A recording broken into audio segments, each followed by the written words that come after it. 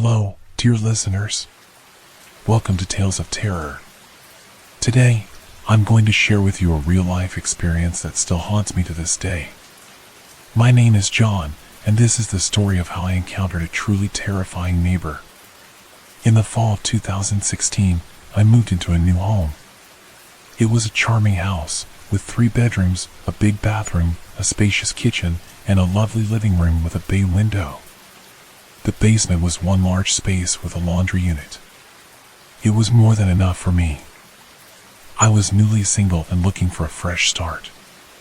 The block was mostly abandoned houses, with only 5 other families occupying the properties.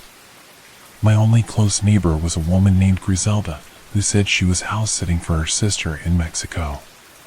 For the first few days, everything seemed fine. Griselda greeted me from her yard as I took out my trash. She seemed friendly enough, but something about her made me uneasy. She was always watching me. Whenever I cooked, cleaned, or did yard work, I could feel her eyes on me. At first, I tried to ignore it. I closed my shades and went about my business. But as the days went on, her behavior became more disturbing. She never left her house, not even for groceries. She wore the same clothes every day, and the lights in her house were always off, except for the basement light that would only be on at night. I started noticing strange things happening in my house. Small items like my comb, photos, and even an old kitchen knife went missing. Windows I knew I had closed would be open, and lights I had turned off would be on. The basement door, which I always kept locked, would be unlocked. Even my garbage cans looked like someone had been going through them. One night, I woke up to the sound of leaves rustling outside my bedroom window. I looked out and saw Griselda crouching down, looking into my basement. The light was on. I confronted her, but she just gave me a dirty look, said something under her breath, and spit in my direction. When I went to check the basement, I found all the missing items on the floor. The next night was even worse. I woke up to the sound of her voice coming from the basement. I grabbed a baseball bat and headed downstairs. The basement door was wide open, and the light was on. She wasn't down there, but I found 3 gutted rats with their insides scattered around the basement. Suddenly, I heard footsteps going up the stairs to my bedroom. I ran upstairs and found her sitting naked at the foot of my bed, covered in blood. She had killed the rats with her teeth. She hissed at me, and I slammed the door shut, locking her in. I called the police, and they arrived within minutes. They informed me that her name was Ashley, not Griselda, and that she had been living in the house illegally. The police discovered the bodies of her sister and nieces in the basement of her house. They had been stabbed to death, and she had been taking photos of their decomposing bodies for months. I believe I was about to be her next victim. This experience changed me forever. I still live in that house, but I am much more cautious now. I report any suspicious behavior immediately. This is just the beginning of my story, but I hope it serves as a warning. You never really know who your neighbors are. It was a crisp October morning when I pulled up to my new home. The moving truck followed closely behind me.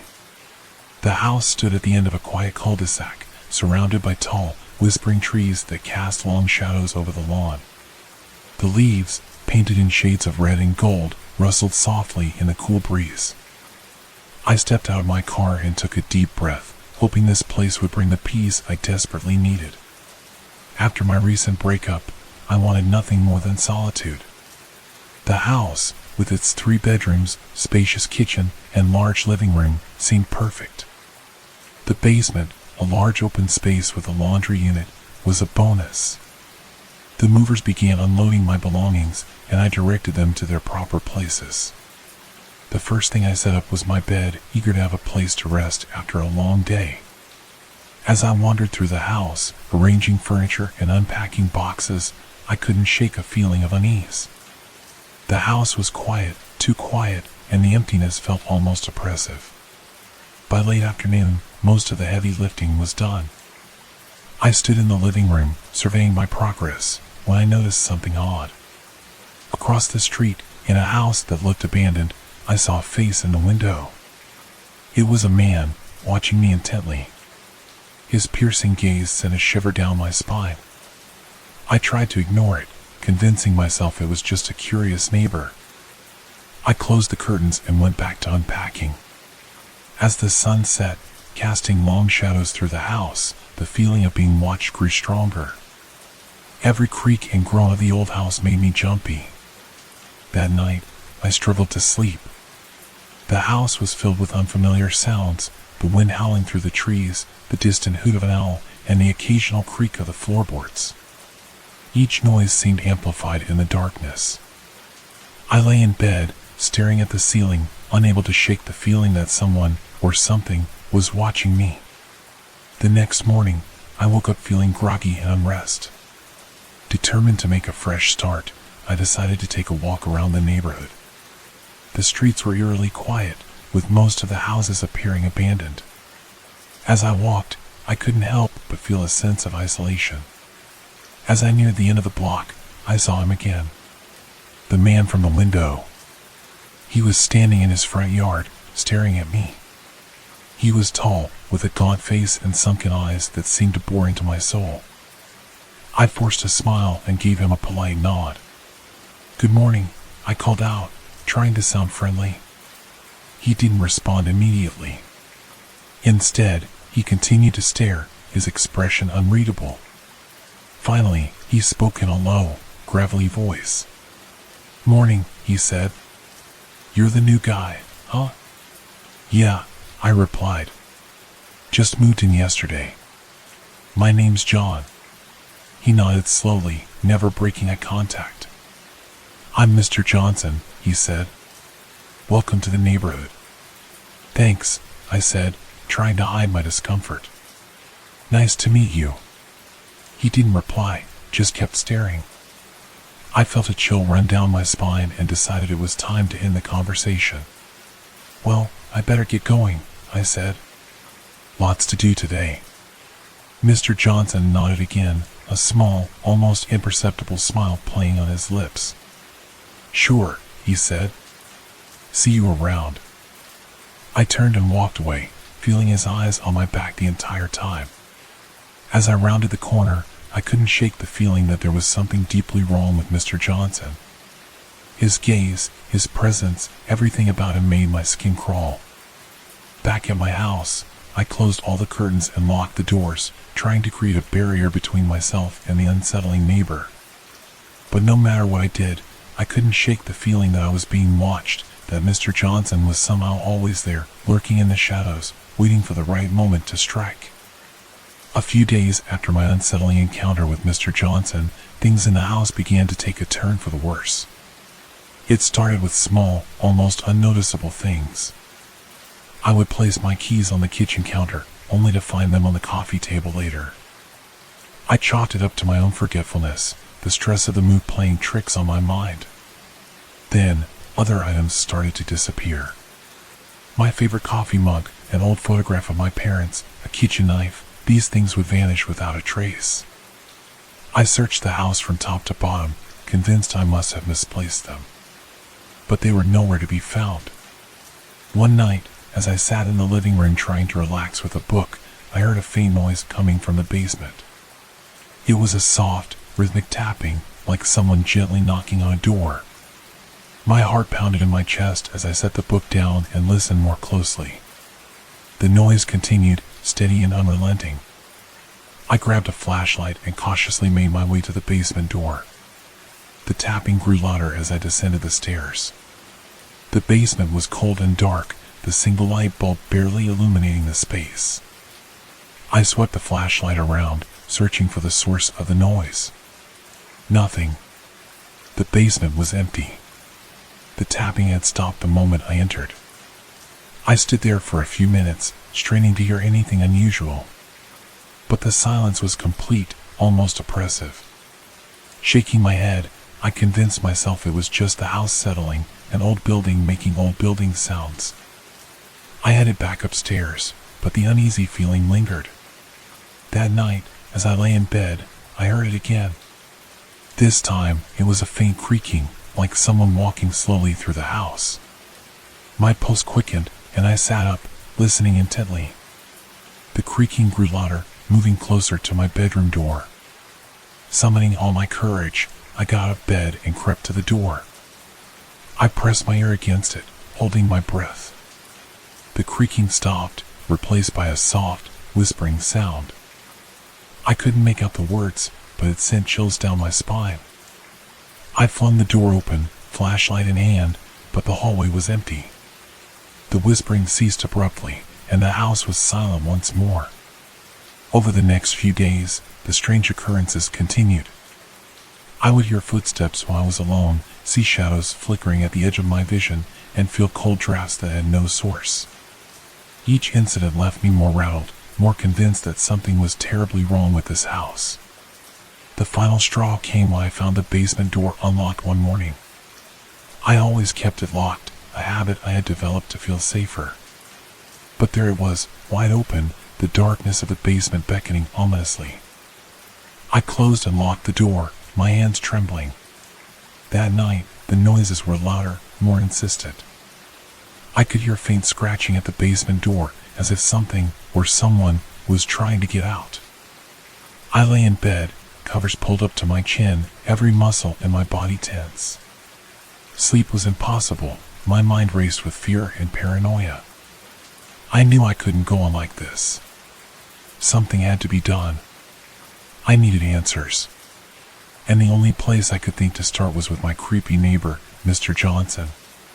He seemed to know more than he let on, and I had a feeling he was connected to the strange happenings in my house.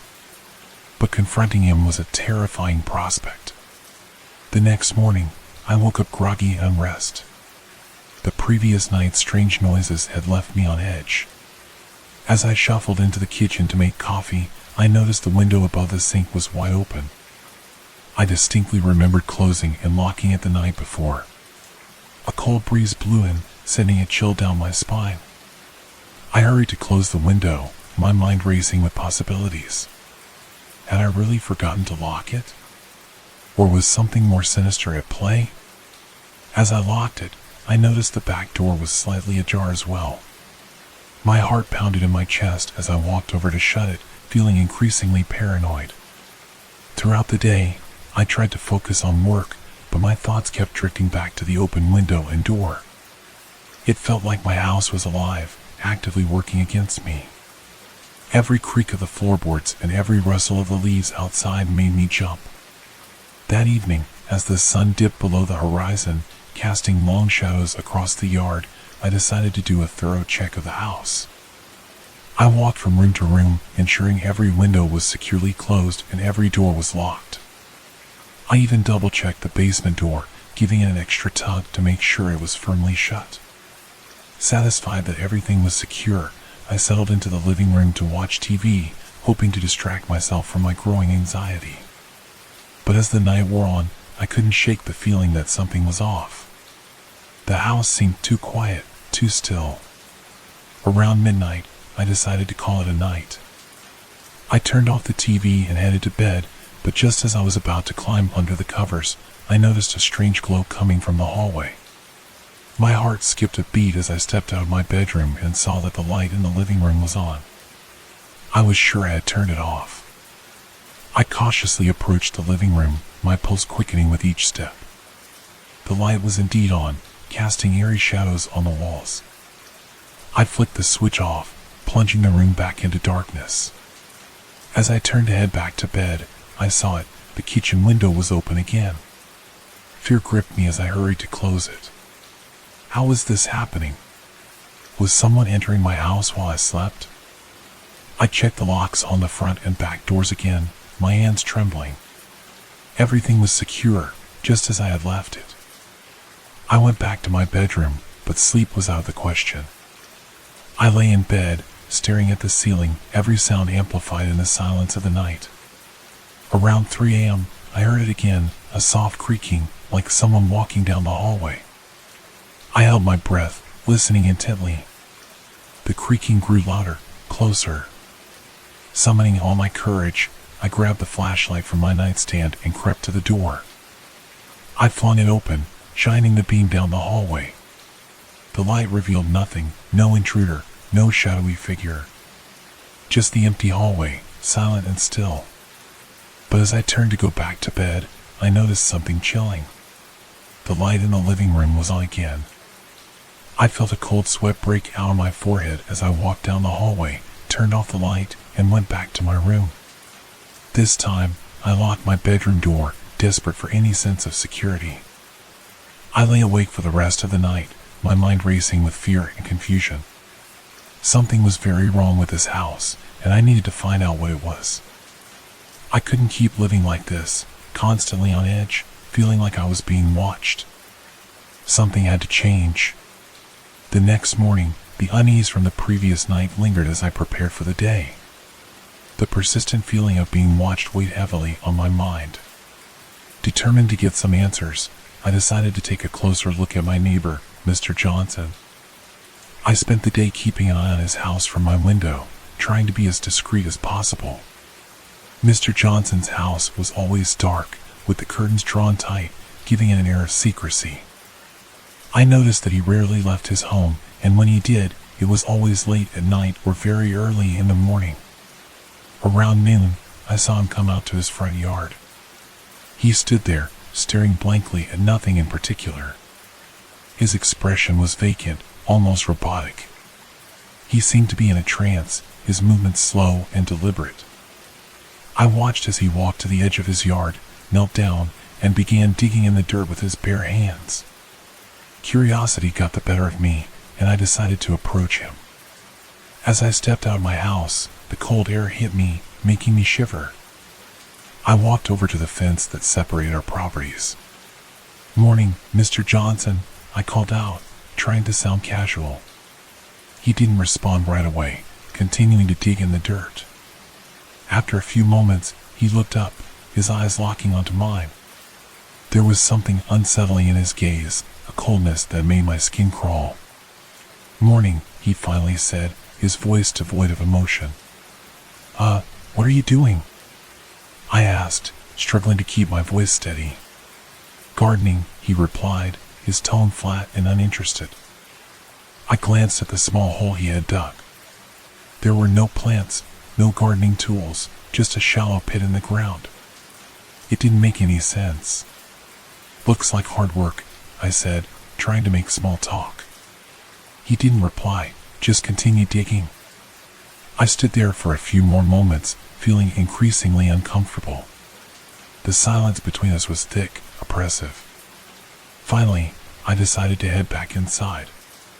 As I turned to leave, I noticed something odd. There were no footprints leading from Mr. Johnson's house to the spot where he was digging. It was as if he had appeared there out of thin air.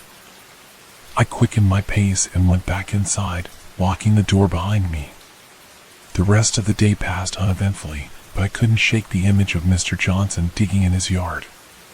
That night, as I prepared for bed, I made sure to lock all the windows and doors again. I lay in bed, staring at the ceiling, my mind racing with thoughts of my strange neighbor. Around midnight, I heard a noise outside. I got up and peeked through the curtains. There, standing in his front yard, was Mr. Johnson. He was staring directly at my house, his eyes reflecting the dim light from the street lamp. He stood there for what felt like hours, unmoving, unblinking. I closed the curtains and backed away, my heart pounding in my chest. I knew then that Mr. Johnson was not just a strange neighbor. There was something deeply wrong with him, something that went beyond mere odd behavior. And whatever it was starting to affect my life in ways I couldn't understand. I resolved to find out more about Mr. Johnson, convinced that he held the key to the strange happenings in my house. But the more I thought about it, the more I realized that confronting him directly might be a dangerous mistake. The next morning, I woke up determined to confront Mr. Johnson. The previous night's eerie encounter had shaken me, and I needed answers. I couldn't continue living with the constant fear and paranoia. I waited until the afternoon, hoping to catch him in a less unsettling state. As the sun began to dip, casting long shadows across our yards, I saw Mr. Johnson step outside. He stood on his porch, staring blankly into the distance. Taking a deep breath to steady my nerves, I walked over to his house. "Mr. Johnson," I called out as I approached. He slowly turned his head, his eyes locking onto mine with that same unsettling coldness. "What do you want?" he asked, his voice flat and emotionless. "I need to talk to you about some strange things happening in my house," I said, trying to keep my voice steady.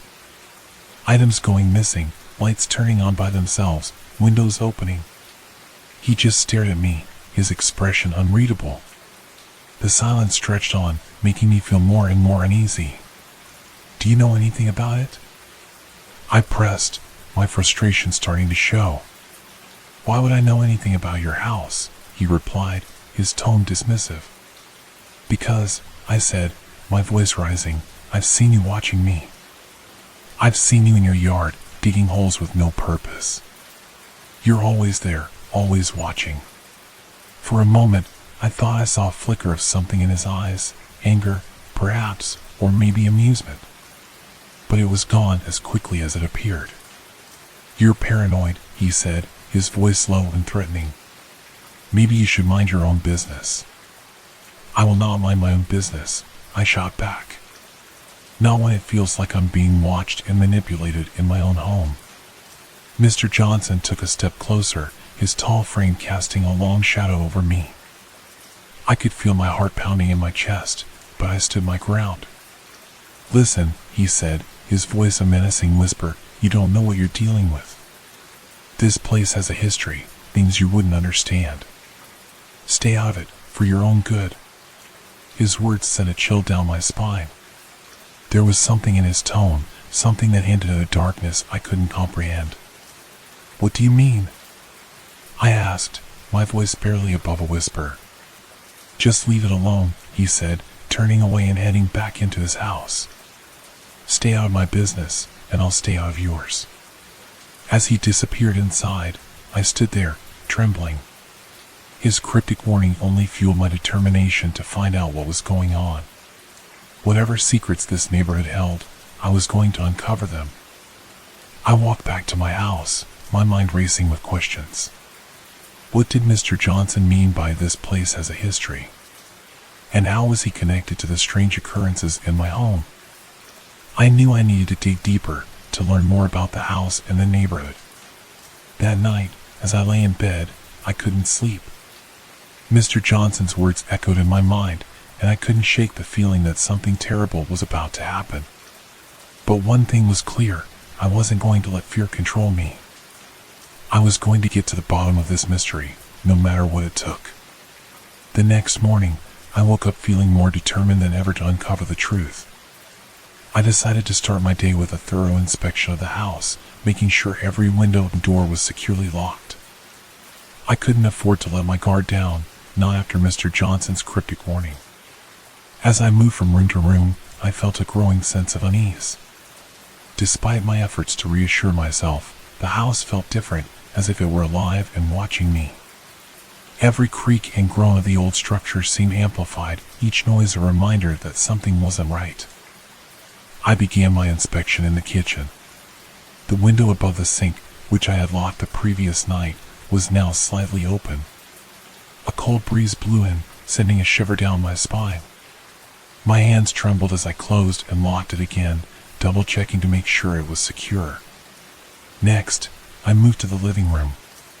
The large bay window was also slightly ajar, even though I distinctly remembered locking it before going to bed. I quickly shut it and locked it again, feeling the weight of dread settle in my chest. How were these windows opening on their own? I continued my inspection upstairs, finding nothing out of place. As I descended back to the main floor, my heart pounded with a mixture of fear and frustration. I couldn't understand what was happening. Was someone entering my house while I slept? Or was it something else, something beyond my comprehension? Finally, I reached the basement door.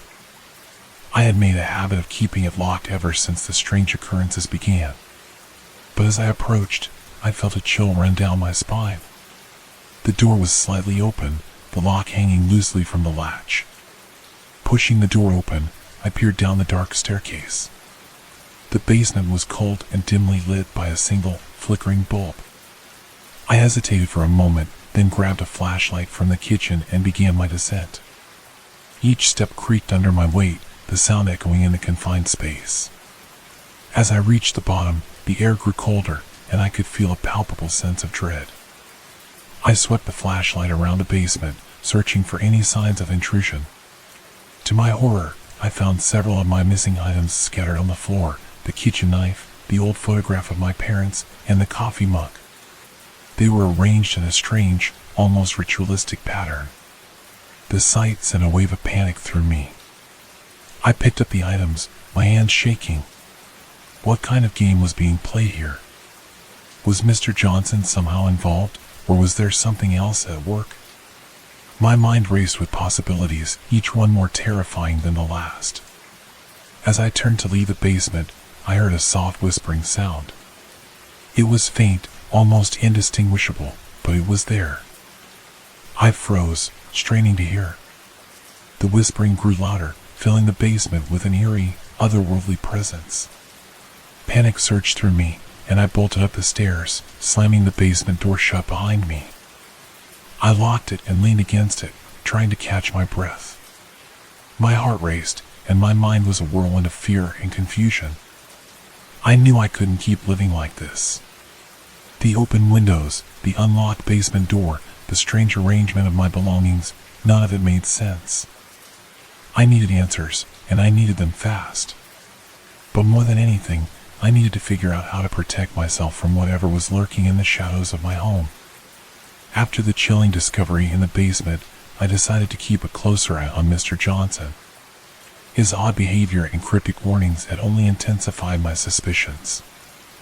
I set up a small notebook by the window, documenting any unusual activity I noticed around his house.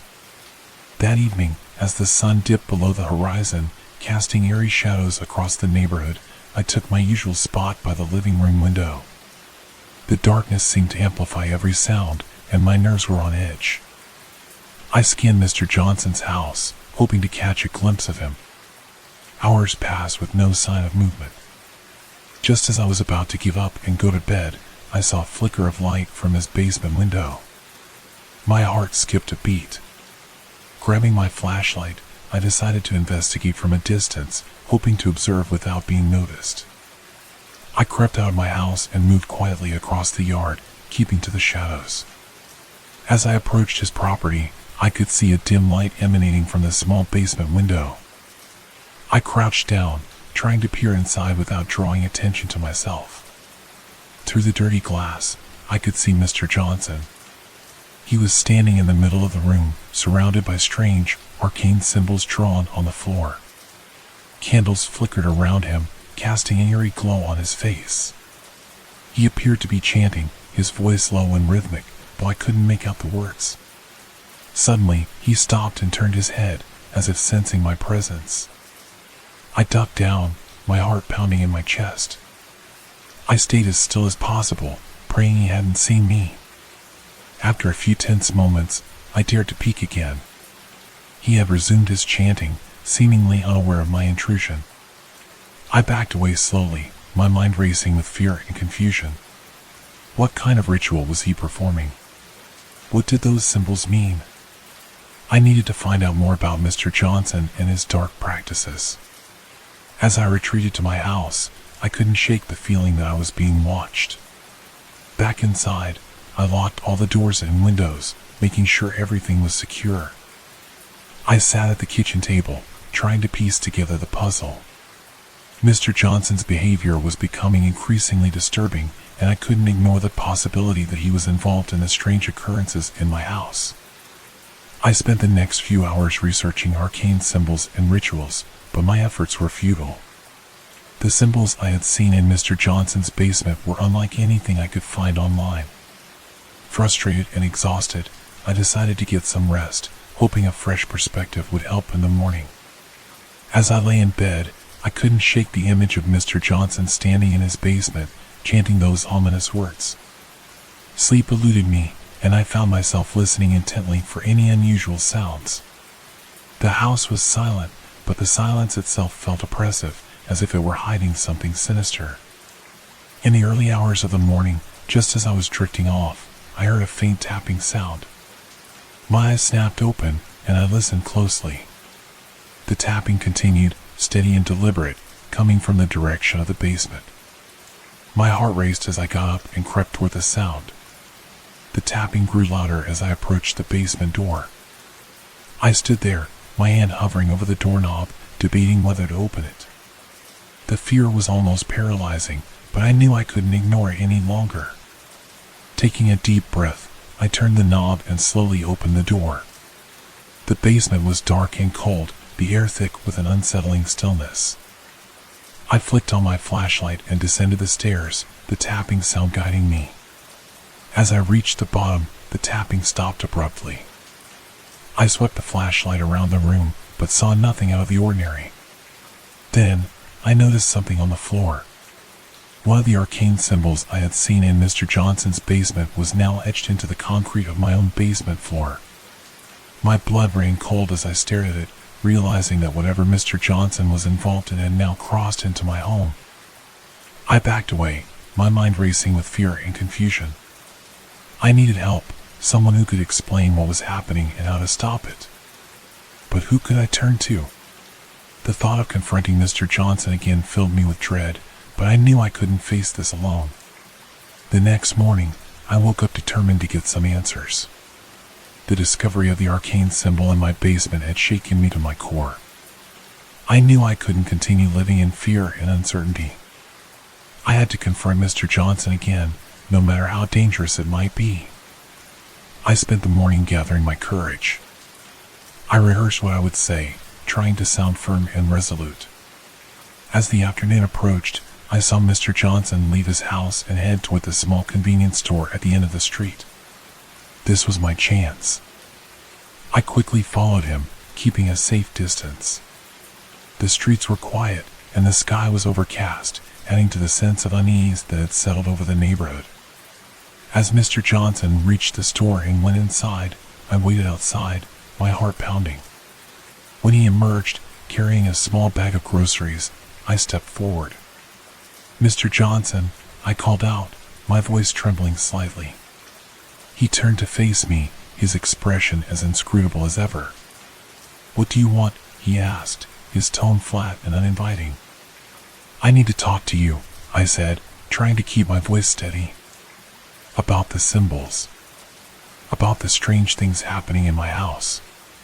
He narrowed his eyes, his gaze piercing. "I told you to mind your own business." "I can't," I said, my frustration boiling over. "I found one of those symbols in my basement. I heard strange noises last night. This isn't just about you. It's affecting me too." For a moment, we stood there in silence, the tension between us palpable. Then, to my surprise, Mr. Johnson sighed and looked away. "Fine," he said, his voice a low growl. "You want answers? Come with me." He turned and started walking back toward his house, not waiting to see if I followed. Hesitating only for a moment, I trailed behind him, my heart racing with a mix of fear and curiosity. We entered his house, the air inside heavy with a musty, almost oppressive smell. He led me down to the basement, where the symbols and candles from the previous night were still in place. He lit a few of the candles, casting an eerie glow over the room. "These symbols," he said, pointing to the floor, "are protection spells. They keep the darkness at bay." "Protection from what?" I asked, my voice barely a whisper. "From the spirits," he replied, his eyes fixed on the symbols. "This neighborhood is built on cursed land. The spirits of those wronged here long ago still linger. They want revenge. They want to take back what was taken from them." A shiver ran down my spine. "And why is this happening to me?" "Because you disturbed them," he said, his tone matter-of-fact. "Moving into that house, you woke them up. Now they're restless." I felt a cold sweat break out on my forehead. "How do I stop it?" "You can't stop it," he said, looking at me with a mixture of pity and resignation. But you can protect yourself. Use these symbols. Draw them in your house. Keep the spirits at bay." He handed me a piece of paper with the symbols drawn on it. I took it, my hands shaking. "Thank you," I said, my voice hollow. Mr. Johnson nodded and led me back upstairs. As I left his house, the weight of his words settled heavily on my shoulders. I returned to my home, my mind racing. Protection spells and restless spirits, it all seemed too surreal, too terrifying. But as I drew the symbols in my own house, a small part of me felt a glimmer of hope. Maybe, just maybe, this would keep the darkness at bay. But deep down, I knew this was only the beginning of my ordeal. The spirits were restless, and my confrontation with Mr. Johnson had only scratched the surface of the horror that awaited me. After my unsettling conversation with Mr. Johnson, I returned home with a mix of fear and determination. I spent the next few days meticulously drawing the protection symbols in every room of my house, hoping they would keep the spirits at bay. But despite my efforts, the feeling of being watched never left me. One evening, as I was cleaning the basement, I noticed something odd. The far wall, usually covered with shelves and boxes, seemed slightly off. The shelves were arranged in a way that suggested they were hiding something. My curiosity piqued. I began to move the boxes and shelves, revealing a small, hidden door. The door was old and worn, with rusty hinges and a heavy lock. My heart pounded as I examined it, wondering what lay behind. I found a crowbar in the garage and used it to pry the door open. With a groan, the door swung inward, revealing a dark, narrow passage. I grabbed my flashlight and stepped inside, the beam cutting through the thick darkness. The air was musty and cold, and the walls were lined with old, rotting wood. The passage led to a small, hidden room at the back of the basement. As I entered, the flashlight illuminated a sight that sent chills down my spine. The room was filled with old, dusty belongings. Shelves lined the walls, cluttered with strange objects, jars filled with murky liquids, old photographs, and what looked like ritualistic artifacts. In the center of the room was a large, wooden table covered with more arcane symbols, similar to those Mr. Johnson had shown me. But the most disturbing discovery was a series of photographs pinned to the walls. They were old, black and white images of the neighborhood, taken many years ago. Some showed the houses in various states of disrepair, others captured eerie, shadowy figures lurking in the background. Among the photographs, I found one that made my blood run cold. It was a picture of my house, taken long before I moved in. In the foreground stood a figure that looked exactly like Mr. Johnson, unchanged by time. He was holding what appeared to be a ritualistic knife, his eyes fixed on the camera with an intense, malevolent gaze. As I stared at the photograph, the air in the room seemed to grow colder. I felt a presence behind me, a whisper of breath on the back of my neck. I spun around, shining the flashlight into the darkness, but saw nothing. The feeling of being watched was overwhelming, almost suffocating. I quickly gathered some of the photographs and a few of the artifacts, hoping they might help me understand what was happening. As I backed out of the hidden room and closed the door, I couldn't shake the feeling that I had disturbed something that should have been left alone. Back in the main part of the basement, I spread the photographs and artifacts on the floor, examining them closely. The images confirmed what Mr. Johnson had told me. This neighborhood had a dark, cursed history. The spirits of those wronged long ago were still present, seeking vengeance. But the photograph of Mr. Johnson raised more questions. How was it possible that he appeared unchanged after all these years? Was he more than just a man?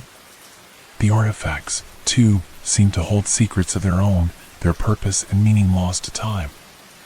As I pondered these questions, the basement lights flickered, and I heard a soft whispering sound, like voices carried on the wind. The symbols I had drawn on the walls seemed to pulse with a faint, eerie glow.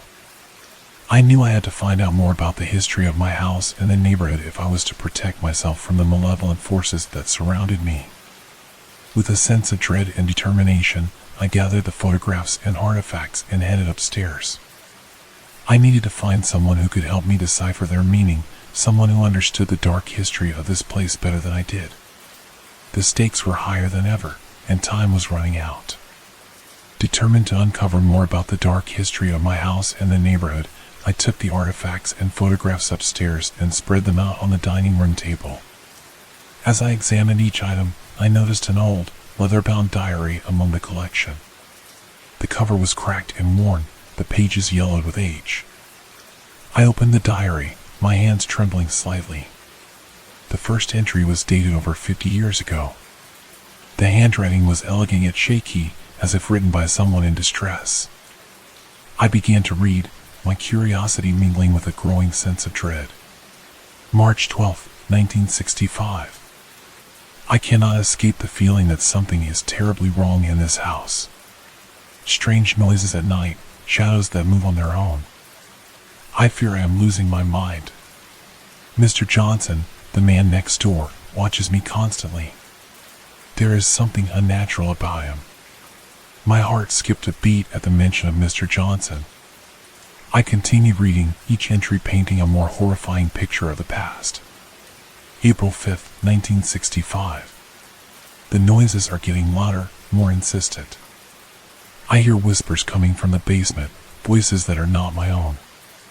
I found strange symbols carved into the walls, symbols I do not understand.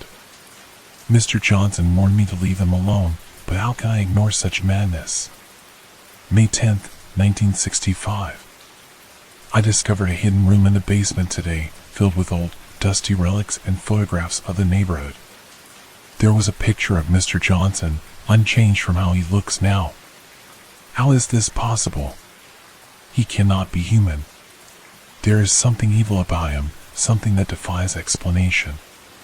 The entries continued, each one more desperate and fearful than the last. The previous owner of my house had experienced the same terrifying events I was now facing. The symbols, the whispers, the feeling of being watched, all of it had happened before. June 25, 1965. I can no longer sleep. The whispers have turned to screams, the shadows have taken form. They move through the house, watching me, waiting for something. Mr. Johnson is involved in this, I am sure of it. He speaks of protection, but I do not trust him. I fear he is the source of this evil. July 14, 1965. I must leave this place, but I am trapped. The spirits will not let me go. They are angry, vengeful. They want something from me, something I cannot give. I fear for my life. If anyone finds this diary, know that I tried to warn you. Leave this place while you still can. The final entry was dated just days before the diary abruptly ended. The handwriting was frantic, barely legible.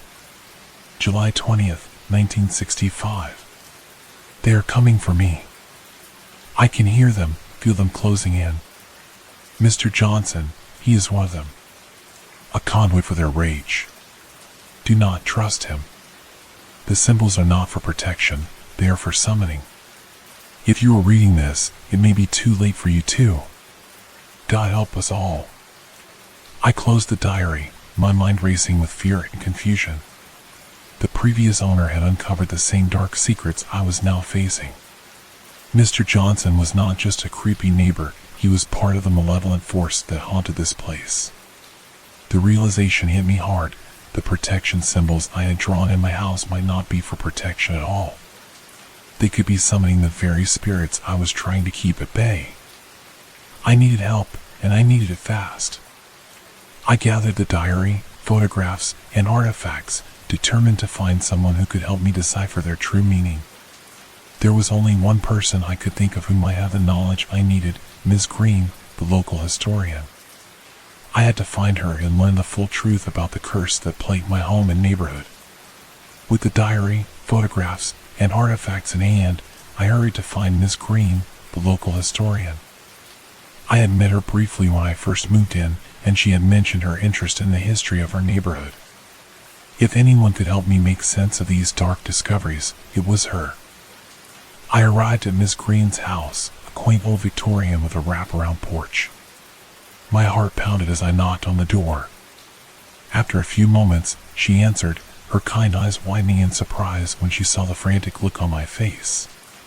"John, what's wrong?" she asked, stepping aside to let me in. I quickly explained everything, the strange occurrences, the hidden room, the diary, and my unsettling interactions with Mr. Johnson. Her expression grew more serious with each word. "This is very troubling," she said, leading me to her study. "Let's take a look at what you found." We spread the photographs and artifacts across her desk, and I handed her the diary. She flipped through the pages, her brow furrowing as she read the entries. "These symbols," she said, pointing to one of the artifacts, "are indeed arcane. They're part of an ancient ritual, but their purpose varies depending on the context." "What about Mr. Johnson?" I asked, my voice trembling. "The diary says he hasn't aged, that he's involved in this somehow." Miss Green sighed deeply. "There have always been rumors about him. Some say he's a practitioner of dark magic, others believe he's cursed. But one thing is certain, he's connected to the strange happenings in this neighborhood." She continued reading the diary, her face growing more somber with each entry. When she finished, she looked up at me, her eyes filled with concern. "The previous owner was right to be afraid," she said. "These symbols aren't just for protection. They can also be used to summon spirits, to bind them to a place. It seems Mr. Johnson has been manipulating these rituals for his own purposes." A chill ran down my spine. "So, I've been summoning these spirits into my house?" "It's possible," she replied. "But there's more to it. The spirits are restless, seeking revenge for past wrongs. The curse on this land is powerful, and Mr. Johnson is using it to his advantage. Can we break the curse?"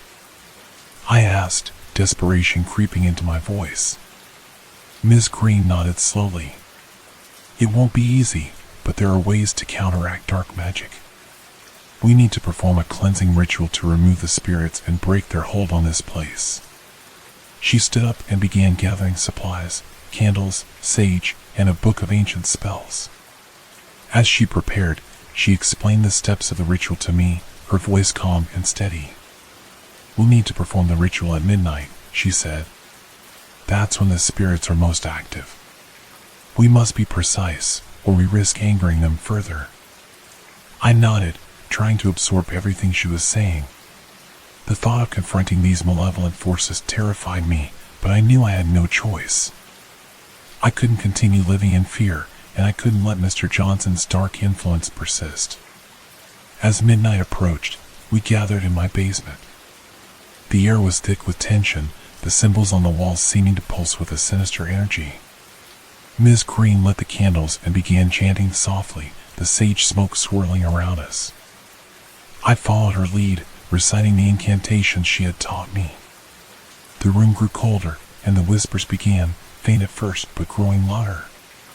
Shadows danced on the walls, and I could feel the presence of the spirits, their anger and pain palpable. Suddenly, the symbols on the walls flared with a bright, eerie light. The whispers turned to screams, and the shadows seemed to converge on us. I fought the urge to flee, focusing on the ritual, pouring all my will into the incantations. Miss Green's voice grew louder, more commanding. The candles flickered, their flames stretching toward the shadows. The room shook, and for a moment, I thought we wouldn't succeed. But then, the light from the symbols dimmed, and the shadows began to recede. The screaming faded, replaced by a profound silence. The air grew warmer, and the oppressive weight lifted from my chest. We had done it. The spirits were gone, their hold on my house broken.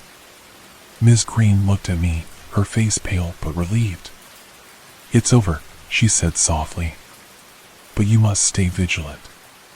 Mr. Johnson won't be pleased, and he may try to retaliate." I nodded, grateful for her help but aware that this was not the end. The darkness that had plagued my home was lifted, but the danger was far from over. Mr. Johnson was still out there, and whatever his true nature, I knew he wouldn't give up easily. As I walked Miss Green to her car, I felt a renewed sense of determination. I would protect my home and uncover the full truth about Mr. Johnson and the curse on our neighborhood. The battle was far from over, but for the first time, I felt hope. Despite the successful cleansing ritual with Miss Green, the feeling of unease lingered in my home. The protection symbols had dimmed, and the oppressive presence had lessened, but I couldn't shake the sense that something still watched me from the shadows. I knew Mr. Johnson wouldn't let this go without a fight. A few nights later, I woke to a sound that sent chills down my spine, a soft, rhythmic tapping coming from the basement. I sat up in bed, straining to hear. The tapping was steady, insistent, almost as if it were calling to me. My heart pounded as I grabbed my flashlight and headed downstairs. The basement door stood ajar, the darkness beyond it impenetrable. I hesitated for a moment, then pushed the door open and descended the stairs. The air grew colder with each step, the tapping louder. When I reached the bottom, I swept the flashlight around, searching for the source of the noise. There, in the center of the room, was a small, wooden box. It was old and covered in strange symbols, similar to those we had used in the cleansing ritual. The tapping came from inside the box. My hands trembled as I approached it, unsure whether to open it or leave it alone. I knelt beside the box, my breath visible in the frigid air. Slowly, I lifted the lid. Inside was an ancient-looking dagger, its blade etched with the same arcane symbols. The tapping stopped, replaced by an eerie silence. I could feel a malevolent energy emanating from the dagger, a sense of anger and hatred that made my skin crawl. Suddenly, I heard footsteps behind me. I spun around, shining the flashlight into the darkness, but saw nothing. The footsteps continued, moving closer, surrounding me. I felt a cold hand brush against my neck, and I stumbled backward, my heart racing. The basement was alive with movement now, shadows flitting across the walls, whispers filling the air. I knew I had to get out of there, but my feet felt rooted to the spot. The presence was overwhelming, pressing down on me, filling me with a terror I had never known.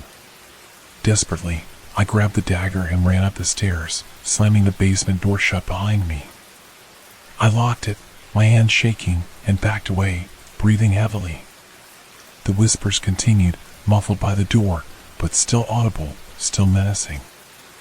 I retreated to the living room, clutching the dagger, my mind racing. I knew I needed to call Miss Green, but it was the middle of the night. I didn't want to disturb her unless absolutely necessary. Instead, I sat on the couch, trying to calm my racing heart and think of a plan. As I sat there, the room grew colder, and the shadows seemed to stretch toward me, their movements deliberate and menacing. The whispers grew louder, and I could feel the presence closing in, suffocating me with its malevolence. The dagger in my hand pulsed with a dark energy, almost as if it were alive. Summoning all my courage, I decided to perform a makeshift cleansing ritual. I found the sage Miss Green had left and lit it, the smoke curling through the air. I recited the incantations she had taught me, my voice trembling but determined. The shadows recoiled, and the whispers grew fainter, but they did not disappear completely. For hours, I continued the ritual, the smoke filling the house, my voice growing hoarse. Slowly, the presence seemed to retreat, the room growing warmer, the shadows less oppressive. By dawn, the whispers had faded, and the cold had lifted, but I knew this was only a temporary reprieve. I collapsed onto the couch, exhausted but relieved. The dagger lay on the coffee table, its dark energy still palpable. I knew I couldn't keep fighting this battle alone. I needed Miss Green's help, and I needed it fast. As soon as the sun was up, I called Miss Green, explaining what had happened. She agreed to come over immediately, her voice filled with concern. I waited anxiously, the dagger still pulsing with dark energy, the sense of unease ever present. When she arrived, she took one look at the dagger and gasped. "This is powerful dark magic," she said. "We need to find a way to neutralize it before it consumes you completely." Together, we began planning our next move. The fight was far from over, but with Miss Green's help, I felt a renewed sense of hope. we would find a way to break the curse and banish the malevolent spirits for good. But deep down, I knew the hardest part was yet to come. After the chilling events of the previous night, I knew I needed Miss Green's expertise more than ever. The dark energy emanating from the dagger and the relentless whispers had left me shaken. I couldn't continue to face this alone. When Miss Green arrived, I was both relieved and anxious to hear what she had to say. Miss Green stepped into my house, her eyes immediately drawn to the dagger on the coffee table. She approached it cautiously, her expression serious. "This is very old and very powerful," she said, picking up the dagger with a cloth. "We need to find out exactly what kind of dark magic we're dealing with." She set the dagger back down and turned to me. "John, I need you to tell me everything that's happened since we performed the cleansing ritual. Don't leave out any details." I recounted the events of the past few days, the strange noises, the cold presence, the whispers, and the discovery of the hidden room and its contents. Miss Green listened intently, her face growing more concerned with each detail. When I finished, she sighed deeply. "It's worse than I thought," she said. "The spirits are not just restless, they are being manipulated by a powerful force. Mr. Johnson is using this dagger as a conduit to control them." "What can we do?" I asked, my voice trembling. "We need to neutralize the dagger and break Mr. Johnson's hold over the spirits," she replied. "But it won't be easy. We'll need to perform a complex ritual to cleanse the dagger and banish the dark energy." Miss Green began gathering supplies from her bag, more candles, sage, salt, and a small vial of what looked like holy water. She explained each step of the ritual to me, emphasizing the importance of precision and focus. "We'll need to create a protective circle around the dagger," she said. "This will contain the dark energy and prevent it from lashing out during the ritual. Then, we'll cleanse it with the sage and holy water while reciting the incantations to banish the spirits." We moved to the basement, where the air was still thick with a lingering unease. Miss Green instructed me to place the candles in a circle around the dagger while she sprinkled salt along the perimeter. Once everything was in place, she lit the candles and handed me the sage. "Remember, stay focused," she said. "The spirits will try to distract and scare you, but you mustn't break the circle." I nodded, taking a deep breath to steady my nerves. We began the ritual, Miss Green's voice strong and clear as she recited the ancient incantations.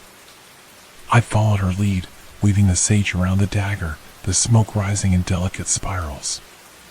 Almost immediately, the air grew colder, and the whispers returned, louder and more insistent than before. Shadows danced at the edge of the candlelight, and I could feel the presence of the spirits, their anger and pain palpable. My heart raced, but I kept my focus, determined to see the ritual through. As we continued, the dagger began to pulse with a dark energy, the symbols on its blade glowing with an eerie light.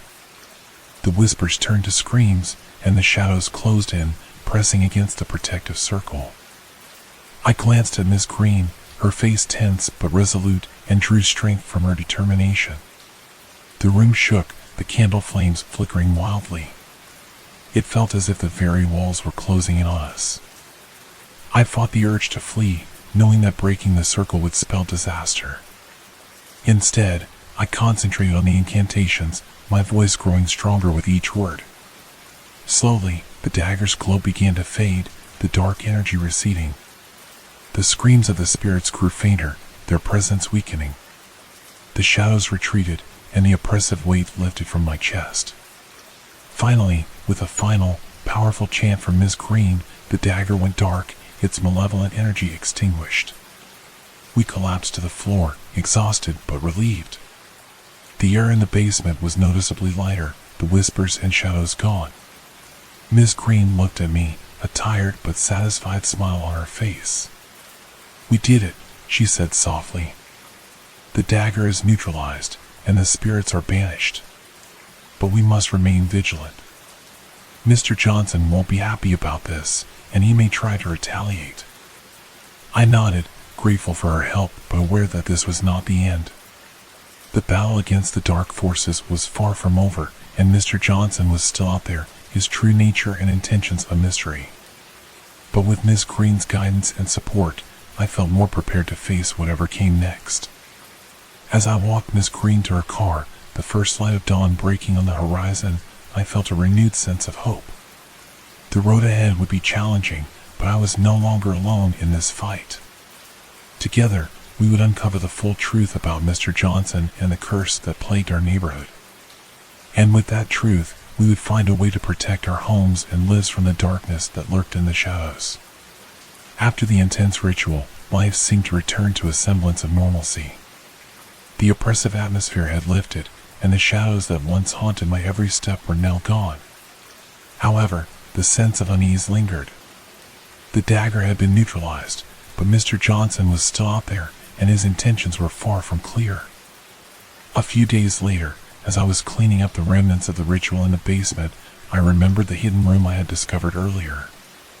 The fear I had felt in that moment was still fresh, but I knew I couldn't ignore it any longer. There had to be more answers hidden within. I moved the shelves and boxes aside, revealing the small, hidden door once more. Taking a deep breath, I opened it and stepped inside, flashlight in hand. The narrow passage led me back to the hidden room, where the air was thick with the scent of dust and decay. The room was exactly as I had left it, old, dusty belongings scattered about, shelves lined with strange objects, and the large wooden table in the center, covered with arcane symbols. I carefully examined each item, hoping to uncover more about the dark history of my house and the neighborhood. On one of the shelves, I found a stack of old journals, their covers cracked and worn with age. I opened one and began to read, the entries detailing the life of a man named Thomas who had lived in my house decades ago. His writings mirrored my own experiences, strange noises, whispers in the night, and an unshakable feeling of being watched. October 15th, 1952. The shadows move of their own accord. They whisper to me, calling my name. I have tried to ignore them, but they grow louder each night. I fear I am losing my mind. November 2nd, 1952. I discovered a hidden room in the basement today. It is filled with strange artifacts and symbols. I do not understand their purpose, but they fill me with dread.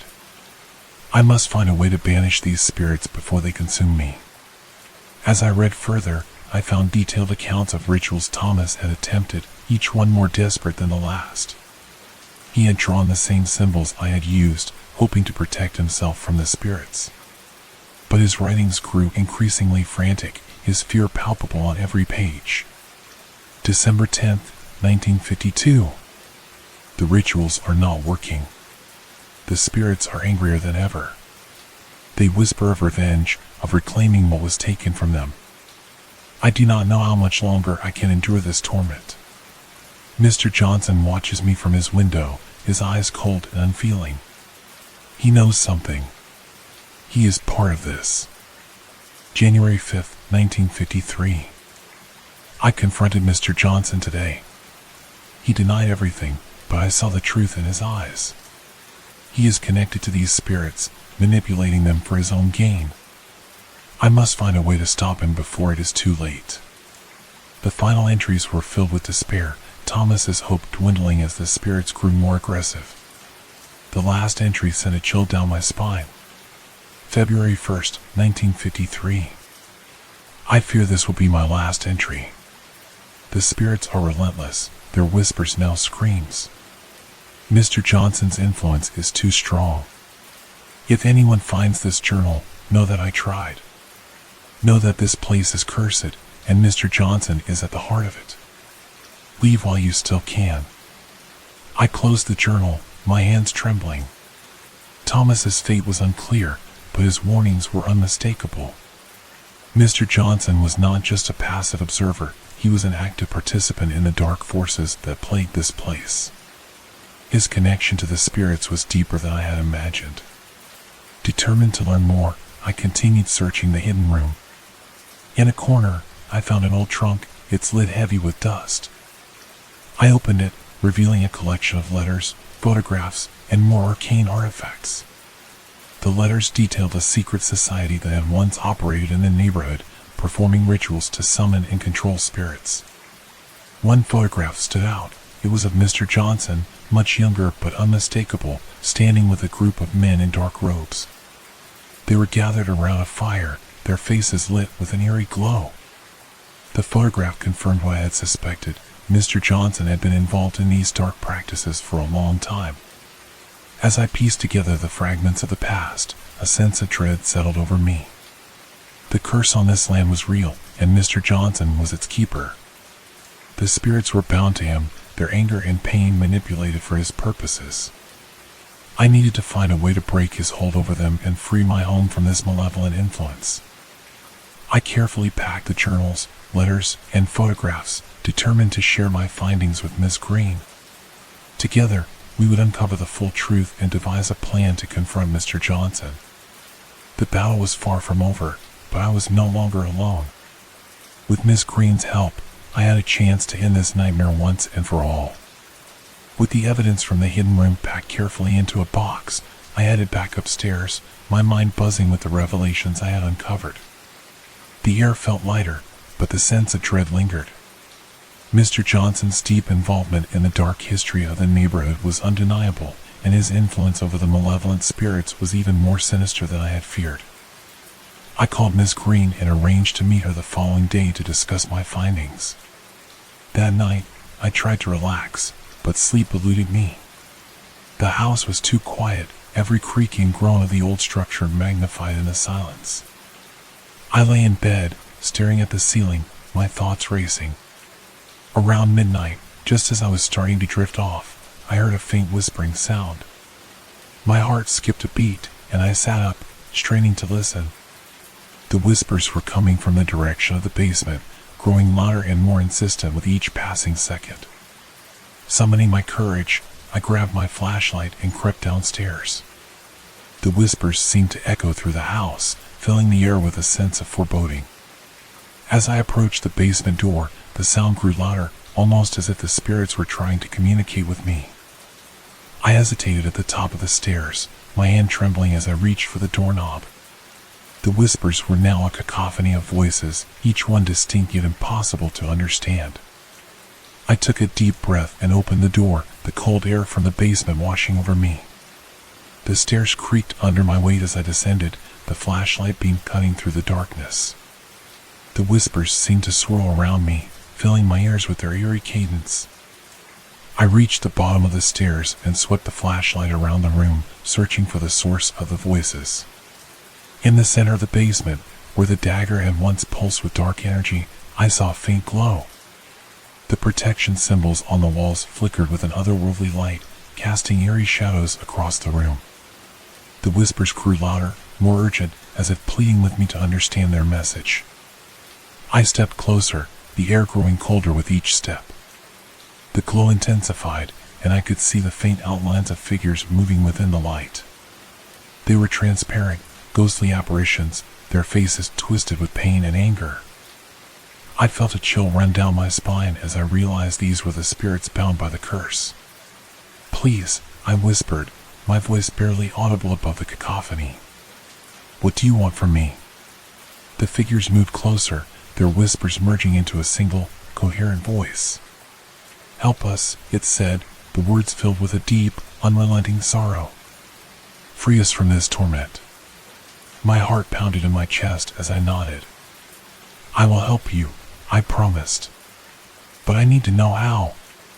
The figures pointed to the hidden room, their movements slow and deliberate. The glow dimmed, and the whispers faded, leaving me alone in the darkness once more. I understood their message. The key to breaking the curse lay in the hidden room and the artifacts I had found. Determined to fulfill my promise, I spent the rest of the night researching the journals and letters I had uncovered.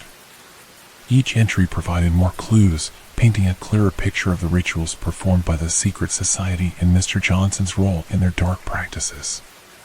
As dawn approached, I felt a renewed sense of purpose. I had a plan, and with Miss Green's help, I would find a way to free the spirits and break the curse. The battle ahead would be difficult, but I was no longer afraid. The spirits had shown me their pain, and I was determined to bring them peace. With the first light of morning filtering through the windows, I made a final note of my findings and prepared for my meeting with Miss Green. The road ahead was uncertain, but I knew I had taken the first step toward breaking the hold Mr. Johnson had over the neighborhood. Together, we would uncover the full truth and put an end to his dark influence once and for all. The following morning, I gathered the box of journals, letters, and photographs and headed to Miss Green's house. The early light of dawn cast long shadows across the quiet streets, adding to the sense of urgency I felt. The spirit's pleas for help echoed in my mind, driving me forward. Miss Green greeted me at the door, her expression serious. She led me into her study, a cozy room lined with bookshelves and antique furniture. I placed the box on her desk, and we began to go through its contents together. "This is incredible," she said, leafing through the old journals. "These documents provide a detailed account of the dark history that has plagued this neighborhood for decades. We need to piece together the full story to understand how to break the curse." We spent the next few hours reading through the journals and letters, piecing together the timeline of events. The story that emerged was one of greed, betrayal, and dark magic, stretching back to the early 1900s when the neighborhood was first established. According to the journals, the land on which my house stood had once been sacred ground for a local indigenous tribe. When the settlers arrived, they drove the tribe away and desecrated their sacred sites. The tribe's shaman, in his anger and grief, placed a curse on the land, vowing that it would bring suffering to all who lived there. Years later, a secret society of settlers, fascinated by the dark arts, discovered the curse and sought to harness its power. They performed rituals to summon and bind spirits, using them to protect their interests and exact revenge on their enemies. Mr. Johnson's family was among the founders of this society, and he had inherited their dark knowledge and practices. "This is disturbing," Miss Green said, her voice tinged with sadness. "These people manipulated the spirits for their own gain, never caring about the pain and suffering they caused. The spirits are bound to this land, unable to find peace because of the rituals performed here." As we delved deeper into the journals, we found detailed descriptions of the rituals used to summon and control the spirits. One entry, written by Mr. Johnson's grandfather, described a powerful binding ritual that required a sacred artifact, the very dagger I had found in the hidden room. "The dagger is the key," Miss Green said, pointing to the journal entry. "It's the focal point of the binding ritual. If we can destroy it, we may be able to break the curse and free the spirits." "But how do we destroy something so powerful?" I asked, my voice filled with doubt. Miss Green thought for a moment, then nodded. "There is one way. We need to perform a counter-ritual using the same sacred ground where the original curse was placed. If we can purify the land and destroy the dagger there, we may be able to undo the binding." The prospect of performing another ritual filled me with dread, but I knew it was our only hope. We gathered the necessary supplies, candles, sage, salt, and a new set of incantations designed to purify the land and break the curse. Miss Green also brought a map of the area, showing the location of the original sacred site. As night fell, we made our way to the site, a small clearing in the woods behind my house. The air was thick with anticipation, and the forest was eerily silent. We set up the ritual space, drawing a large protective circle around the clearing and placing the dagger in the center. Miss Green lit the candles and began to chant, her voice strong and steady.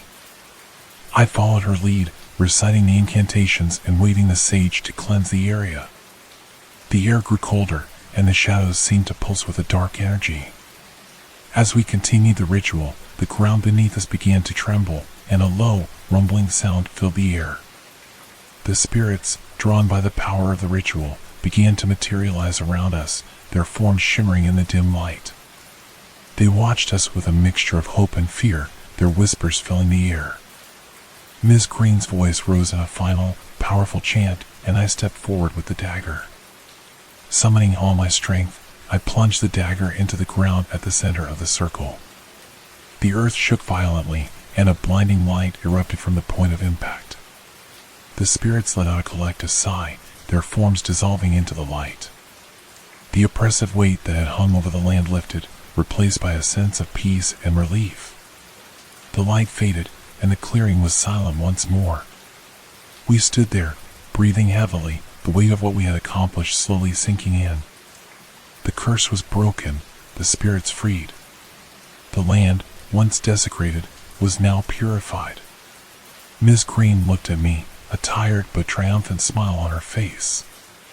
"It's over," she said softly. "The spirits are at peace, and the curse is lifted." As we made our way back to the house, I felt a profound sense of relief. The darkness that had plagued my home and the neighborhood was gone. The spirits had been freed, and their torment ended. But I knew that this was not the end. Mr. Johnson was still out there, and he would not be pleased with what we had done. The battle against the darkness was far from over, but for the first time, I felt hope. With Miss Green's help, I was ready to face whatever came next. After the intense ritual to break the curse, Miss Green and I returned to my house. Though the air felt lighter and the oppressive presence had lifted, a sense of unease still lingered. I knew our actions would not go unnoticed by Mr. Johnson. The next morning, I decided to delve deeper into the history of the neighborhood, hoping to find more clues about Mr. Johnson and the dark legacy he carried. Miss Green suggested we visit the local historical society, where old records and documents might shed more light on the past. The historical society was housed in an old, stately building near the center of town. Inside, rows of dusty shelves held countless records, photographs, and artifacts. The air smelled of old paper and history. We were greeted by an elderly librarian, Miss Thompson, who seemed eager to help with our research. We were looking for records about the early settlers in the neighborhood, particularly anything related to a secret society or unusual activities, Miss Green explained. Miss Thompson nodded, her eyes twinkling with curiosity. "Ah, the old tales of the settlers. Follow me. We have a section dedicated to the more obscure aspects of our town's history." She led us to a back room filled with old books, newspapers, and handwritten journals. "This is where you'll find what you're looking for. Many of these documents haven't been touched in years. Be gentle with them." We thanked her and began sifting through the records. Hours passed as we read through journal entries, newspaper clippings, and letters. Piece by piece, we constructed a detailed picture of the dark history that had plagued our neighborhood. In the early 1900s, the land had indeed been sacred to the indigenous tribe, as the journals in the hidden room had suggested.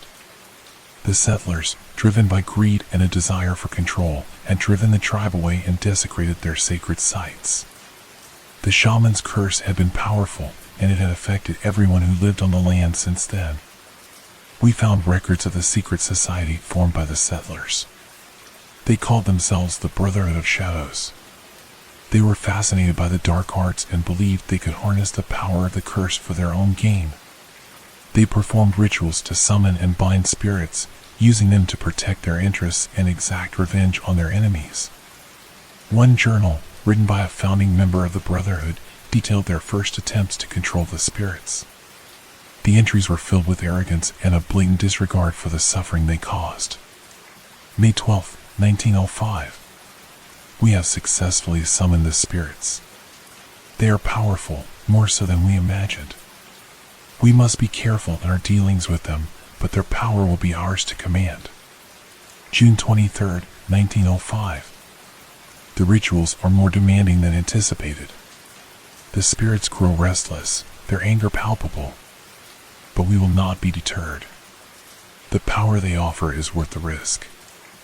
As we continued reading, we found references to Mr. Johnson's family. His grandfather had been one of the society's most fervent members, a man named Edward Johnson. Edward's journal entries were particularly chilling, revealing a descent into madness as he became more consumed by the dark arts. August 15, 1910. The spirits obey me. Their power is intoxicating. I have bound them to this land, ensuring our control. But there is a price. They demand sacrifices, and their anger grows with each passing day. September 3, 1910. I fear I am losing control. The spirits whisper to me, their voices filled with rage. My family is in danger. I must find a way to appease them. The final entry in Edward Johnson's journal was almost illegible, written in a frenzied hand. October 31st, 1910. The spirits have turned against us. They seek revenge for the wrongs we have done. The curse is too strong. If you are reading this, know that we have failed. The land is cursed, and we are doomed. As I read these words, a chill ran down my spine. The horrors of the past had not been forgotten, and the spirit's thirst for vengeance had only grown stronger over the years. The Brotherhood of Shadows had unleashed a force they could not control, and Mr. Johnson was now the last link to their dark legacy. Miss Green looked up from the journal, her expression grave. We need to be careful, John. Mr. Johnson's family has been entangled in this dark magic for generations. He will not give up easily. I nodded, feeling a mixture of fear and determination. We have to find a way to stop him, to break his hold over the spirits once and for all. Ms. Green and I spent the rest of the day copying key passages from the journals and documents, gathering as much information as we could. As the sun set, casting long shadows across the room, we left the Historical Society with a clearer understanding of the horrors that had shaped our neighborhood. The battle ahead would be difficult, but we now had the knowledge and the tools to confront Mr. Johnson and end his dark influence. The spirits deserved peace, and we were determined to bring it to them, no matter the cost.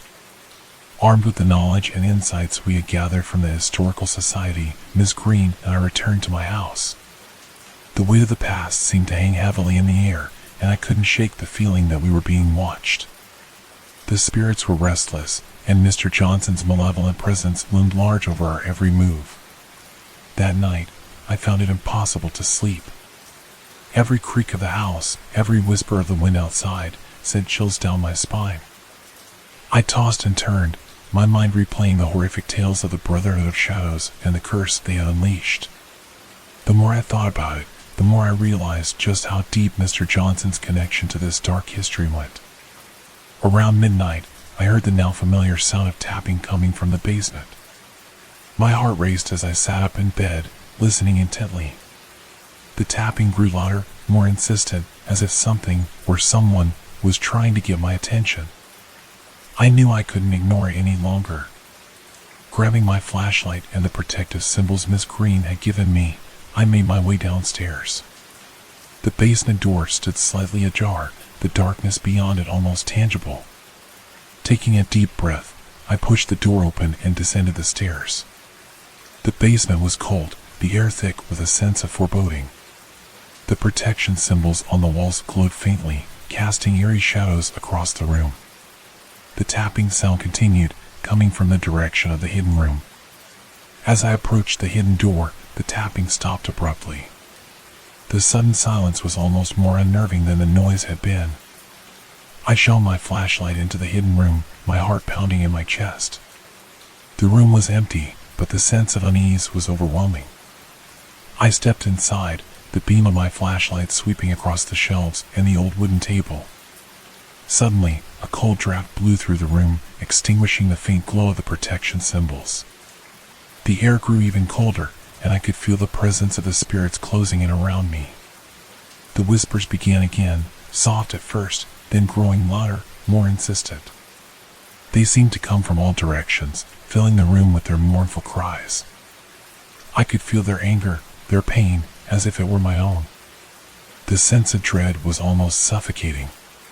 Desperately, I recited the incantations Miss Green had taught me, hoping to calm the spirits and re-establish the protective barrier. The whispers grew louder, the shadows closing in, but I continued to chant, my voice steady despite my fear. The air around me shimmered, and the protection symbols on the walls flared to life, their light pushing back the darkness. The whispers receded, and the cold draft dissipated, leaving the room silent once more. I let out a shaky breath, relieved but still on edge. As I turned to leave the hidden room, something caught my eye. On the old wooden table, where the dagger had once rested, lay a small, leather-bound book. It was covered in dust, and its pages were yellowed with age. I picked it up, carefully brushing off the dust, and opened it. The book was a diary, similar to the ones I had found earlier, but this one belonged to Edward Johnson. The entries were dated shortly before his descent into madness, and they detailed his experiments with the dark arts and his interactions with the spirits. October 10th, 1910. The spirits grew more restless by the day. Their whispers haunt my every moment, their anger palpable. I have tried to control them, to harness their power, but they resist. They seek vengeance for the wrongs done to them, and I fear they will not be appeased easily. October 20th, 1910. Mr. Johnson approached me today, his eyes filled with a strange, dark light. He spoke of a way to bind the spirits more securely, to bend them to our will. But his methods are dangerous, and I fear they will only anger the spirits further. I must proceed with caution. October 31st, 1910. The ritual is complete, but the cost has been great. The spirits are bound to this land, their anger and pain feeding the curse. Mr. Johnson's methods have worked, but I fear we have unleashed something far more powerful than we can control. The darkness grows, and I can feel it closing in around me. I closed the diary, my hands trembling. Edward Johnson's final entries confirmed what I had suspected. Mr. Johnson's family had been deeply involved in the dark rituals that had bound the spirits to this land. Their actions had unleashed a malevolent force that now threatened to consume us all. As I left the hidden room and locked the basement door behind me, I knew that our next step would be the most dangerous yet. We needed to confront Mr. Johnson directly, to break his hold over the spirits and end the curse once and for all. The battle ahead would be fraught with peril, but I was determined to see it through. With the dawn of a new day, I met with Miss Green to share the contents of Edward Johnson's diary. Together, we devised a plan to confront Mr. Johnson and put an end to his dark influence. The road ahead was uncertain, but we were united in our resolve.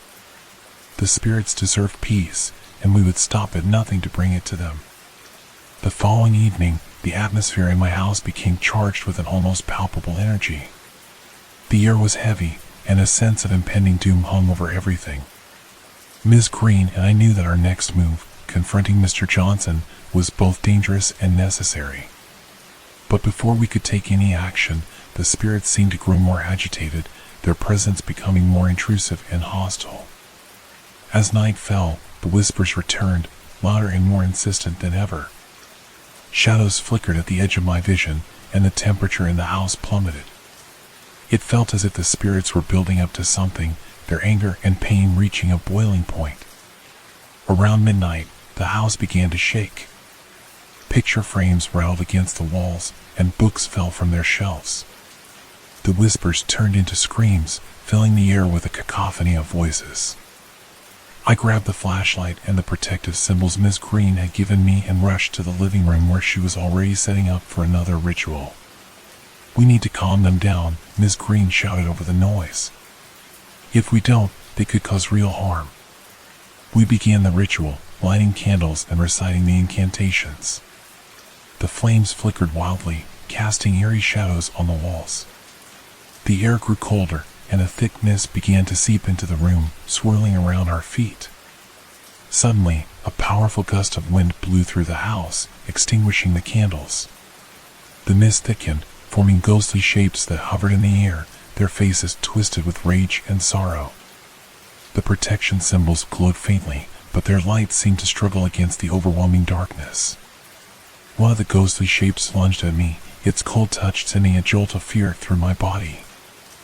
I stumbled backward, nearly dropping the flashlight.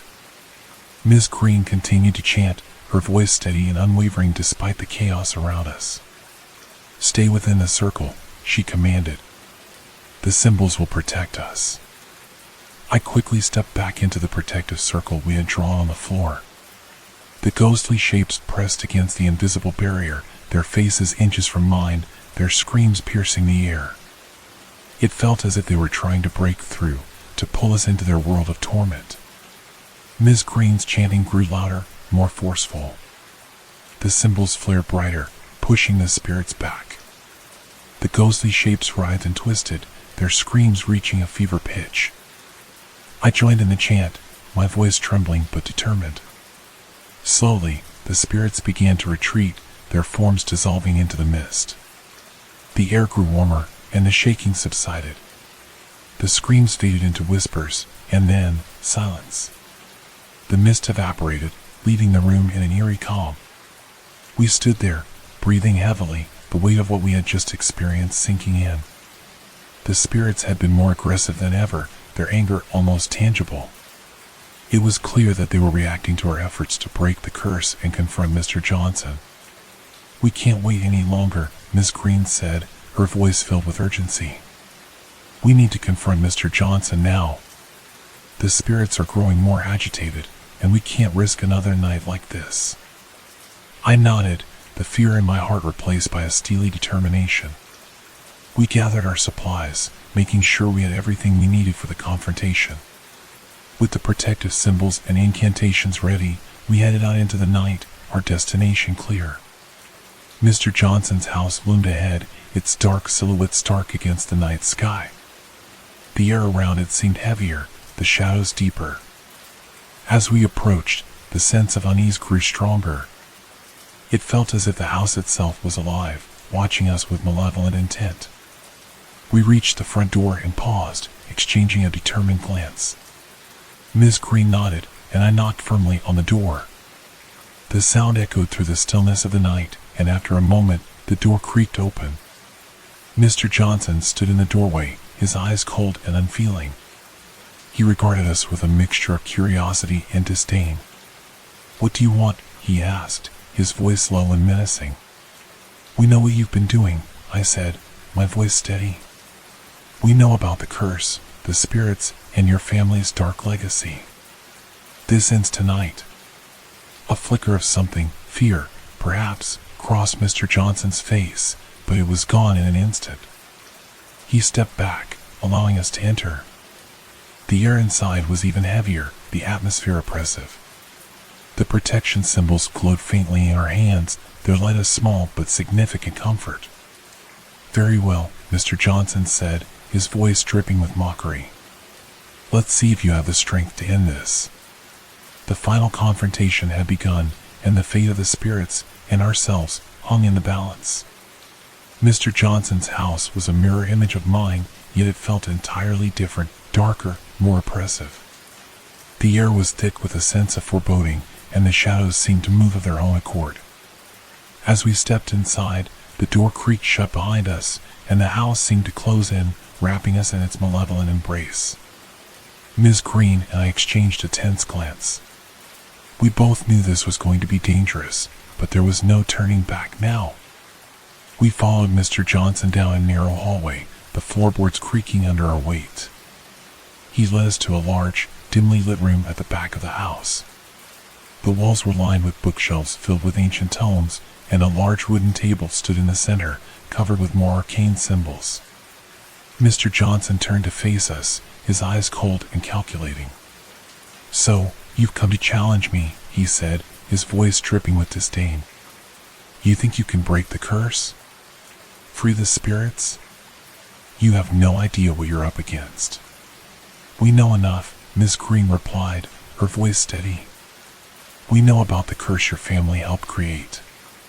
We know about the rituals, the spirits bound to this land. And we know how to stop it." Mr. Johnson's eyes narrowed. "You're meddling in things you don't understand," he said. "This power is not something to be trifled with." "We're not afraid of you," I said, stepping forward. "We've faced the spirits, and we've survived. We know their pain, their anger, and we're here to end it." For a moment, Mr. Johnson's expression flickered with something like fear, but he quickly masked it with a sneer. "Very well," he said. "Let's see if you have the strength to back up your words." He began to chant in a low, guttural voice, the ancient words reverberating through the room. The symbols on the table began to glow with an eerie light, and a cold wind swept through the room, extinguishing the candles and plunging us into darkness. Miss Green and I quickly lit new candles and began our own chants, the protective symbols glowing brighter in our hands. The air crackled with energy as the opposing forces clashed, the room filled with a tangible sense of power. The shadows in the room grew darker, more solid, and the temperature plummeted. Ghostly figures began to materialize around us, their faces twisted with rage and sorrow. They pressed against the protective barrier, their screams filling the air. "Stay within the circle," Miss Green shouted over the noise. "Don't let them break through." I nodded, my heart pounding in my chest. We continued our chants, our voices growing louder, more insistent. The symbols on the table flared brighter, and the spirits recoiled, their forms flickering. Mr. Johnson's chant grew more frantic, his face contorted with effort. The room shook violently, and the books on the shelves toppled to the floor. The spirits' screams grew louder, their anger palpable. Suddenly, one of the spirits broke through the barrier, lunging at me with outstretched hands. I stumbled backward, nearly dropping the candle. Ms. Green's voice rose in a powerful incantation, and the spirit was pushed back, dissolving into mist. "We're almost there," Ms. Green shouted. "Keep going." I steadied myself and resumed the chant, pouring all my strength into the words. The room trembled, and the protective symbols blazed with light. The spirits writhed and twisted, their forms becoming more indistinct. With a final, powerful chant, Miss Green stepped forward, her hand outstretched. The light from the symbols flared blindingly bright, and the spirits let out a collective wail. The force of the light pushed them back, dissolving them into nothingness. Mr. Johnson let out a cry of rage and fear as the power he had harnessed was stripped away. The room shook violently, and the wooden table cracked and splintered, the symbols fading. "It's over, Mr. Johnson," I said, my voice steady. "The spirits are free. Your hold on them is broken." Mr. Johnson sank to his knees, his face twisted with despair. "You don't understand," he whispered. "This power, it was everything. You chose to use it for your own gain," Miss Green said, her voice filled with a mixture of pity and resolve. "Now you must face the consequences." As the last of the spirits faded away, the oppressive atmosphere in the room lifted. The house, once dark and foreboding, felt lighter, as if a great weight had been removed. Mr. Johnson remained on the floor, his face buried in his hands. The power he had wielded for so long was gone, and with it, the malevolent force that had plagued the neighborhood for generations. Miss Green and I exchanged a relieved glance. The battle had been hard fought, but we had prevailed. The spirits were free, and the curse was broken. "We did it," I said, my voice filled with a mixture of exhaustion and triumph. "The spirits are at peace." Miss Green nodded, her eyes shining with relief. "Yes, we did. And now, this land can finally heal." As we left Mr. Johnson's house, the first light of dawn broke over the horizon, casting a warm glow over the neighborhood. The dark legacy of the Brotherhood of Shadows had been ended, and the spirit's torment was over. Together, we walked back to my house, ready to face whatever the future held. The darkness had been banished, and the light of a new day had begun to shine. As the first light of dawn filtered through the trees, a sense of quiet relief settled over the neighborhood. The oppressive darkness that had hung over us seemed to lift, replaced by a tentative hope. Yet, even as we walked away from Mr. Johnson's house, I couldn't shake the feeling that our ordeal wasn't entirely over. Ms. Green and I returned to my house, both of us exhausted but determined to ensure that the spirits had truly been freed and that the curse had been broken. We decided to perform one final cleansing ritual, just to be certain. The air inside my home felt lighter, but there was still a lingering sense of unease. We gathered the necessary supplies and set up in the living room, drawing a protective circle and lighting the candles. Ms. Green began the incantations, her voice steady and calm. I followed her lead, my voice echoing hers. The familiar scent of sage filled the room, and the candles flickered gently. As we continued the ritual, I felt a shift in the air. The oppressive weight that had lingered seemed to dissolve, replaced by a feeling of peace. The protection symbols glowed softly, their light warm and reassuring. The shadows in the corners of the room seemed to recede, and the temperature returned to normal. We finished the ritual and sat in silence for a moment, letting the sense of calm wash over us. Ms. Green looked at me, her expression one of cautious optimism. "I think we've done it, John. The spirits are at peace." I nodded, feeling a profound sense of relief. "Thank you, Ms. Green. I couldn't have done this without you." She smiled, her eyes kind. "You were brave, John. It took a lot of courage to face the darkness and to stand up to Mr. Johnson."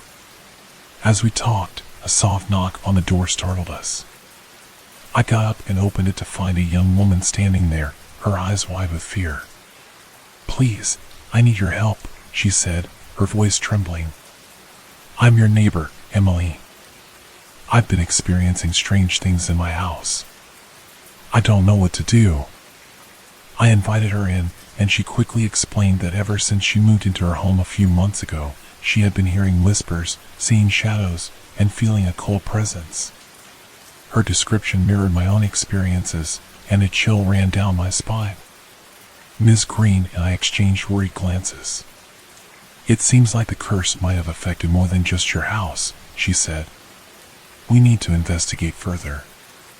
We gathered our supplies once again and followed Emily to her house.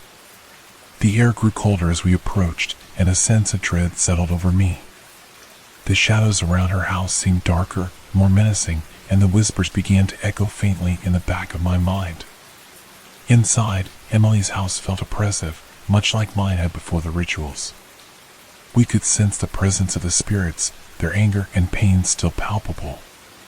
We set up our protective circle and began the cleansing ritual, the candles flickering in the dim light. As we chanted, the temperature dropped further, and the whispers grew louder. The shadows in the corners of the room seemed to stretch and twist, reaching toward us. Emily watched with wide eyes, clutching a protective symbol tightly in her hands. The spirits' presence intensified, their anger almost tangible. It felt as if they were resisting the cleansing, their rage directed at us for disturbing their rest. I steeled myself, focusing on the incantations and the light from the protection symbols. Ms. Green's voice grew louder, more commanding. "We are here to free you," she called out. "To bring you peace. You do not belong here. Go to the light and find rest." The symbols flared brighter, and the shadows recoiled. The whispers turned to wails, a cacophony of pain and sorrow. The room shook, and for a moment, I feared we wouldn't succeed. But then, the light from the symbols intensified, filling the room with a warm, golden glow. The shadows dissolved, and the whispers faded into silence. The temperature returned to normal, and the oppressive weight lifted. We stood there, breathing heavily, the relief almost overwhelming. Emily's house felt lighter, the sense of dread gone. She looked at us, tears of gratitude in her eyes. "Thank you," she said, her voice choked with emotion. "Thank you so much." Ms. Green nodded, her expression serious. "We need to check the other houses in the neighborhood. Make sure the spirits are truly at peace." Over the next few days, we visited every house, performing the cleansing rituals and ensuring that the curse had been fully broken. Each time, the results were the same: the oppressive presence lifted, the shadows and whispers dissipated, and a sense of peace returned. By the end of the week, the neighborhood felt transformed. The darkness that had plagued us for so long was gone, replaced by light and hope. The spirits had been freed, and the curse was broken. As I stood on my porch, looking out at the peaceful street, I felt a profound sense of accomplishment. The journey had been long and terrifying, but we had faced the darkness and emerged victorious. With Ms. Green by my side, I knew we could handle whatever challenges lay ahead. Together, we had brought peace to the spirits and the neighborhood. The dark legacy of the Brotherhood of Shadows had been ended, and a new chapter had begun. The future was bright, and I was ready to embrace it. Even though we had cleansed the neighborhood and brought peace to the spirits, a sense of unease lingered in the back of my mind. Mr. Johnson's dark influence had been strong, and I couldn't shake the feeling that he wasn't done with us yet. The thought of his malevolent presence still lurking nearby filled me with dread. One evening, as I was getting ready for bed, I felt a chill in the air. The temperature in the house seemed to drop suddenly, and I could see my breath forming small clouds in front of me. The whispers I had come to recognize all too well began to echo softly in the corners of my mind. I tried to ignore them, but they grew louder, more insistent. I grabbed the flashlight and the protective symbols Miss Green had given me and made my way downstairs. The house was eerily quiet, the silence almost deafening. As I approached the living room, I noticed the shadows on the walls moving, twisting into shapes that seemed to reach out toward me. My heart raced, but I knew I had to remain calm. I began reciting the protective incantations, hoping to push back whatever dark force was encroaching on my home. The symbols glowed faintly in my hand, their light providing a small measure of comfort. Suddenly, the front door burst open with a violent force, slamming against the wall. A cold wind rushed in, extinguishing the candles and plunging the room into darkness. The whispers turned into guttural growls, and I could feel a malevolent presence closing in around me. Desperately, I relit the candles and continued chanting, the symbols glowing brighter in response. The shadows seemed to writhe and twist, their forms becoming more distinct. I saw faces in the darkness, twisted with rage and sorrow, their eyes burning with an unnatural light. As I backed away, the floorboards beneath me creaked and groaned. The walls seemed to close in, the room growing smaller, more oppressive. The malevolent force was almost palpable, pressing down on me, making it hard to breathe. In the midst of the chaos, I heard a familiar voice calling my name. John. It was Miss Green. She burst into the room, her own protective symbols glowing brightly in her hands. "We need to strengthen the barrier," she shouted over the noise. "We have to push them back." Together, we chanted louder, our voices merging into a powerful incantation. The symbols flared brighter, their light pushing back the darkness. The shadows recoiled, their forms flickering and fading. The growls turned into wails of despair, and the cold wind began to dissipate. As the light from the symbols filled the room, the malevolent presence weakened. The walls stopped closing in, and the oppressive weight lifted. The shadows dissolved, and the whispers faded into silence. The room grew warm again, the candles burning steadily. We stood there, breathing heavily, the relief almost overwhelming. Miss Green looked at me, her face pale but resolute. "That was close," she said, her voice trembling slightly. "Mr. Johnson's influence is still strong. We need to be more vigilant." I nodded, grateful for her presence and her strength. "Thank you, Miss Green. I couldn't have done this without you." She smiled faintly. "We're in this together, John. We'll face whatever comes next, and we'll do it together." We spent the rest of the night reinforcing the protective barriers around the house, using the strongest symbols and incantations we knew. The air grew lighter, and the sense of dread began to fade. By dawn, we were exhausted but confident that we had pushed back the darkness for now. As the first light of morning filtered through the windows, I felt a renewed sense of hope. The battle was far from over, but with Miss Green by my side, I knew we could face whatever challenges lay ahead. The darkness that had plagued my home and the neighborhood was not invincible. We had the strength and the knowledge to fight it, and we would not give up. Together, we would continue to protect the neighborhood and ensure that the spirits remained at peace. The road ahead would be difficult, but we were ready to face it, one step at a time. The future was uncertain, but for the first time in a long while, I felt a glimmer of hope. The days passed with a tense calm, the air still carrying a lingering sense of unease. Ms. Green and I continued to perform protective rituals, but I knew that as long as Mr. Johnson was out there, his influence would never truly be gone. We needed to confront him directly, to end his dark hold over the neighborhood once and for all. One night, as I was preparing for bed, a sudden loud bang reverberated through the house. My heart leapt into my throat, and I rushed to the window. There, standing in the middle of my yard, was Mr. Johnson. His eyes glowed with a malevolent light, and a sinister smile played on his lips. Summoning all my courage, I grabbed the flashlight and protective symbols, then headed outside to face him. The air was cold and still, the night unusually quiet. As I approached, Mr. Johnson's smile widened, and I could feel the darkness radiating from him. "Did you really think you could stop me?" he sneered, his voice dripping with contempt. "The spirits are mine to command. You are nothing but a nuisance." "We've freed the spirits from your control," I said, my voice steady despite the fear coursing through me. "Your dark influence ends tonight." Mr. Johnson's eyes narrowed, and he took a step forward. "You have no idea what you're dealing with," he growled. "I will not be defeated by the likes of you." He raised his hand, and a blast of icy wind slammed into me, knocking me to the ground. The protective symbols glowed faintly, struggling to maintain their power. I scrambled to my feet, clutching the symbols tightly, and began chanting the incantations. Mr. Johnson laughed, a cold, mirthless sound that sent chills down my spine.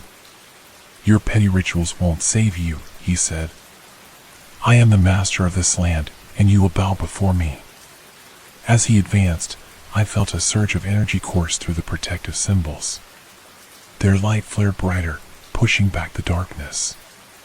I continued to chant, my voice growing louder, more confident. The air crackled with tension, and the ground beneath us trembled. Just as Mr. Johnson was about to strike again, Miss Green appeared beside me, her own symbols glowing brilliantly. She joined in the chant, her voice strong and unwavering. Together, our combined power created a barrier of light that encircled Mr. Johnson, trapping him within. His eyes widened with rage and fear. "No!" he shouted. "You cannot defeat me." The barrier tightened around him, the light growing brighter, more intense. Mr. Johnson writhed and twisted, his form flickering as the darkness within him struggled to break free. But our chants grew louder, more powerful, and the barrier held firm. With a final, desperate scream, Mr. Johnson's form shattered, dissolving into a cloud of dark mist. The mist was pulled into the ground, leaving nothing behind but the faint glow of the protective symbols. The air grew still, the oppressive weight lifting. The neighborhood was silent, the darkness that had plagued us for so long finally vanished. I fell to my knees, exhausted but relieved. Ms. Green knelt beside me, her hand on my shoulder. "It's over," she said softly. "He's gone." I nodded, unable to speak, my body trembling with relief and exhaustion. The battle had been hard fought, but we had prevailed. The spirits were free, and Mr. Johnson's dark influence was no more. As we stood in the light of the rising sun, I felt a profound sense of peace. The neighborhood, once shrouded in darkness, was now bathed in a warm, golden glow. The spirits had found their rest, and the curse was broken. Ms. Green and I walked back to my house, our steps light with the knowledge that we had faced the darkness and emerged victorious. The future was bright, and we were ready to embrace it. Together, we had brought peace to the spirits in the neighborhood, and for the first time in a long while, I felt truly hopeful. With Mr. Johnson's defeat, the oppressive darkness that had plagued the neighborhood seemed to lift. The air felt lighter, and the whispers that had haunted us were gone. Yet, Miss Green and I knew we needed to perform one final cleansing ritual to ensure that all remnants of the dark energy were completely eradicated. We gathered our supplies, candles, sage, salt, and the most potent protective symbols we had. As the sun set, casting long shadows across the yard, we prepared to cleanse the entire neighborhood. This final act would ensure lasting peace for the spirits and the residents alike. We started at my house, drawing a large protective circle around the property. Ms. Green lit the candles, their warm glow flickering in the gentle evening breeze. We began chanting the incantations, our voices harmonizing in a steady, rhythmic cadence. The sage smoke curled through the air, purifying the space as it drifted upward. The protection symbols glowed brightly, their light creating a barrier against any lingering darkness. As we moved through each room, the atmosphere became progressively lighter, the oppressive weight lifting completely. The air was filled with a sense of calm and tranquility. Once we had thoroughly cleansed my house, we moved on to Emily's. She welcomed us with a grateful smile, her eyes shining with relief. Together, we repeated the ritual, the symbols glowing warmly as we chanted the incantations. The air in Emily's house transformed, becoming lighter and more peaceful.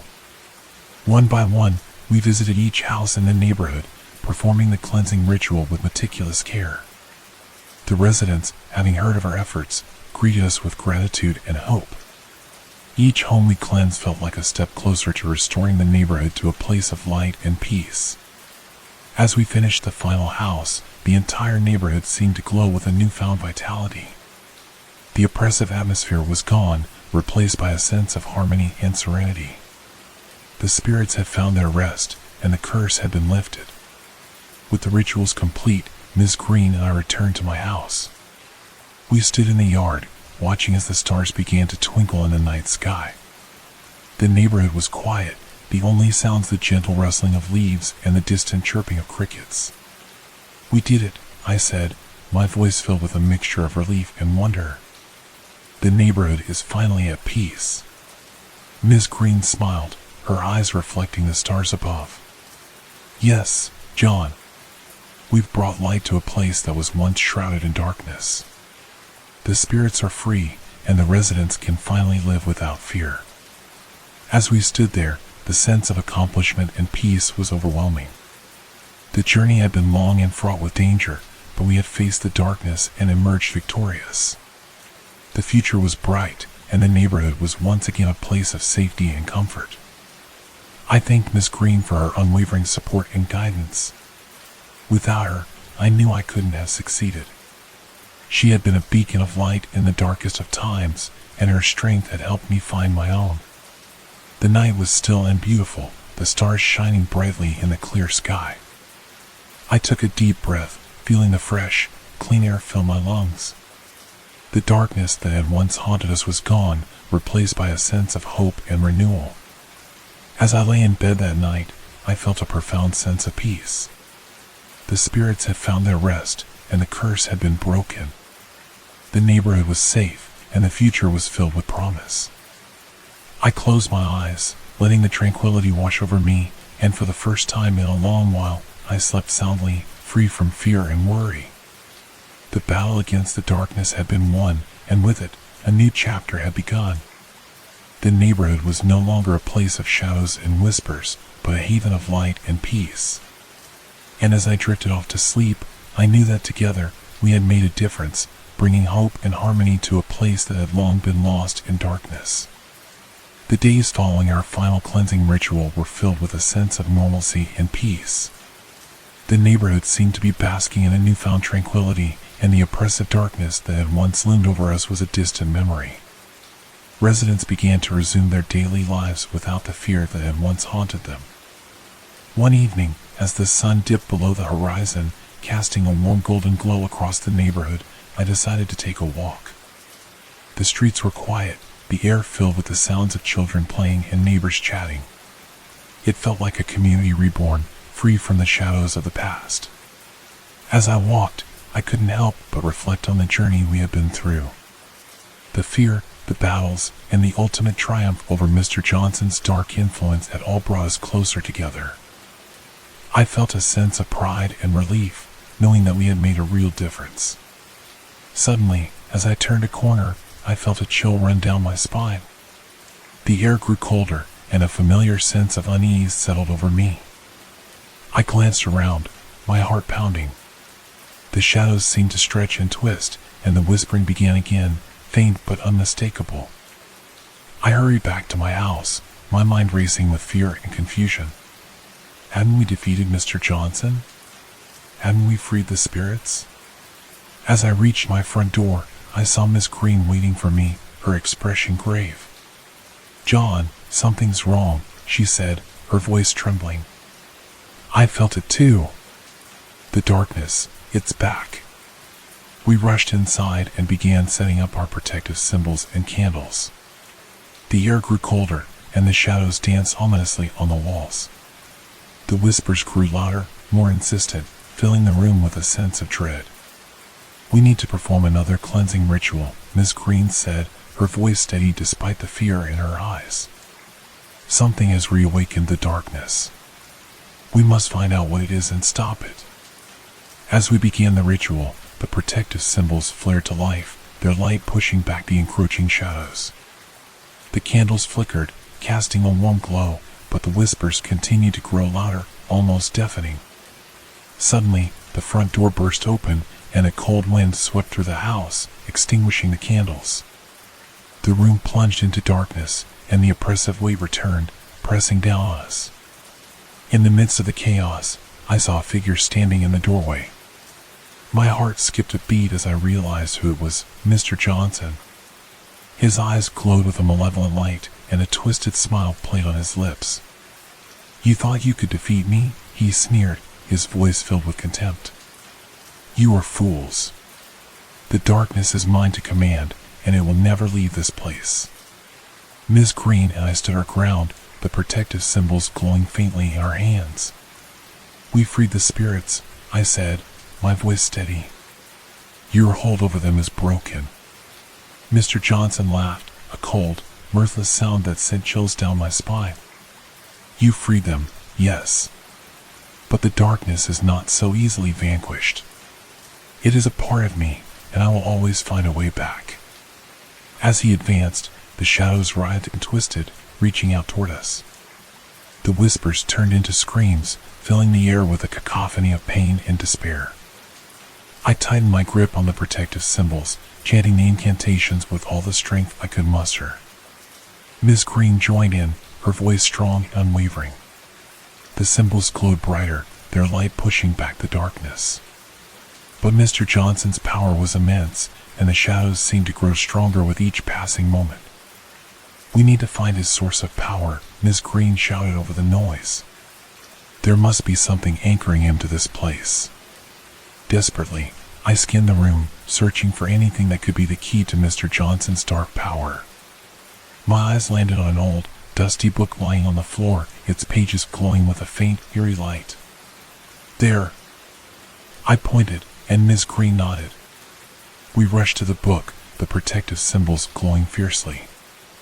As I picked it up, I felt a surge of dark energy course through me. The book was ancient, filled with arcane symbols and dark incantations. It was the source of Mr. Johnson's power, the anchor that bound him to this world. "Destroy it," Miss Green shouted. "It's the only way to break his hold." With all my strength, I tore the book in half, the pages disintegrating into dust.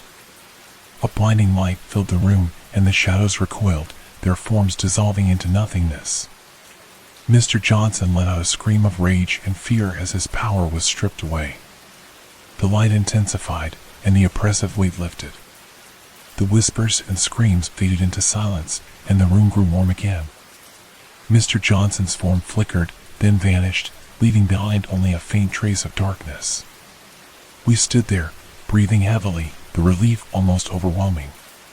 Miss Green looked at me, her eyes filled with a mixture of exhaustion and triumph. "It's over, John. For good this time." I nodded, feeling a profound sense of peace.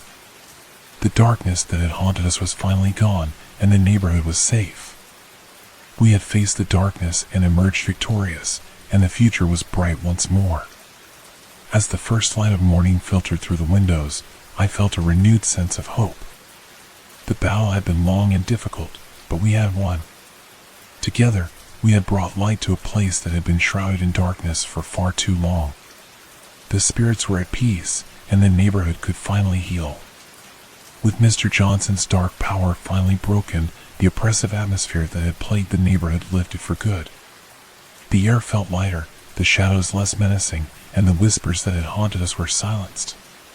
There was a palpable sense of relief and renewal in the air, but I knew there was one last thing we needed to do. The spirits that had been trapped and tormented for so long deserved a proper farewell. Miss Green and I decided to hold a final ritual to honor their memory and ensure their peaceful rest. We invited the neighbors to join us, explaining the significance of the ritual and how it would bring closure to the ordeal we had all endured. That evening, as the sun dipped below the horizon, casting a warm golden light across the neighborhood. We gathered in the clearing behind my house, the same place where we had first confronted the malevolent spirits. The sky was clear, the stars beginning to twinkle as night fell. Ms. Green and I set up a large circle of candles, their flickering flames casting a gentle glow. In the center of the circle, we placed a small altar adorned with flowers, photographs, and mementos from the past, tokens of the lives that had been affected by the curse. The neighbors arrived, each bringing their own symbols of remembrance. Together, we formed a circle around the candles, holding hands and feeling the warmth of community and support. Ms. Green began the ritual, her voice strong and soothing as she recited the incantations. "We gather here tonight to honor the spirits of those who have been wronged," she said, her voice carrying in the still night air. "We acknowledge your pain, your sorrow, and your anger. We thank you for the lessons you have taught us and the strength you have given us. We release you from your torment and grant you the peace you so deserve." As she spoke, I felt a gentle breeze, as if the spirits themselves were acknowledging our presence. The candles flickered, their flames dancing in the night. The air grew warmer, and a sense of tranquility settled over us. Each neighbor took a turn speaking, sharing their thoughts and memories. There were tears and smiles, words of gratitude and forgiveness. The sense of healing was profound, and I felt a deep connection to everyone gathered there. When it was my turn, I stepped forward, my heart filled with emotion. "To the spirits who have endured so much, I am deeply sorry for the pain and suffering you have experienced. We have worked to right the wrongs of the past, and we promise to honor your memory by living with kindness and compassion. Rest in peace, knowing that you are remembered and cherished." The final incantations were spoken, and we stood in silence, the night enveloping us in a comforting embrace. The candles burned brightly, their light a symbol of hope and renewal. The oppressive darkness was gone, replaced by a sense of unity and peace. As the ritual came to an end, Ms. Green and I extinguished the candles one by one, the smoke rising gently into the night sky. The neighbors slowly dispersed, their faces reflecting a sense of closure and hope. The clearing, once a place of fear and darkness, had become a sanctuary of light and healing. Ms. Green and I stayed behind, taking a moment to reflect on everything we had been through. The journey had been long and difficult, but we had faced the darkness and emerged victorious. The neighborhood was safe, and the spirits were at peace. "Thank you, Ms. Green," I said, my voice filled with gratitude. "I couldn't have done this without you." She smiled warmly. "You were brave, John. It took a lot of courage to face the darkness and to stand up to Mr. Johnson. You should be proud of what we've accomplished." As we walked back to my house, the night felt peaceful and serene. The stars shone brightly above, a reminder that even in the darkest times, there is always light.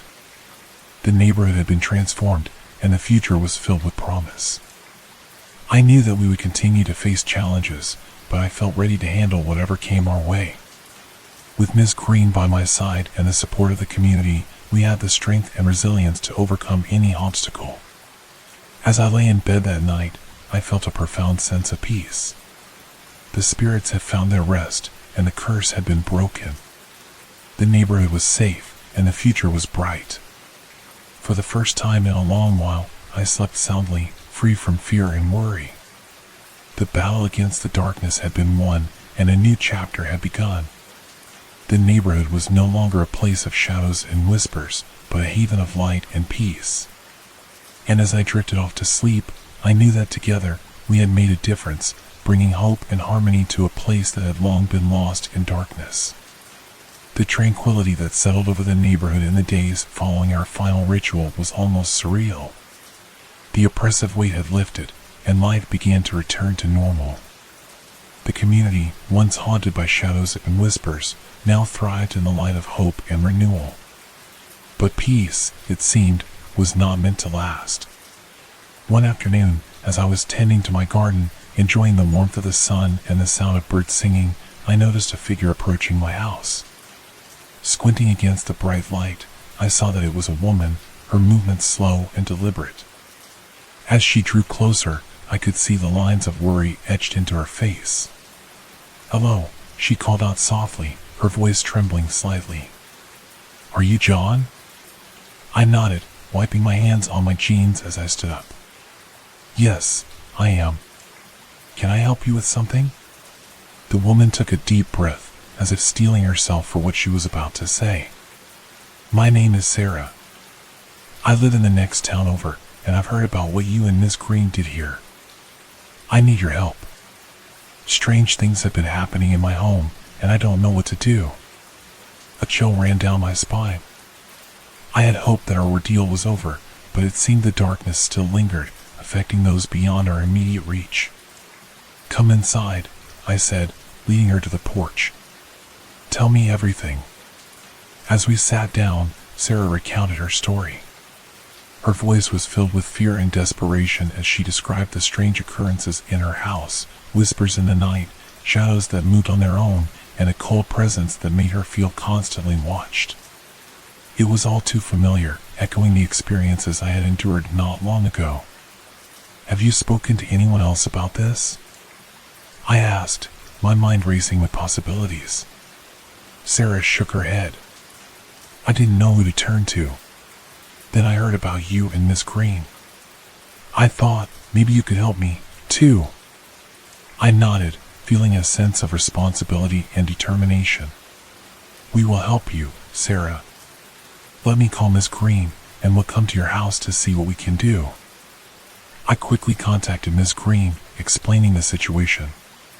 She agreed to meet us at Sarah's house that evening, bringing the necessary supplies for another cleansing ritual. The sense of urgency was palpable, and we knew we had to act quickly to prevent the darkness from taking hold once again. As the sun began to set, casting long shadows across the streets, we arrived at Sarah's house. It was a charming old home, much like mine, but the air around it felt heavy and foreboding. Miss Green and I exchanged a knowing glance, then began setting up the protective symbols and candles. Sarah watched us with wide eyes, her fear evident. "Will this really work?" she asked, her voice barely above a whisper. "We've done it before," Miss Green reassured her. "We'll do everything we can to help you." As we began the ritual, the atmosphere inside the house shifted. The temperature dropped, and the shadows seemed to grow darker, more menacing. The whispers began, faint at first, then growing louder, filling the air with a sense of dread. I tightened my grip on the protective symbols, chanting the incantations with all the strength I could muster. Miss Green's voice joined mine, her words strong and confident. The candles flickered, their light pushing back the encroaching darkness. Suddenly, the front door slammed shut with a violent force, and a cold wind swept through the house, extinguishing the candles. The room plunged into darkness, and the oppressive weight returned, pressing down on us. The shadows coalesced into a dark figure, its form indistinct but terrifying. The whispers turned into guttural growls, filling the air with a sense of malevolence. I could feel the dark presence closing in, its intent clear. "We need to strengthen the barrier," Miss Green shouted over the noise. "Focus on the light, John. We can do this." With renewed determination, I intensified my chanting, pouring all my energy into the incantations. The protective symbols glowed brighter, their light creating a barrier against the darkness. The dark figure writhed and twisted, its form flickering as the light pushed it back. Sarah joined us, her voice trembling but determined. Together, we chanted, our voices merging into a powerful incantation. The air crackled with energy, and the ground beneath us trembled. The dark figure let out a scream of rage and pain, its form dissolving into mist. The oppressive weight lifted, and the whispers faded into silence.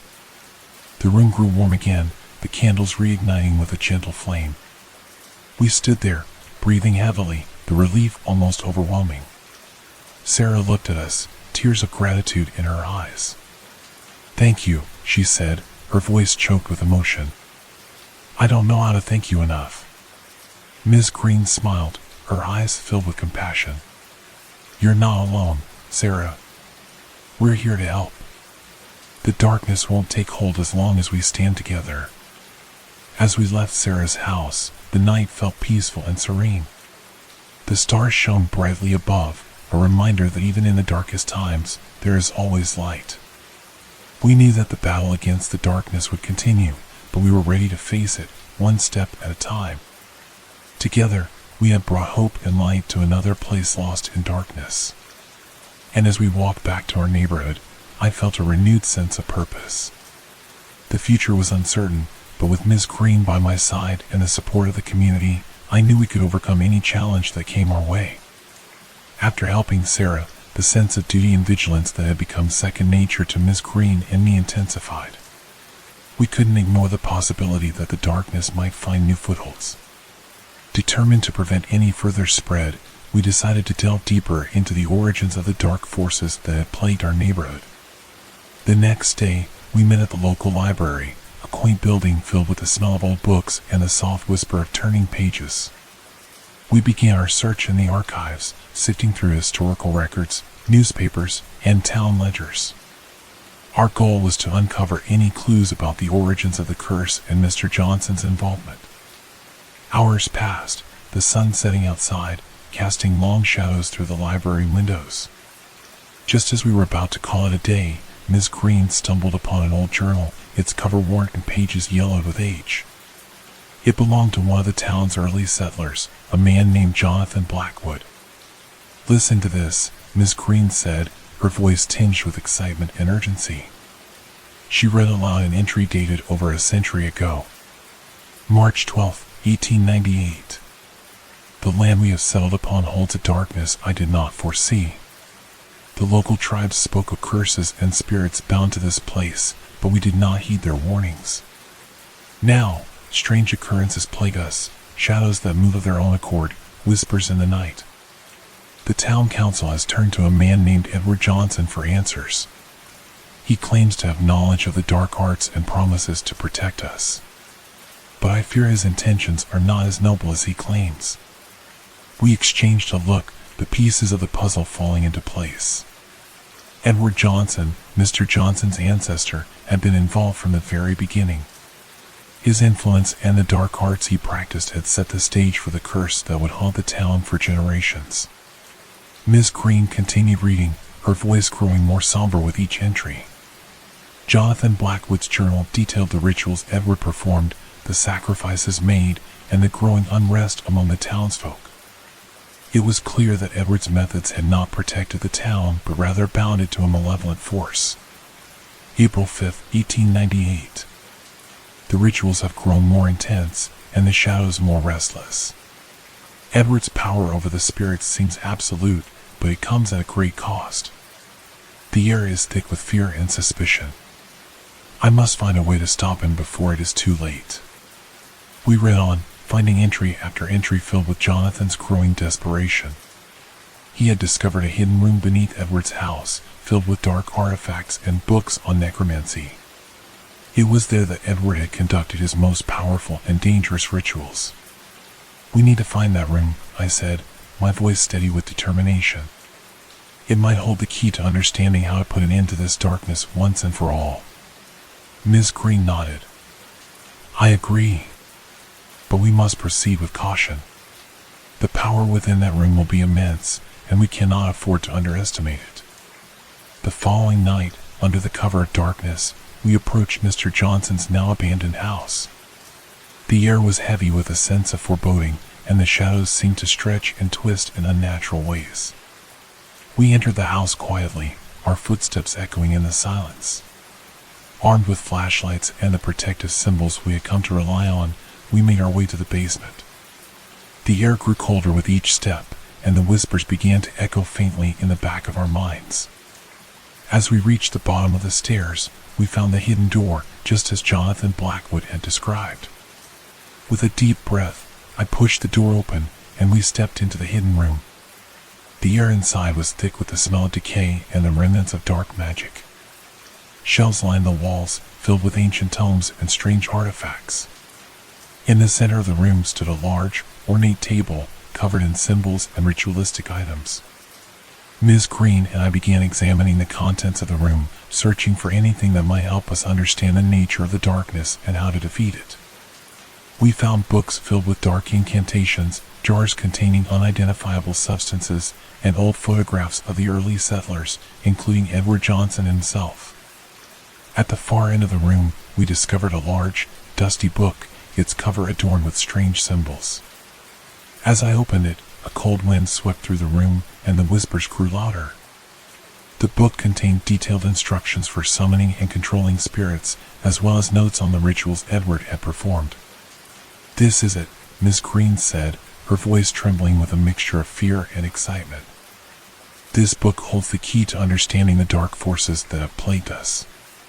We need to study it carefully and find a way to reverse the damage that has been done." As we pored over the book, we found a section detailing a powerful ritual that could break the bonds Edward had created and free the spirits once and for all. The ritual required precise preparation and a great deal of strength, but we were determined to see it through. With the knowledge we had gained, we left the hidden room, our minds racing with the enormity of the task ahead.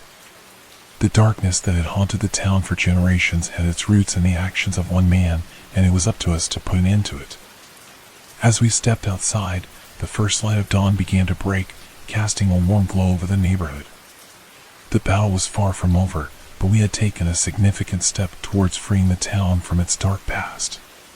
With Miss Green by my side and the support of the community, I knew we could overcome any challenge that lay ahead. Together, we would face the darkness and bring light to a place that had long been lost in shadows. The future was uncertain, but with our newfound knowledge and determination, we were ready to confront whatever came our way. The spirits deserved peace, and we would stop at nothing to bring it to them.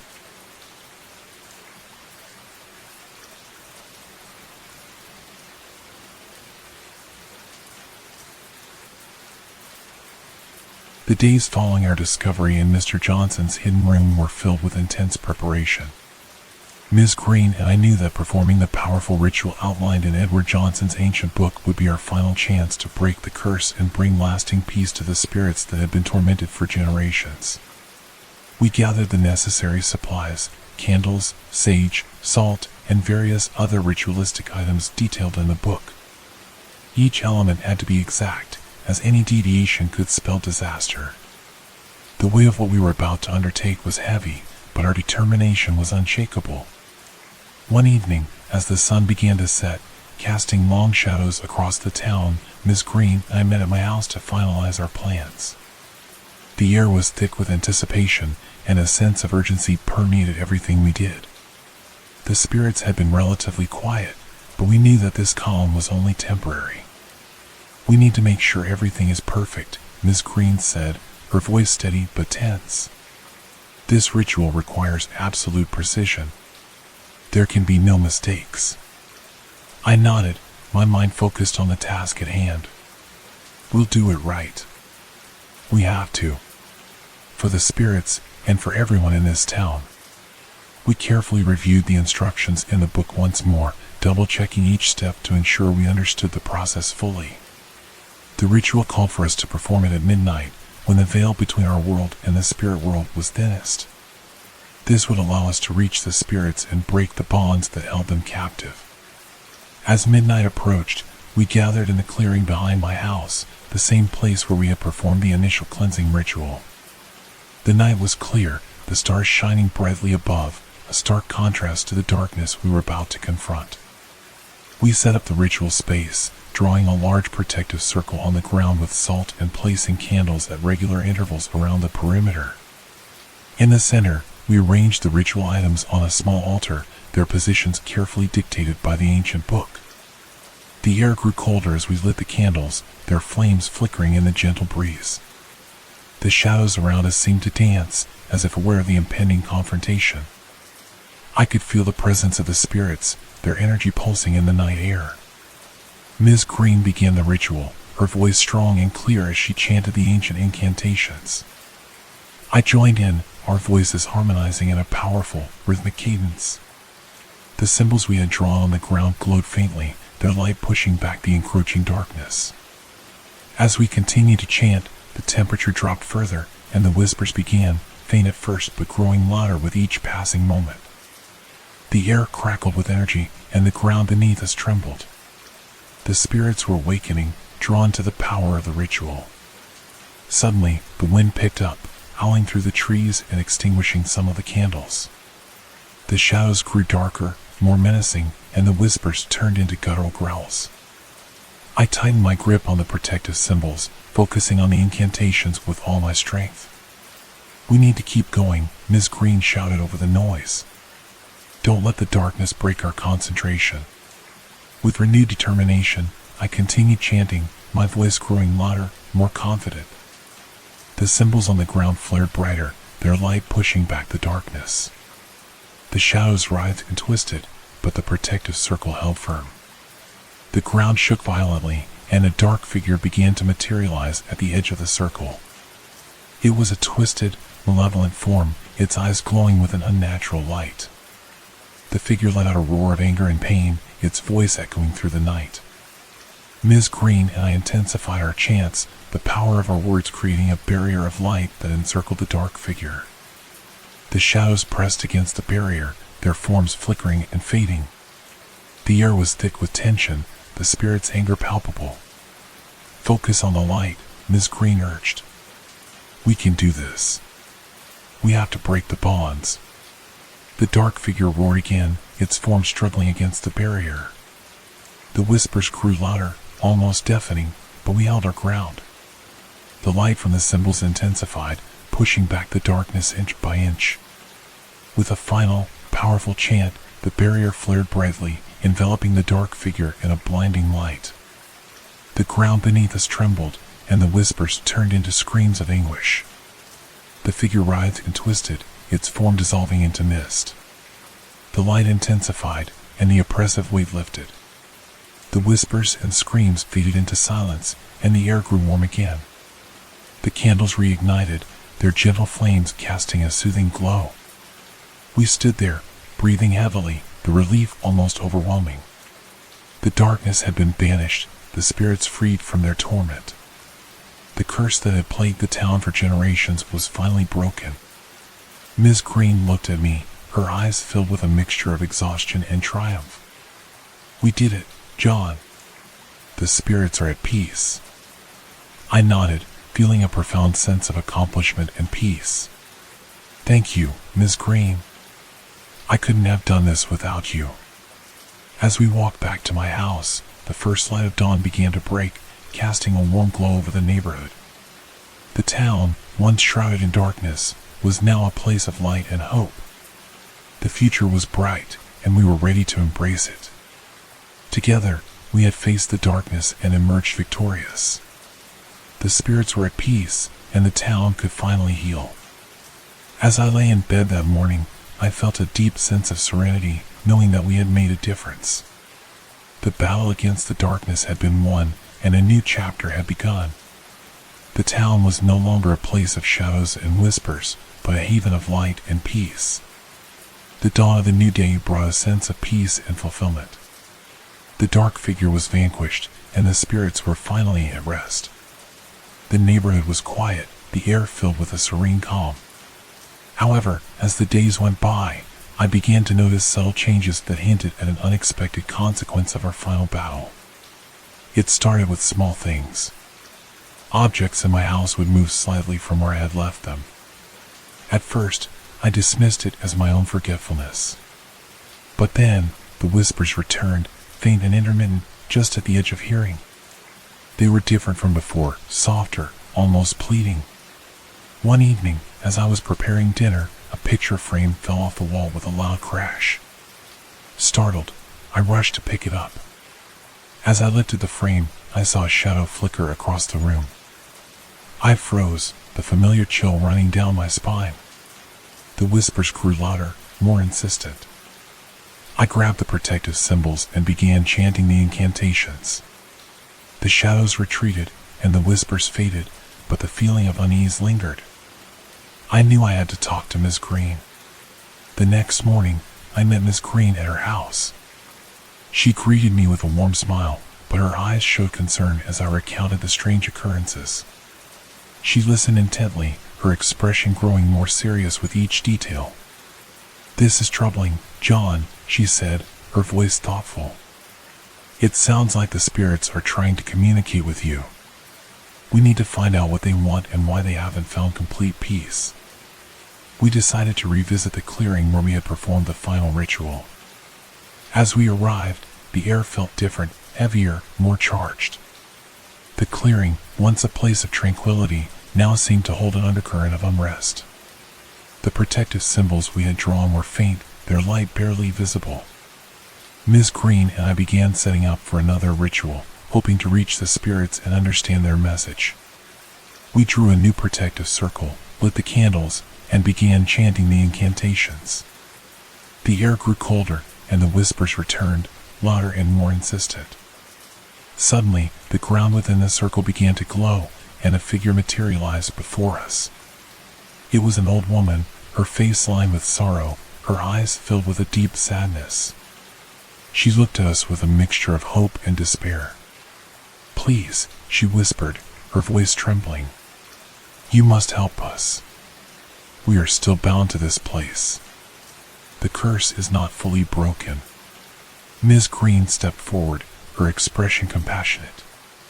"We want to help you," she said gently. "Tell us what we need to do." The old woman looked at me, her eyes pleading. "There is a relic hidden deep within the earth.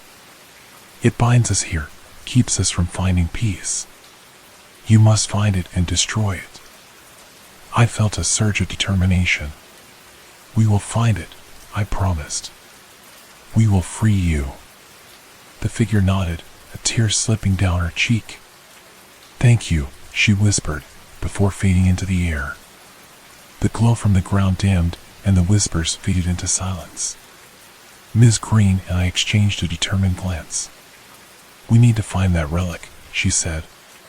"It's the key to breaking the curse completely." We spent the next few days researching the history of the land, poring over maps and old records. We discovered that the area had once been a sacred burial ground for the local indigenous tribe. The relic, it seemed, had been buried there long before the settlers arrived, its power harnessed by Edward Johnson and his dark rituals.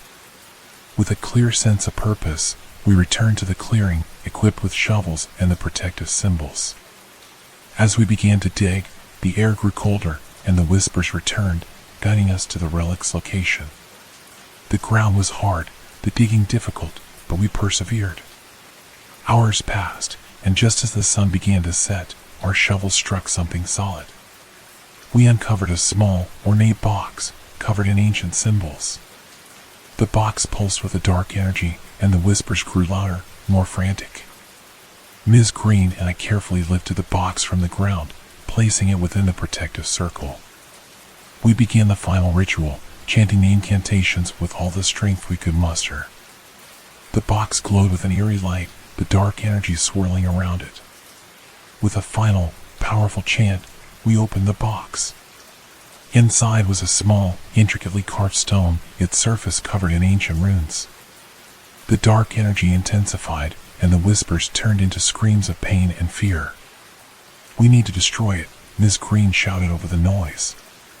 "It's the source of the curse." I grabbed a heavy rock and brought it down on the stone with all my might. The stone shattered, and a blinding light filled the clearing. The dark energy dissipated, and the screams faded into silence. The air grew warm again, and a sense of profound peace settled over us. The ground stopped trembling, and the light from the protective symbols intensified, pushing back the darkness. The spirit's presence began to fade, their whispers turning into sighs of relief. The old woman's figure appeared one last time, her face now serene. "Thank you," she whispered, her voice filled with gratitude. "We are free." As she disappeared, the air around us felt lighter, and the oppressive weight lifted completely. The curse had been broken, and the spirits were finally at peace. Ms. Green and I stood there, breathing heavily, the relief almost overwhelming. We had faced the darkness and emerged victorious, bringing light and peace to a place that had long been shrouded in shadows. As we left the clearing, the first light of dawn began to break, casting a warm glow over the neighborhood. The future was bright, and we were ready to embrace it. Together, we had made a difference, bringing hope and harmony to a place that had been lost in darkness. The battle against the darkness had been won, and a new chapter had begun. With the relic destroyed and the spirits finally at peace, the neighborhood settled into a state of serene calm. The air felt lighter, and a sense of hope and renewal permeated every corner. Life began to return to normal, and the community started to heal from the long ordeal. A week after the final ritual, Ms. Green and I decided to hold a community meeting to discuss the events that had transpired and ensure that everyone felt safe and informed.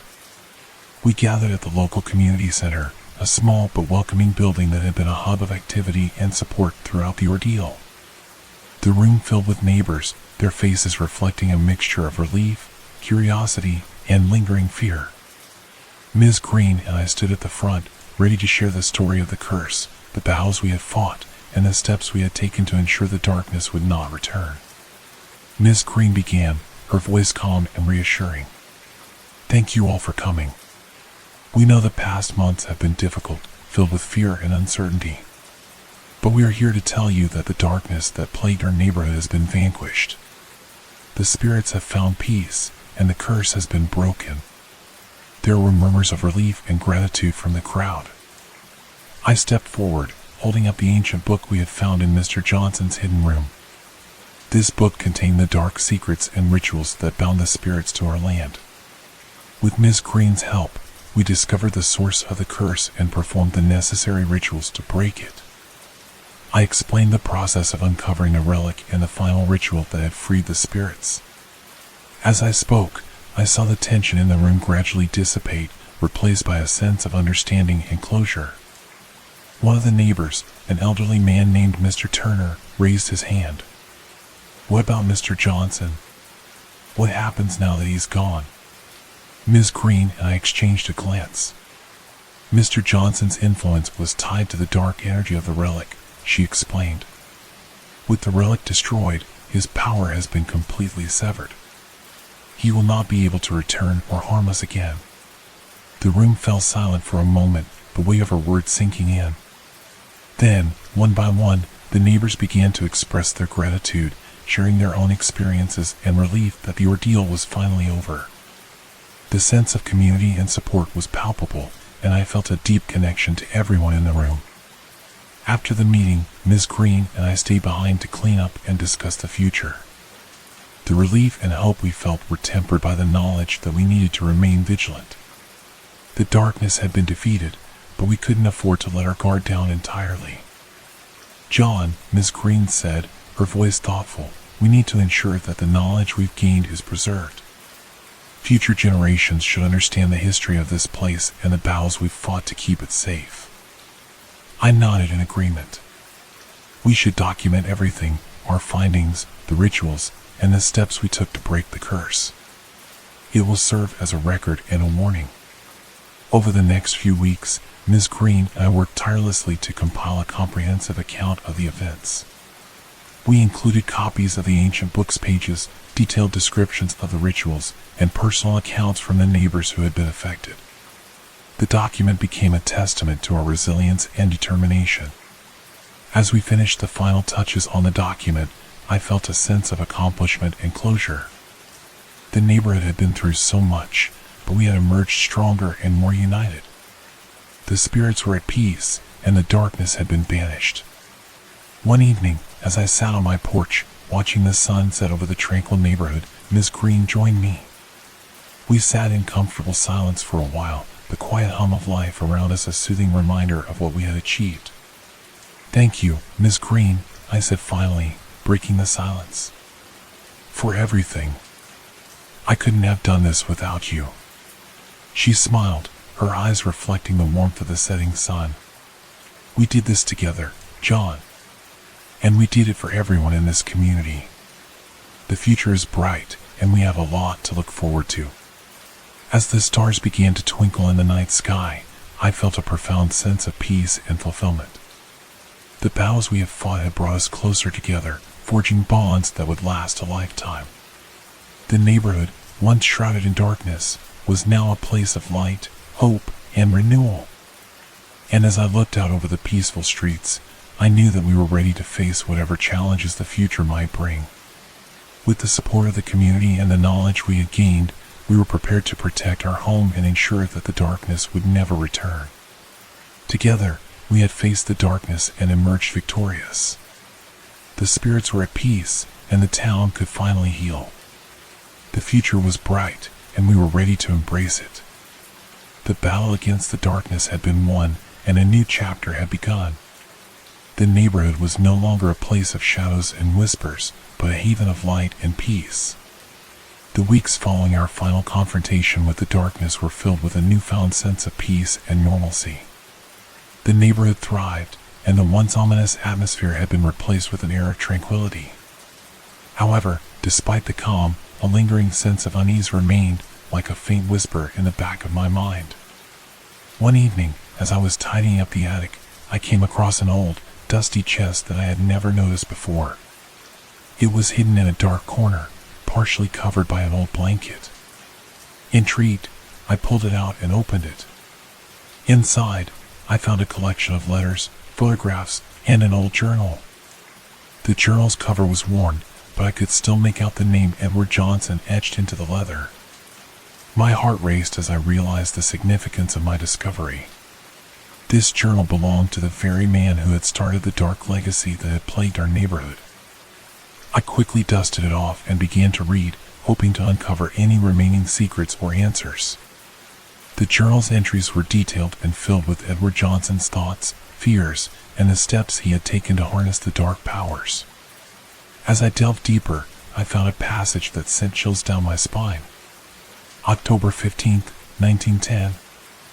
I have successfully bound the spirits to this land, but the ritual required a sacrifice greater than I anticipated. The dark power is strong, and it has granted me control over the spirits. However, I fear that this power comes with a price. The relic is the key, but there is another force at play, something even I cannot fully comprehend. If the relic is ever destroyed, the true source of the darkness will awaken. My hands trembled as I read the words.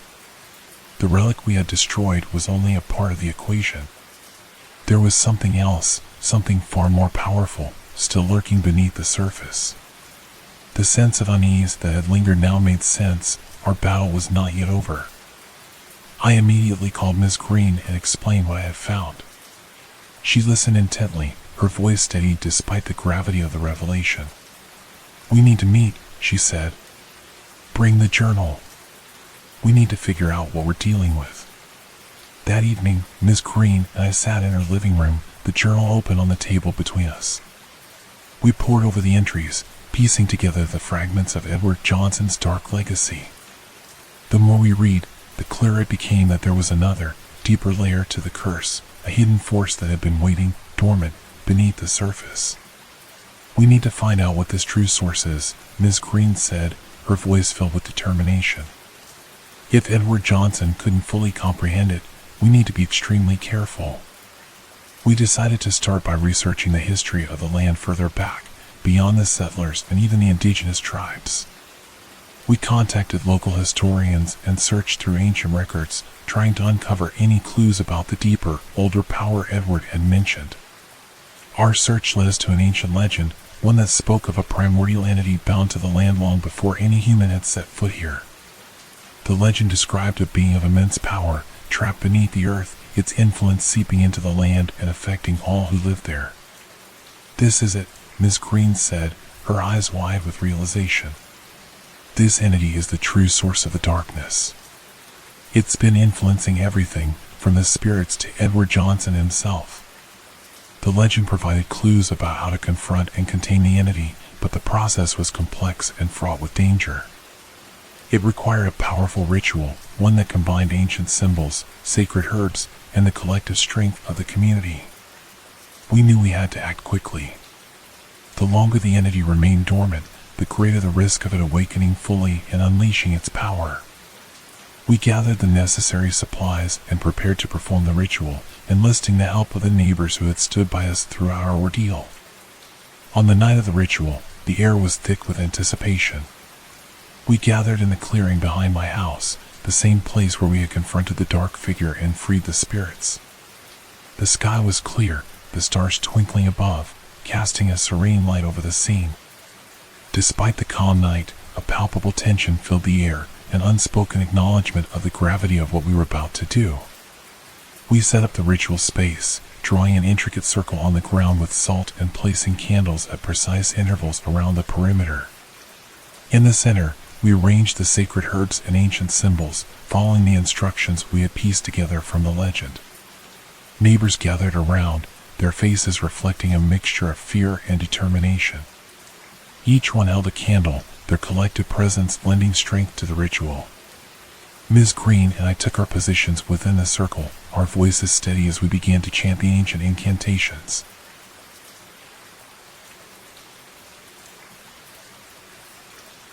The air grew colder, and a soft breeze rustled the leaves.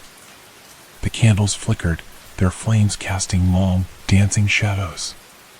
The ground beneath us seemed to pulse with energy, as if the very earth was responding to our chants. The whispers returned, faint and distant, growing louder with each passing moment. As we continued the ritual, the temperature dropped further, and the ground began to tremble. The whispers turned into low, guttural growls, and the shadows around us darkened, taking on more distinct, menacing forms. I could feel the presence of the primordial entity, its power growing stronger. Ms. Green's voice rose above the noise, clear and commanding. "Focus on the light. We must not falter." We intensified our chants, our voices merging into a powerful, rhythmic cadence. The symbols on the ground glowed brightly, their light pushing back the encroaching darkness. The air crackled with energy, and the earth trembled violently, as if resisting our efforts. Suddenly, a blinding light erupted from the center of the circle, and the ground beneath us split open. A dark, swirling mist began to rise, taking on the shape of a towering, malevolent figure. Its eyes glowed with an otherworldly light, and its presence filled the air with a palpable sense of dread. The entity let out a deafening roar, its voice echoing through the night. The shadows around us writhed and twisted, their forms flickering in the intense light. The neighbors held their ground, their collective strength bolstering the protective barrier we had created. "We must bind it now," Ms. Green shouted over the noise. "Channel all your energy into the symbols." With renewed determination, we focused our chants, directing our energy into the glowing symbols. The light from the symbols intensified, enveloping the dark figure in a blinding, radiant glow. The entity writhed and twisted, its form struggling against the binding power of the ritual. The ground shook violently, and the air was filled with a cacophony of growls and roars. The light from the symbols grew even brighter, pushing back the darkness inch by inch. The entity's form flickered, its power waning under the relentless force of our combined efforts. With a final, powerful chant, the light from the symbols exploded outward, enveloping the entity completely. The ground beneath us stopped shaking, and the air grew warm once more. The dark figure dissolved into mist, its presence vanishing into the night. The candles burned steadily, their warm glow casting a comforting light over the scene. The whispers and growls faded into silence, replaced by the gentle rustling of leaves and the distant chirping of crickets. The oppressive weight lifted, and a profound sense of peace settled over the clearing. We stood there, breathing heavily, the relief almost overwhelming. The primordial entity, the true source of the darkness, had been bound and contained. The neighborhood was finally free from its malevolent influence. Ms. Green looked at me, her eyes reflecting the triumph and exhaustion we both felt. "It's over, John. We've done it." I nodded, feeling a deep sense of accomplishment and peace. "Thank you, Ms. Green. We couldn't have done this without everyone's help." The neighbors began to disperse, their faces filled with gratitude and relief. The sense of community and support was stronger than ever, a testament to the bonds we had forged through our shared ordeal. As we left the clearing, the first light of dawn began to break, casting a warm glow over the neighborhood. The future was bright, and we were ready to embrace it. Together, we had faced the deepest darkness and emerged victorious, bringing light and hope to a place that had long been shrouded in shadows. The battle against the darkness had been won, and a new chapter had begun. The neighborhood was no longer a place of fear and whispers, but a haven of light and peace. And as I walked back to my house, I felt a profound sense of serenity, knowing that we had made a difference and that the spirits and the land itself were finally at rest. The days following the final ritual were marked by a deep sense of calm and renewal. The oppressive darkness had lifted, and the neighborhood seemed to bask in the warm glow of peace. The community was stronger, united by the battles we had faced together. However, as I settled back into the routine of daily life, a lingering question nagged at the back of my mind. Had we truly uncovered all the hidden secrets of this place? One evening, as I was sorting through the old journal and documents we had found in Mr. Johnson's hidden room, I noticed a faint, almost invisible mark on the back cover of the journal. It was a symbol, one I hadn't seen before. Intrigued, I traced the outline with my finger, and to my surprise, the cover opened to reveal a hidden compartment. Inside was a small, folded piece of paper, yellowed with age. With a sense of anticipation, I unfolded the paper and began to read. The handwriting was shaky, and the ink had faded, but I could still make out the words. It was a letter, written by Edward Johnson to his descendants. To those who come after me. If you are reading this, then you have faced the darkness that has plagued our family for generations. You have discovered the power and the curse that binds us to this land. But there is one final truth that you must know, a truth that I have kept hidden out of fear and regret. The darkness that I sought to control, the entity that I bound to this land, is not merely a force of evil. It is a guardian, a protector of something far greater. Beneath the earth, hidden deep within the roots of this land, lies a treasure of immense power. It is a relic from a time long forgotten, a source of energy that could either save or destroy us all. I sought to harness this power, to use it for my own gain, but I was a fool. The entity was not meant to be controlled, but to guard the relic and ensure it never falls into the wrong hands. I failed in my duty, and for that, I am deeply sorry. If you have come this far, then you have the strength and the wisdom that I lacked. You must protect the relic, ensure that its power is never misused. The darkness has been vanquished, but the true test lies ahead. The fate of this land, and perhaps the world, rests in your hands. With all my hope and regret, Edward Johnson. My hands trembled as I finished reading the letter. The implications were staggering. The entity we had battled was not just a force of darkness, but a guardian of an ancient relic, or relic of immense power. The responsibility that now rested on our shoulders was immense. I immediately called Miss Green and shared the contents of the letter. Her reaction mirrored my own, shock, followed by a deep sense of responsibility. "We need to find this relic," she said, her voice steady despite the gravity of the situation. "We need to ensure that it is protected and that its power is never misused." The next morning, we gathered our supplies and set out to find the relic. Guided by the clues in Edward's letter, we returned to the clearing where we had performed the final ritual. The air was still and quiet, the calm before the storm. We began to dig, our shovels striking the hard earth with determination. Hours passed, and just as the sun began to set, we unearthed a large, stone chest, covered in ancient symbols. It was heavy and cold to the touch, and as we lifted the lid, a soft, golden light filled the clearing. Inside the chest was the relic, a small, intricately carved stone, pulsating with a gentle, warm light. It radiated a sense of calm and power, and I could feel its energy resonating deep within me. This was the source of the entity's power, the relic that Edward Johnson had sought to control. "We need to protect this," Miss Green said, her voice filled with awe and reverence. "This relic holds immense power. We must ensure that it is never misused." We carefully closed the chest and transported it to a secure location, hidden away from prying eyes. We decided to place it in a secret chamber beneath the community center, protected by the strongest protective symbols and wards we could muster. As we sealed the chamber, a sense of profound peace settled over us. The relic was safe, its power contained and protected. The neighborhood, once plagued by darkness and fear, was now a place of light and hope. In the days that followed, we shared the story of the relic and its guardian with the community, ensuring that everyone understood the importance of protecting it.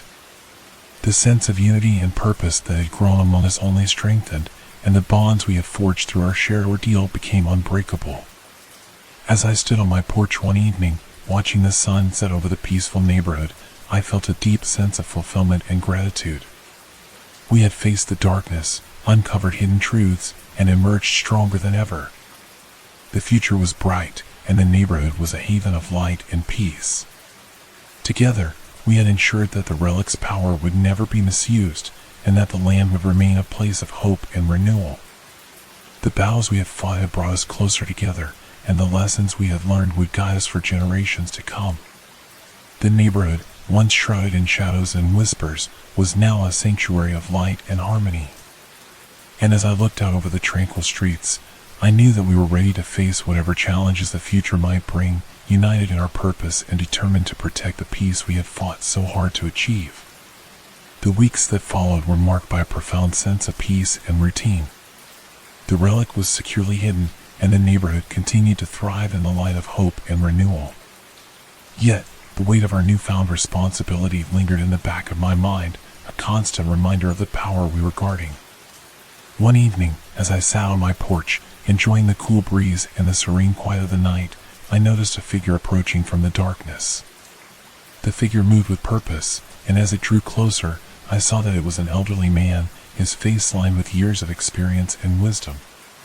"Good evening," he said, his voice calm and steady. "Are you John?" I nodded, my curiosity piqued. "Yes, I am. Can I help you?" He smiled faintly and extended his hand. "My name is Samuel. I've heard about what you and Miss Green have done here. I've come to offer my assistance."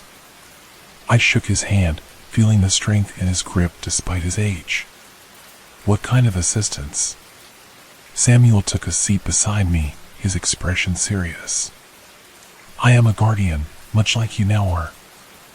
I've dedicated my life to protecting relics like the one you've found. They are powerful, and in the wrong hands, they can bring about great destruction. I've come to help you ensure that this relic remains safe." A sense of relief washed over me. The weight of responsibility we had been carrying suddenly felt a little lighter. "Thank you, Samuel. We could use all the help we can get." That night, we gathered Miss Green and the other key members of our community to meet with Samuel. In the warm light of Miss Green's living room, Samuel shared his story. He spoke of ancient orders dedicated to guarding powerful relics, of battles fought in the shadows, and of the immense responsibility that came with such a role. "Your neighborhood is safe for now," Samuel said, his eyes meeting each of ours in turn. "But there are always those who seek to misuse such power. You must remain vigilant. The rituals you've performed have been strong, but you must continue to protect the relic." Over the next few days, Samuel taught us advanced protective rituals and methods to strengthen the wards around the relic. He showed us how to create intricate symbols and use specific herbs that would enhance the protective barrier. The knowledge he shared was invaluable, and we absorbed every lesson with a sense of urgency and determination. One evening, as we were reinforcing the wards around the secret chamber beneath the community center, Samuel pulled me aside. "John, there's something else you need to know," he said, his voice low. "There are others who know about the relic.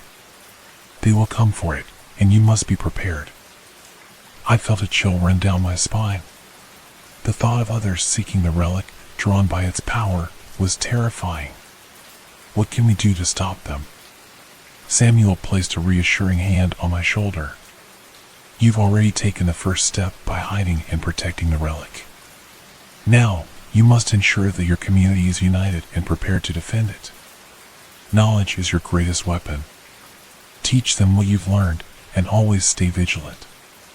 We continued our preparations, training the community members in the protective rituals and ensuring everyone understood the importance of secrecy and vigilance. The bonds we had formed through our shared ordeal grew stronger, and a sense of purpose unified us. One night, as we completed a particularly complex ritual, I looked around at the faces of my neighbors. There was a newfound strength in their eyes, a determination that matched my own. We were not just protecting a relic, we were protecting our home, our community, and our future. With Samuel's guidance, we established a watch system, ensuring that someone was always keeping an eye on the hidden chamber. We also created a network of communication so that if any threat arose, we could respond quickly and effectively. As the days turned into weeks, the initial fear and anxiety began to fade, replaced by a quiet confidence. We had faced the darkness and emerged victorious.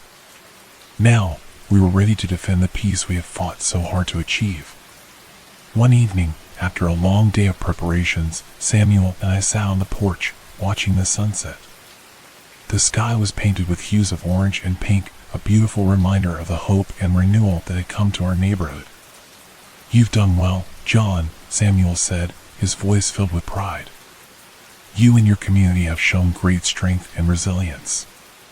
The future is bright, and as long as you remain vigilant, the relic will be safe." I nodded, feeling a deep sense of gratitude. "Thank you, Samuel. We couldn't have done this without you." He smiled, his eyes reflecting the warmth of the setting sun. "Remember, John, the true power lies not in the relic itself, but in the strength and unity of the people protecting it. As long as you stand together, nothing can break you." As the stars began to twinkle in the night sky, I felt a profound sense of peace and fulfillment. The battles we had fought had brought us closer together, forging bonds that would last a lifetime.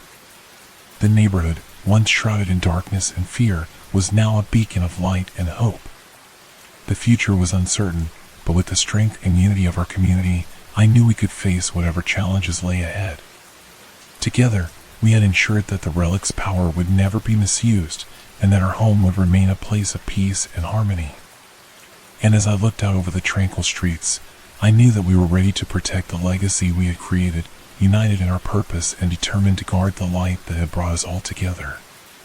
The days continued to pass with a sense of normalcy and peace, but the knowledge that others might seek the relic kept us vigilant. Samuel's presence had been a comforting and guiding force, and the community had grown stronger and more united in our shared purpose. However, a night came that would test our resolve and unity in ways we hadn't anticipated. It was a moonless night, the sky a deep, impenetrable black. The air was still, almost unnaturally so, and a heavy silence hung over the neighborhood. I was on watch duty, stationed at the community center, my eyes scanning the shadows for any signs of movement. Suddenly, I felt a chill run down my spine. The hairs on the back of my neck stood up, and I knew something was wrong. I reached for the walkie-talkie, a recent addition to our communication network, and whispered into it, "This is John. I feel something's not right. Stay alert." Static crackled in response, followed by the voices of my neighbors confirming they were on high alert. I tightened my grip on the protective symbols Samuel had given us, their familiar weight a small comfort. Minutes passed, each one feeling like an eternity. The silence was oppressive, the darkness around me seeming to press in from all sides. Then, out of the corner of my eye, I saw a flicker of movement. A shadow detached itself from the inky blackness and glided silently towards the community center.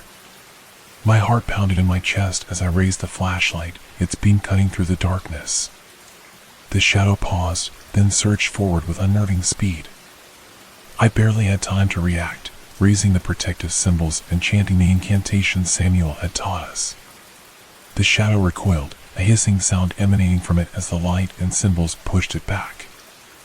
I could see now that it was not a person but a formless, dark entity, its presence radiating malevolence. It writhed and twisted, trying to find a way around the barrier I had created. I called for backup, my voice steady despite the fear coursing through me. "This is John.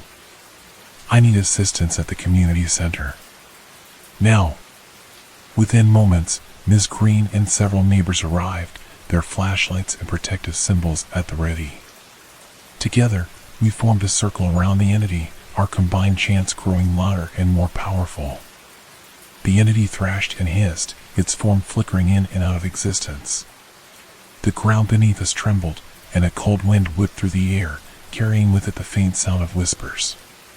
The darkness seemed to gather around the entity, feeding its strength. "We need to banish it," Miss Green shouted over the noise. "Focus your energy on the light. We can do this." With renewed determination, we intensified our chants, the light from our symbols flaring brighter. The entity writhed and twisted, its form growing more indistinct. The whispers grew louder, almost deafening, but we held our ground. Suddenly, a blinding light erupted from the center of our circle, enveloping the entity. The ground shook violently, and the whispers turned into a cacophony of screams. The entity's form shattered, dissolving into a cloud of dark mist that dissipated into the night. The light from our symbols gradually dimmed, and the oppressive weight lifted.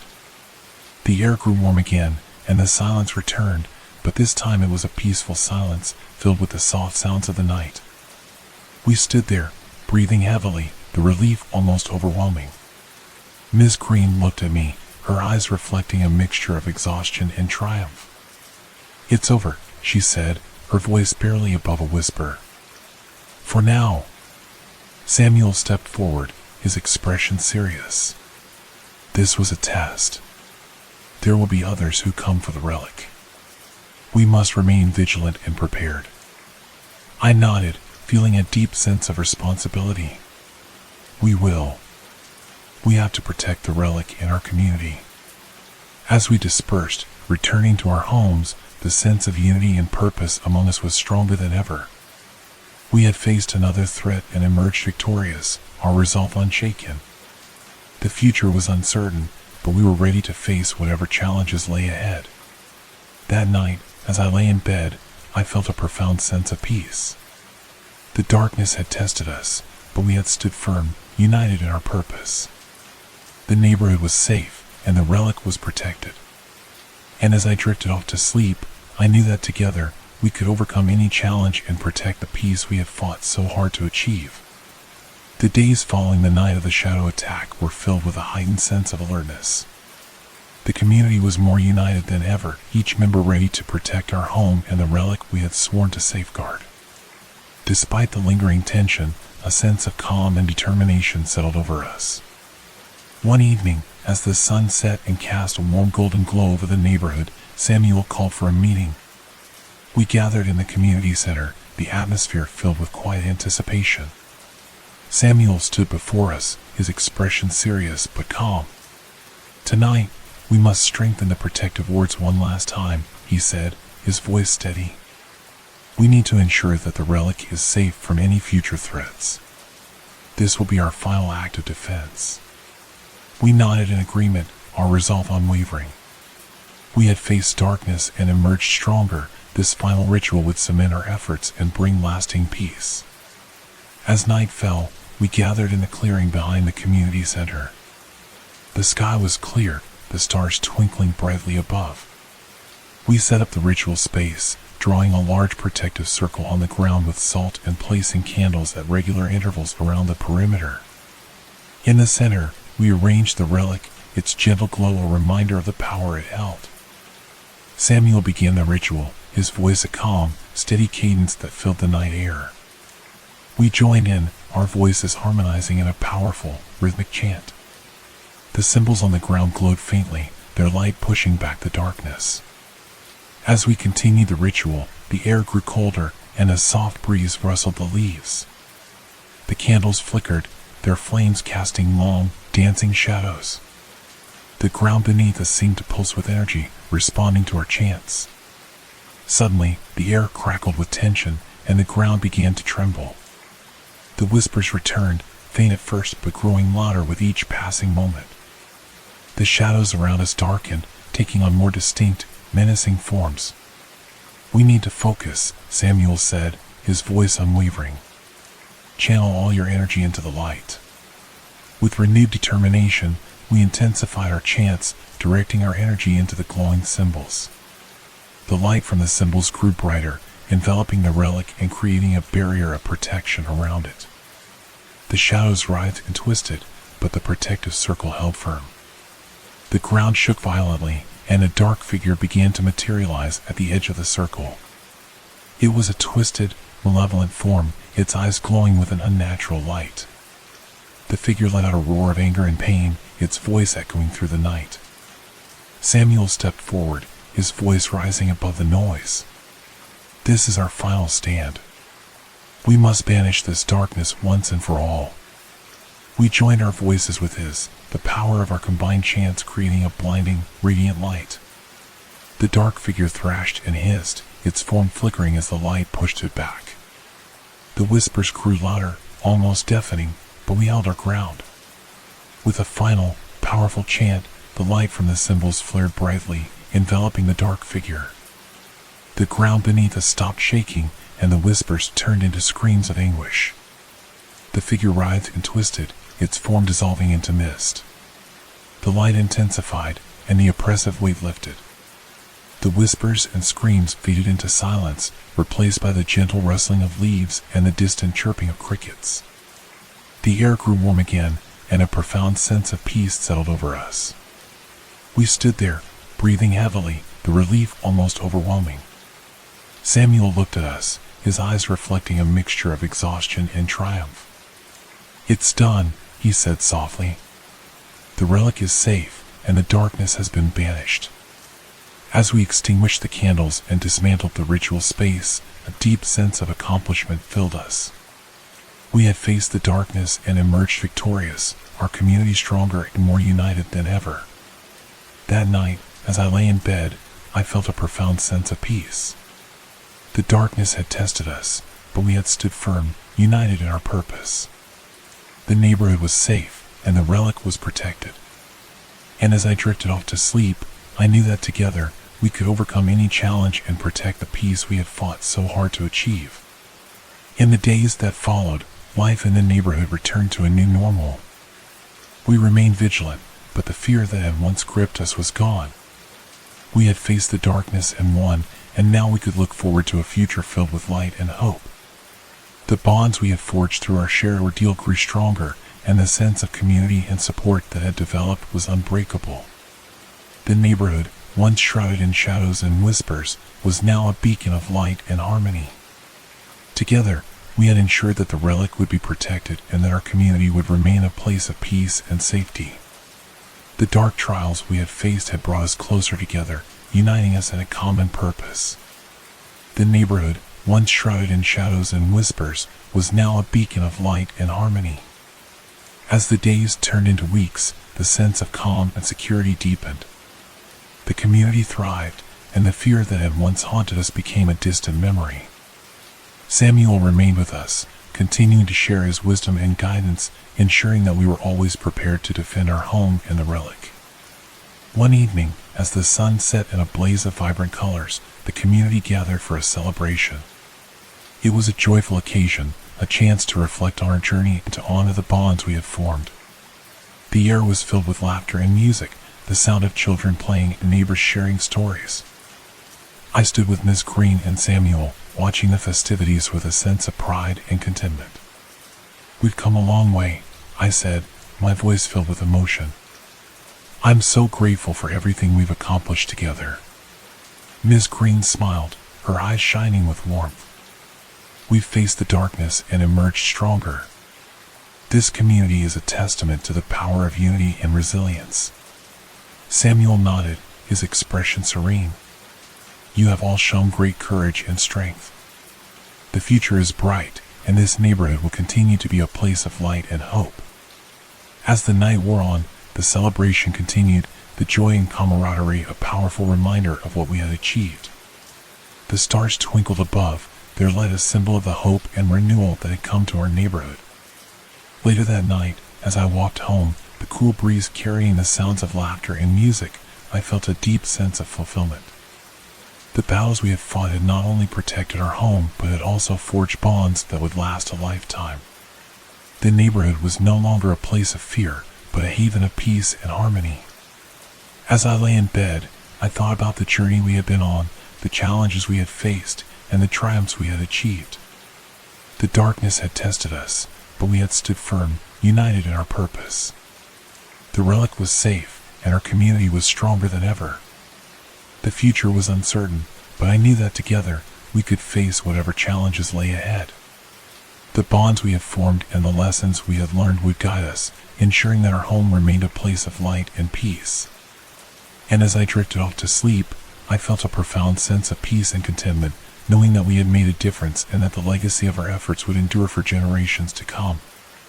The neighborhood, once shrouded in shadows and whispers, was now a beacon of light and harmony. Together, we had faced the darkness and emerged victorious, bringing hope and renewal to a place that had long been lost in fear. The battles we had fought had forged a community of strength and resilience, ready to protect the peace we had fought so hard to achieve. As the stars twinkled above, I knew that we were prepared to face whatever challenges the future might bring, united in our purpose and determined to guard the light that had brought us all together. The journey had been long and difficult, but it had also been a journey of growth, unity, and triumph. The darkness had been banished, and a new chapter had begun, filled with hope, peace, and endless possibilities. The days of peace in our neighborhood stretched into weeks, and a new sense of normalcy settled over us. The once darkened streets now thrived with life, laughter, and community. Yet, as is often the case in life, just as one mystery is solved, another begins to unfold. One crisp autumn morning, as I was enjoying a cup of coffee on my porch, I noticed a figure approaching from the end of the street. It was Emily, one of my neighbors who had been particularly involved in our recent struggles. She looked concerned, clutching something tightly in her hands. "John, I need to show you something," she said, her voice tinged with urgency. I invited her inside, and we sat at the kitchen table. Emily unfolded a worn, old map and spread it out before me. The map was detailed, showing our neighborhood and the surrounding areas, but it was marked with strange symbols and annotations. "Where did you find this?" I asked, my curiosity piqued. "It was hidden in the attic of my house," she replied. "I was cleaning up and found it tucked away in a corner, inside an old chest. There's something about it that feels off." I examined the map closely, recognizing some of the symbols from the ancient texts we had studied with Samuel. There were annotations in a language I didn't recognize, and certain areas were marked with ominous symbols that seemed to pulse with a dark energy. "We need to show this to Miss Green and Samuel," I said, my mind racing with possibilities. "They might be able to help us understand what it means." Later that day, we gathered at Miss Green's house. Samuel examined the map with a furrowed brow, his expression growing more serious with each passing moment. "This map is ancient," he said finally. "It predates even the earliest settlers. These symbols and annotations are part of an older language, one that speaks of ancient guardians and hidden secrets."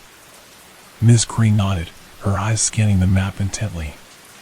"There are areas marked here that we've never explored, places that could hold more relics or hidden dangers. We need to investigate these locations and ensure that there are no other threats lurking." We decided to form a small expedition, gathering the necessary supplies and preparing ourselves for whatever we might find. The first location marked on the map was a dense forest on the outskirts of the neighborhood, an area that had always felt a bit eerie. As we approached the forest, the air grew colder, and a sense of foreboding settled over us. The trees seemed to close in, their branches twisted and gnarled. We followed the path marked on the map, our footsteps crunching on the fallen leaves. The deeper we ventured, the more oppressive the atmosphere became. The forest was silent, the usual sounds of wildlife eerily absent. We moved cautiously, our eyes scanning the shadows for any sign of danger. Eventually, we came to a clearing. In the center stood a large, ancient stone monument covered in moss and vines. The symbols carved into the stone matched those on the map, and a faint, otherworldly light emanated from the monument. "This is it," Samuel said, his voice barely above a whisper. "This is one of the ancient guardians." We approached the monument carefully, the air around it charged with energy. As we studied the symbols, I noticed a small indentation at the base of the stone, shaped like the relic we had hidden away. "It looks like the relic might fit here," I said, pointing to the indentation. Ms. Green nodded. "We need to be careful. Placing the relic here could either awaken something ancient or unlock a new power. We must ensure we are prepared for any outcome. We decided to return to the community center and retrieve the relic. As we made our way back through the forest, the sense of unease lingered, but we were determined to uncover the truth and protect our neighborhood. That evening, under the cover of darkness, we gathered at the clearing once more. The relic in hand, we approached the ancient monument with a mixture of anticipation and caution. Samuel held the relic up to the indentation, his expression serious.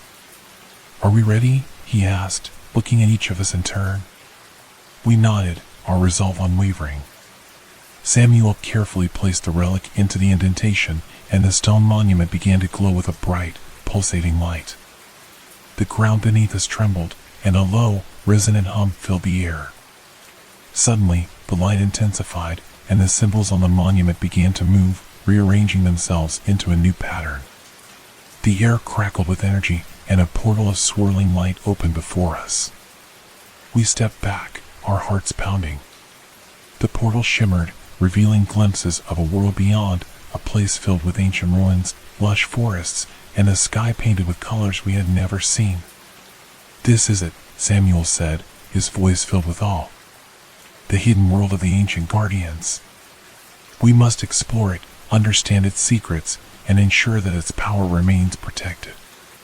As we stood before the portal, the enormity of our discovery sank in. We had uncovered a new mystery, one that held the potential to change everything we knew about our world and the forces that governed it. With a deep breath, we stepped through the portal, ready to face whatever challenges and wonders awaited us in the ancient world beyond. Together, we would uncover its secrets and protect our home from any new threats that emerged. The journey ahead was uncertain, but our resolve was strong. We had faced darkness and emerged victorious, and now we were prepared to explore a new frontier, united in our purpose and determined to guard the light that had brought us all together. The portal's shimmering light enveloped us, and for a moment, everything was a blur of colors and sensations. When the light faded, we found ourselves standing in a landscape that was both alien and familiar. The air was crisp and filled with the scent of ancient trees and blooming flowers. The sky above us was a mesmerizing tapestry of purples, blues, and golds, and the sounds of distant, unfamiliar wildlife echoed around us. We had stepped into a world that seemed untouched by time, a place where the ancient guardians had once roamed. The sense of awe and wonder was palpable, but so was the undercurrent of tension. We knew that this place held secrets and dangers we could not yet comprehend. "Stay close," Samuel said, his voice steady but cautious. "We don't know what we might encounter here." As we began to explore, we noticed the ruins of ancient structures scattered throughout the landscape. Massive stone pillars adorned with intricate carvings stood like sentinels, their surfaces covered in moss and vines. These ruins hinted at a once great civilization that had long since vanished. Miss Green studied the carvings, her fingers tracing the symbols. "These symbols are similar to the ones on the relic," she said. "They speak of guardians and a powerful energy source that they protected." We continued our journey, moving deeper into the ancient world. The landscape was a breathtaking mix of dense forests, towering mountains, and crystal-clear rivers. Everywhere we looked, we saw evidence of the guardians' presence, statues, carvings, and remnants of their civilization. As we approached a particularly large structure, an ancient temple carved into the side of a mountain, the air grew colder, and a sense of foreboding settled over us. The entrance was flanked by massive stone guardians, their eyes seeming to follow our every move. "We need to be careful," Samuel warned. "This place holds great power, but it could also be dangerous." We entered the temple cautiously, our footsteps echoing in the vast, dimly lit hall. The air inside was cool and still, and the walls were covered in more of the intricate carvings we had seen outside. In the center of the hall, a massive stone altar stood, its surface etched with symbols that glowed faintly in the dim light. As we approached the altar, the air around us seemed to hum with energy. The relic in Samuel's hand began to glow, responding to the ancient power that permeated the temple. He placed the relic on the altar, and the symbols on the stone flared to life, casting a warm, golden light throughout the hall. Suddenly, the ground beneath us trembled, and the air filled with a low, resonant hum. The walls of the temple seemed to come alive, the carvings shifting and rearranging themselves. A doorway appeared at the far end of the hall, its frame glowing with an otherworldly light. "This is it," Miss Green said, her voice filled with awe. "This doorway leads to the heart of the Guardian's power." We approached the doorway, our hearts pounding with anticipation. As we stepped through, we found ourselves in a vast chamber filled with light and energy. At the center of the chamber stood a massive, crystalline structure, pulsating with a gentle, rhythmic glow. "This is the source," Samuel said, his voice reverent. "The energy that the Guardians protected. It's incredibly powerful." As we studied the crystalline structure, we noticed that it was surrounded by ancient machinery, intricately designed to harness and protect the energy. The Guardians had created a complex system to ensure that the power remained contained and used only for the good of their world. Ms. Green examined the machinery, her eyes wide with fascination. "This technology is far beyond anything we have." The Guardians were truly advanced. Suddenly, a shadow moved at the edge of the chamber. We turned to see a figure emerging from the darkness, a tall, imposing being with eyes that glowed with an inner light. It was one of the Guardians, a remnant of the ancient civilization that had once thrived here. The Guardian spoke, its voice a deep, resonant echo that filled the chamber. "You have come far, seekers of light. You stand before the heart of our power. What is your purpose?" Samuel stepped forward, his expression respectful. "We seek to protect this power and ensure it is never misused. We come from a world where darkness once threatened to consume us. We wish to learn from you and safeguard this energy." The Guardian studied us for a moment, its glowing eyes seeming to pierce into our very souls. "Your intentions are noble, but with great power comes great responsibility. You must prove yourselves worthy of this knowledge and protection." The Guardian gestured to the machinery surrounding the crystalline structure. "There are trials you must face, tests of your strength, wisdom, and resolve. Only then can you earn the right to guard this power." We nodded, understanding the gravity of the task before us. The trials would be difficult, but we were determined to prove ourselves worthy. Together, we would face whatever challenges lay ahead, united in our purpose and driven by our resolve to protect the light. As we prepared to undertake the trials, a sense of calm and determination settled over us. The journey ahead was uncertain, but we were ready to face it, knowing that we had the strength and unity to overcome any obstacle. The ancient world of the Guardians held many secrets, and we were only beginning to uncover its mysteries. But with each step, we grew stronger, more united in our purpose. Together, we would protect the power of the Guardians and ensure that it remained a force for good in our world. As we stepped forward to begin the trials, the Guardians' words echoed in our minds, "With great power comes great responsibility." It was a reminder of the journey we had undertaken and the challenges that lay ahead.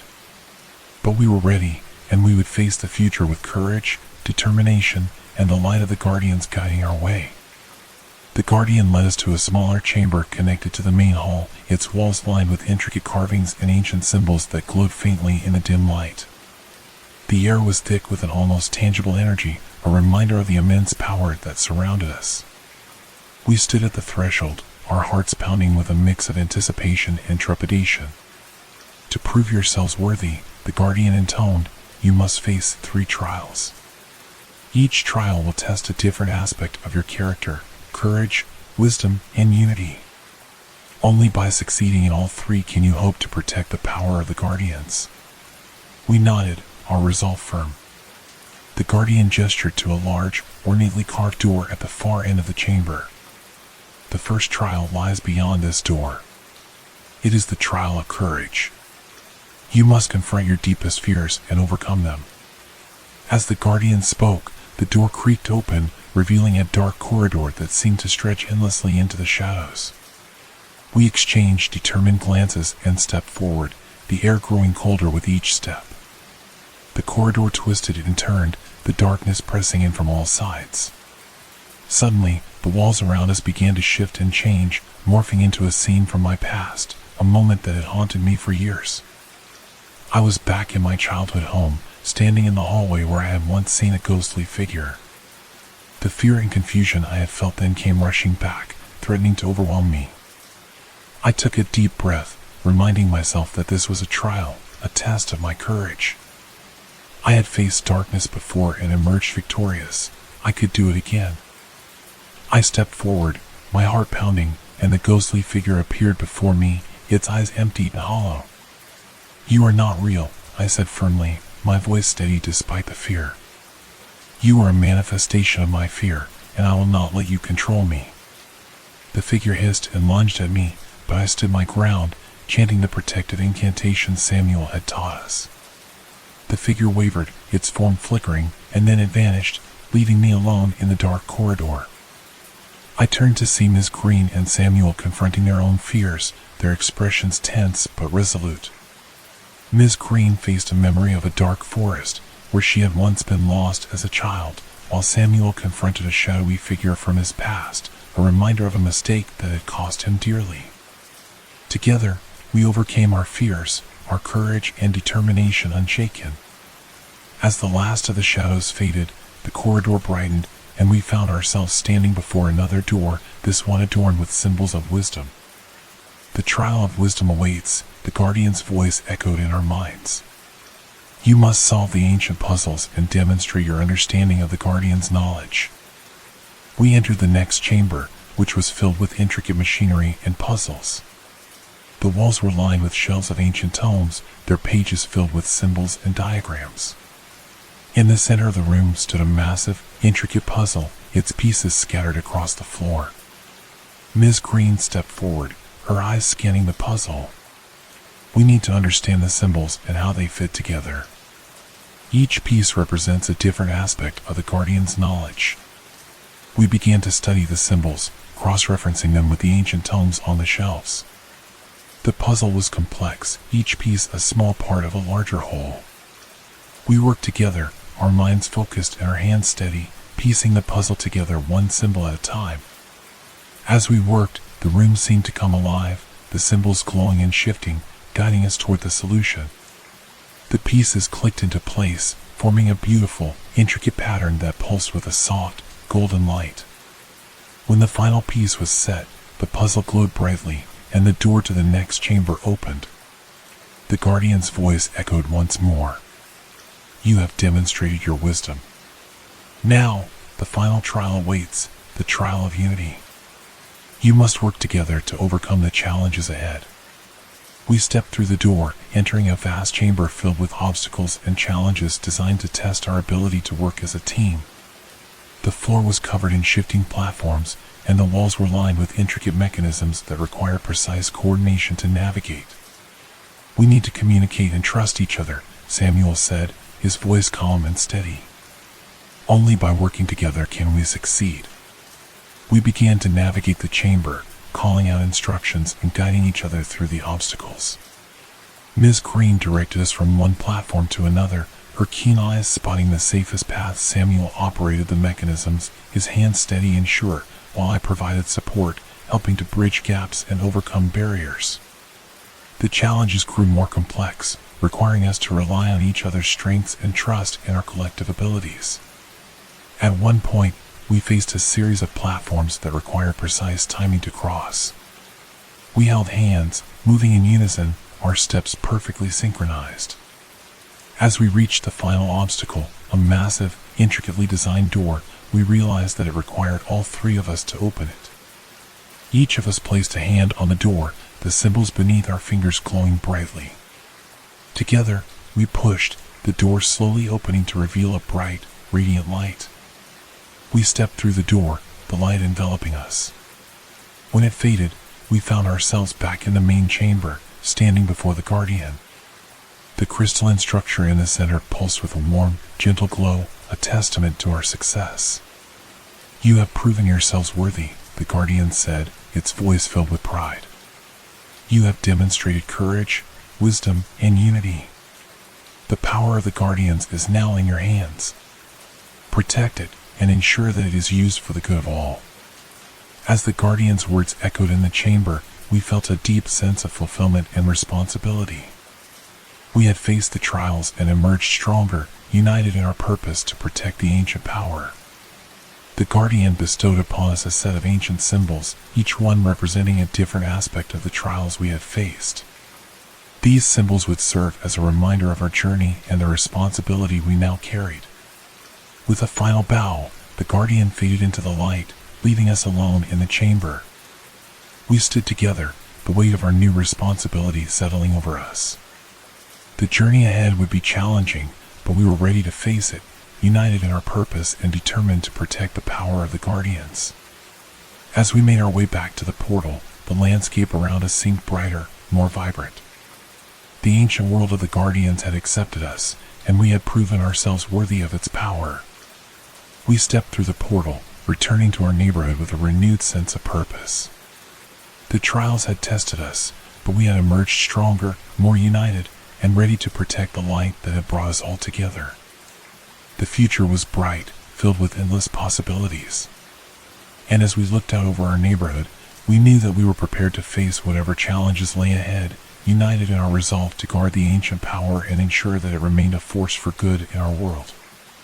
Returning to our neighborhood, we were greeted by the familiar sights and sounds that now seemed even more precious.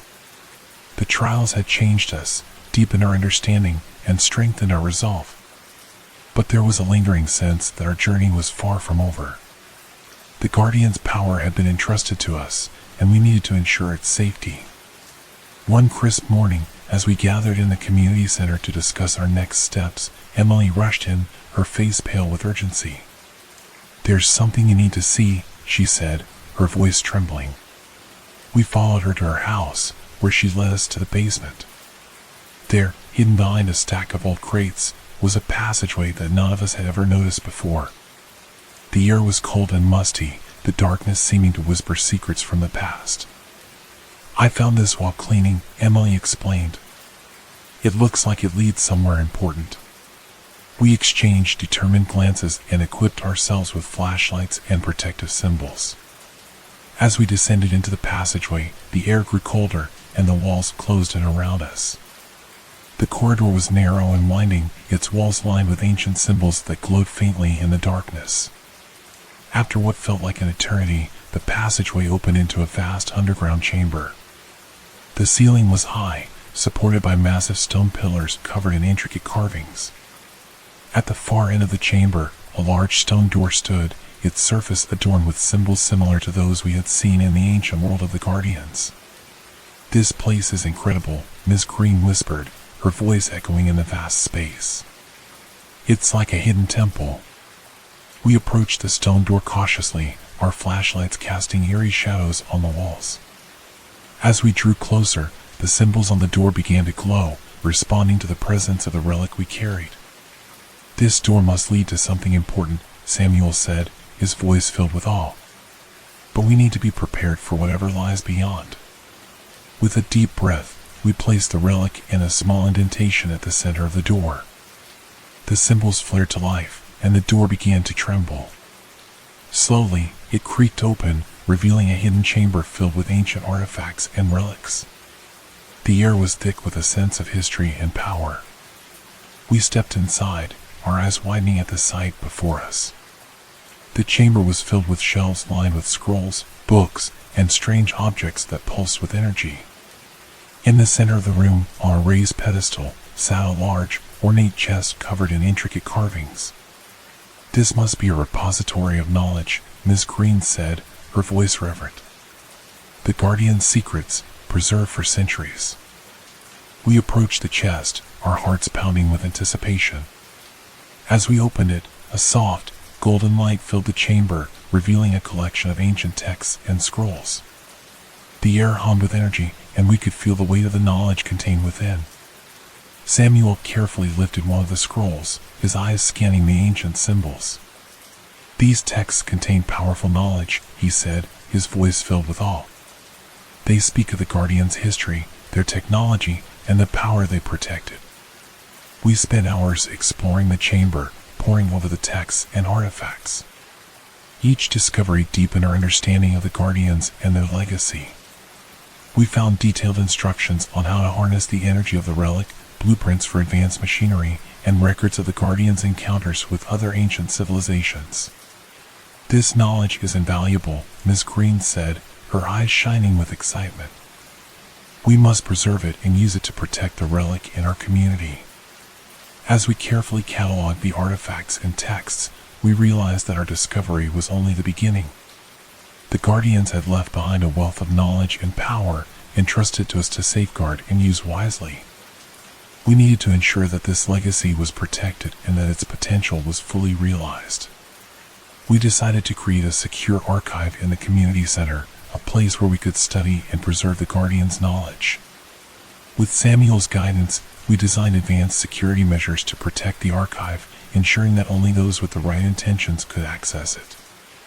Over the following weeks, we worked tirelessly to build the archive, meticulously organizing the texts and artifacts. The community rallied around us, each member contributing their skills and knowledge to the project. The sense of unity and purpose grew stronger, and our bonds deepened. One evening, as we finished securing the final artifact in the archive, Samuel gathered us together. "You have all shown great dedication and wisdom," he said, his voice filled with pride. "The Guardian's legacy is now in your hands. Protect it, study it, and use it for the good of all." We nodded, feeling the weight of our responsibility but also the strength of our unity. The trials we had faced had prepared us for this moment, and we were ready to protect the Guardian's legacy and ensure that its power remained a force for good.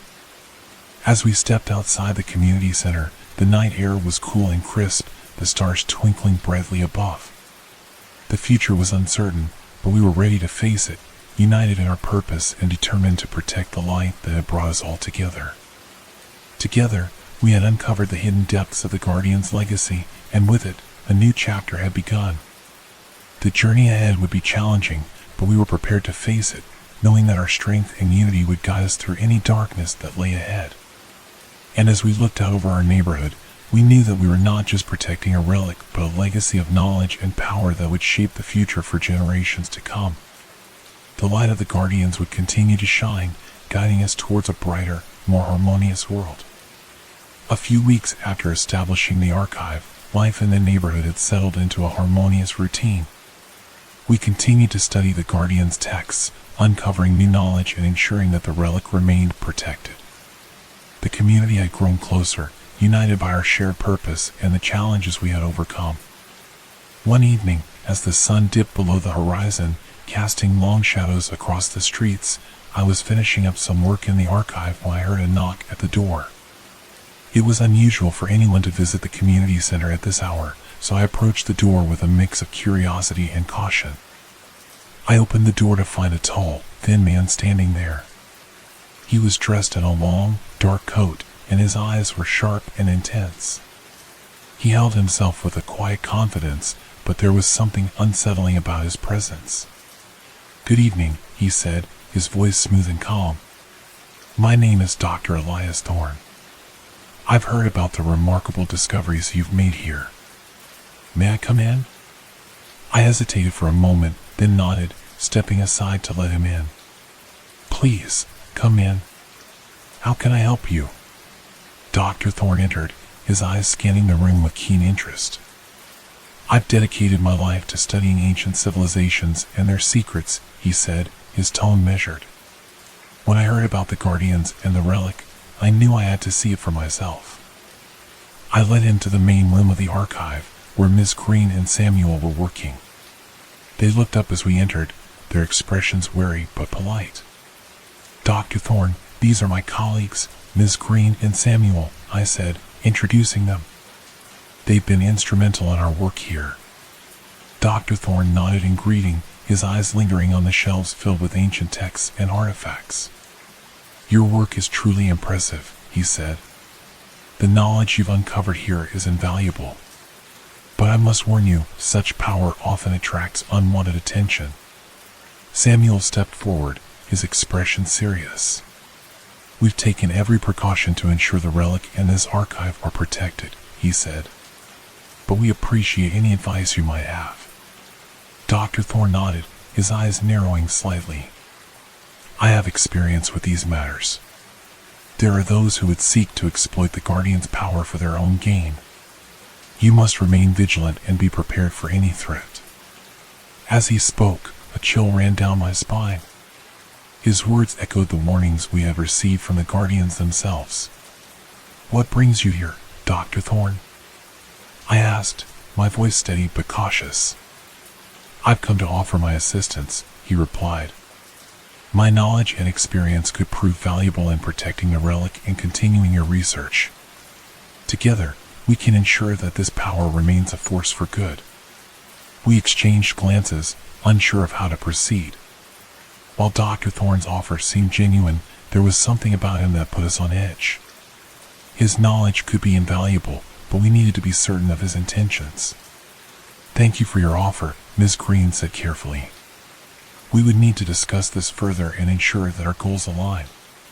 Protecting the relic in this community is our top priority." Dr. Thorne smiled, his eyes glinting with a hint of something unreadable. "Of course. Take your time. I understand the importance of caution in these matters. I'll be staying in the area for a while, should you decide to accept my help."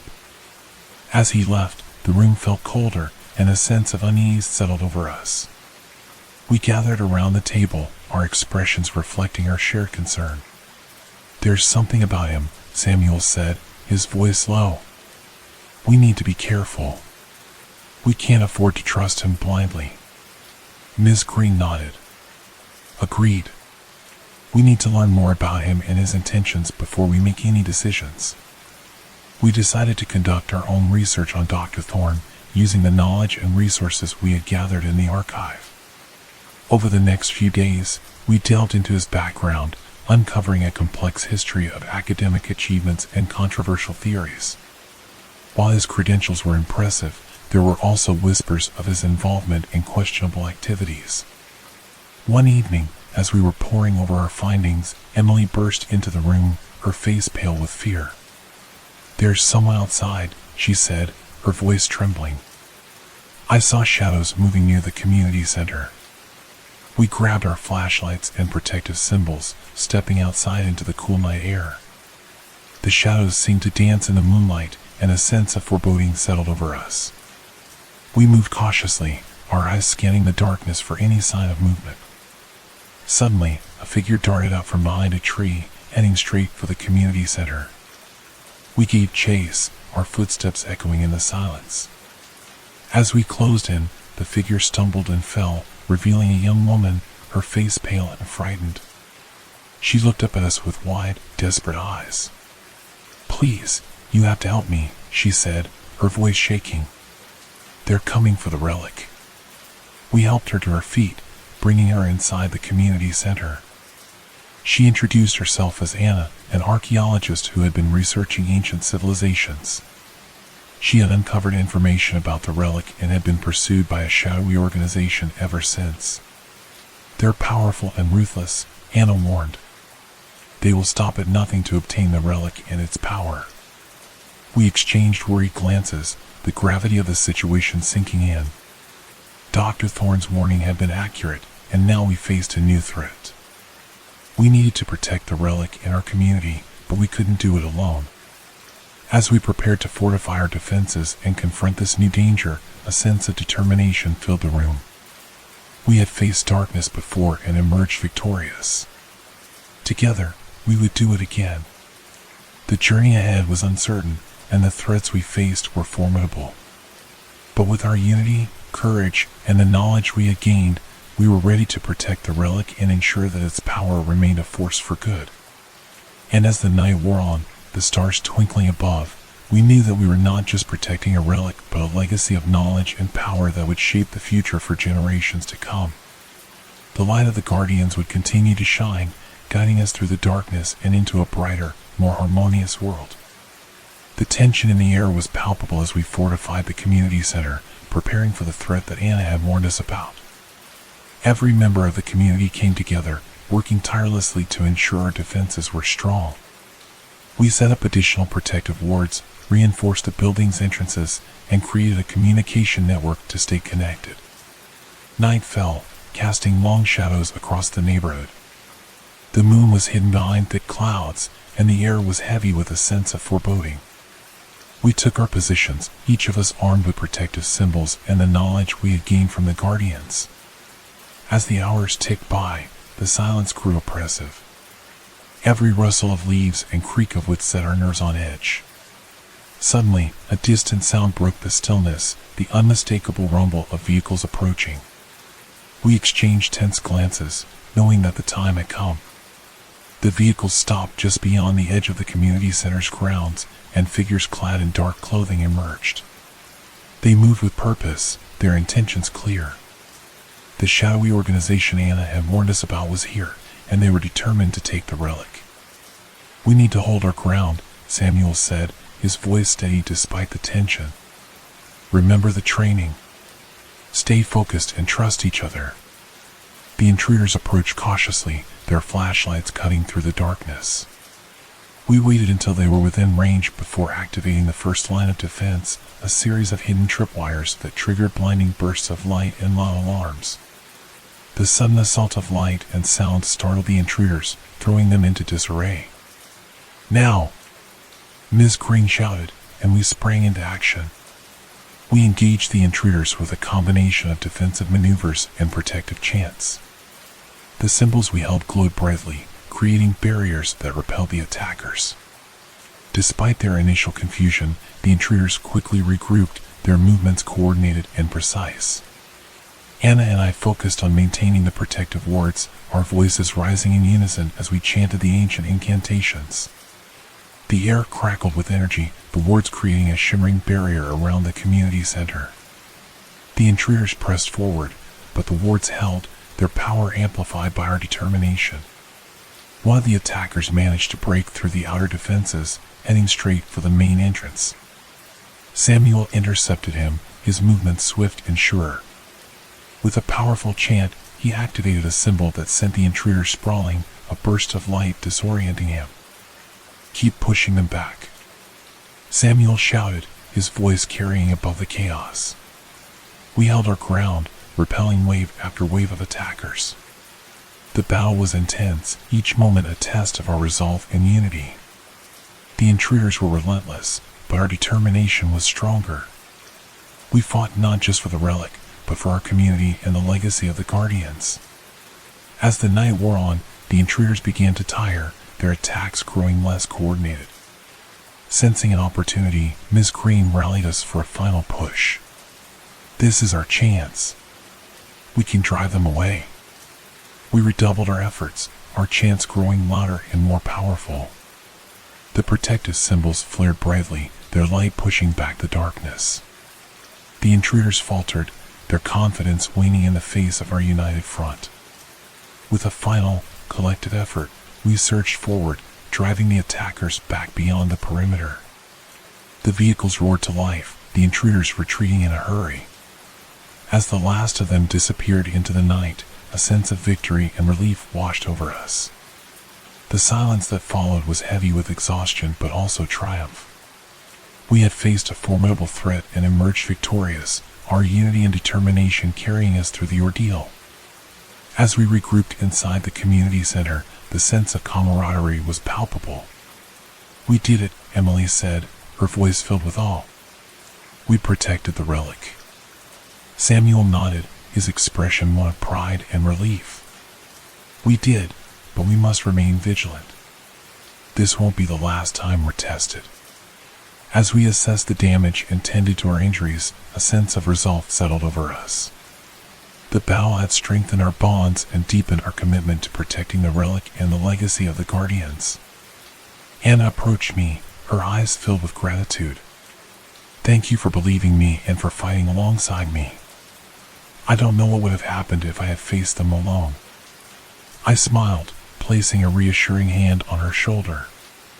"You're part of this community now. We'll face whatever comes together." The dawn broke, casting a warm, golden light over the neighborhood. The sense of peace and harmony we had fought so hard to protect was still intact, and we were more determined than ever to ensure it remained that way. As we stood together, watching the sunrise, I knew that our journey was far from over. The threats we faced were formidable, but so were we. United in our purpose and guided by the light of the Guardians, we were ready to face whatever challenges lay ahead. The future was uncertain, but our resolve was unwavering. Together, we would protect the relic, our community, and the legacy of the Guardians. And as the first rays of sunlight illuminated the world, we knew that we were prepared to face the dawn of a new day, stronger and more united than ever before.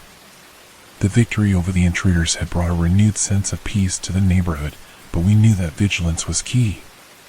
The relic and the knowledge we had gained from the Guardians needed constant protection. Yet, just as we began to settle into our new routine, an unexpected discovery threatened to upend our hard-won tranquility. One crisp autumn morning, Samuel called an emergency meeting at the community center. His tone over the walkie-talkie had been urgent, and a knot of worry settled in my stomach as I hurried to the meeting. When I arrived, the room was already filled with concerned faces. Samuel stood at the front, a large, weathered book open on the table before him.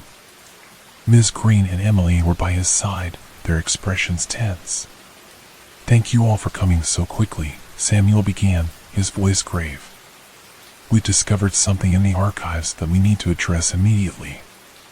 He gestured to the book, its pages filled with intricate diagrams and cryptic text.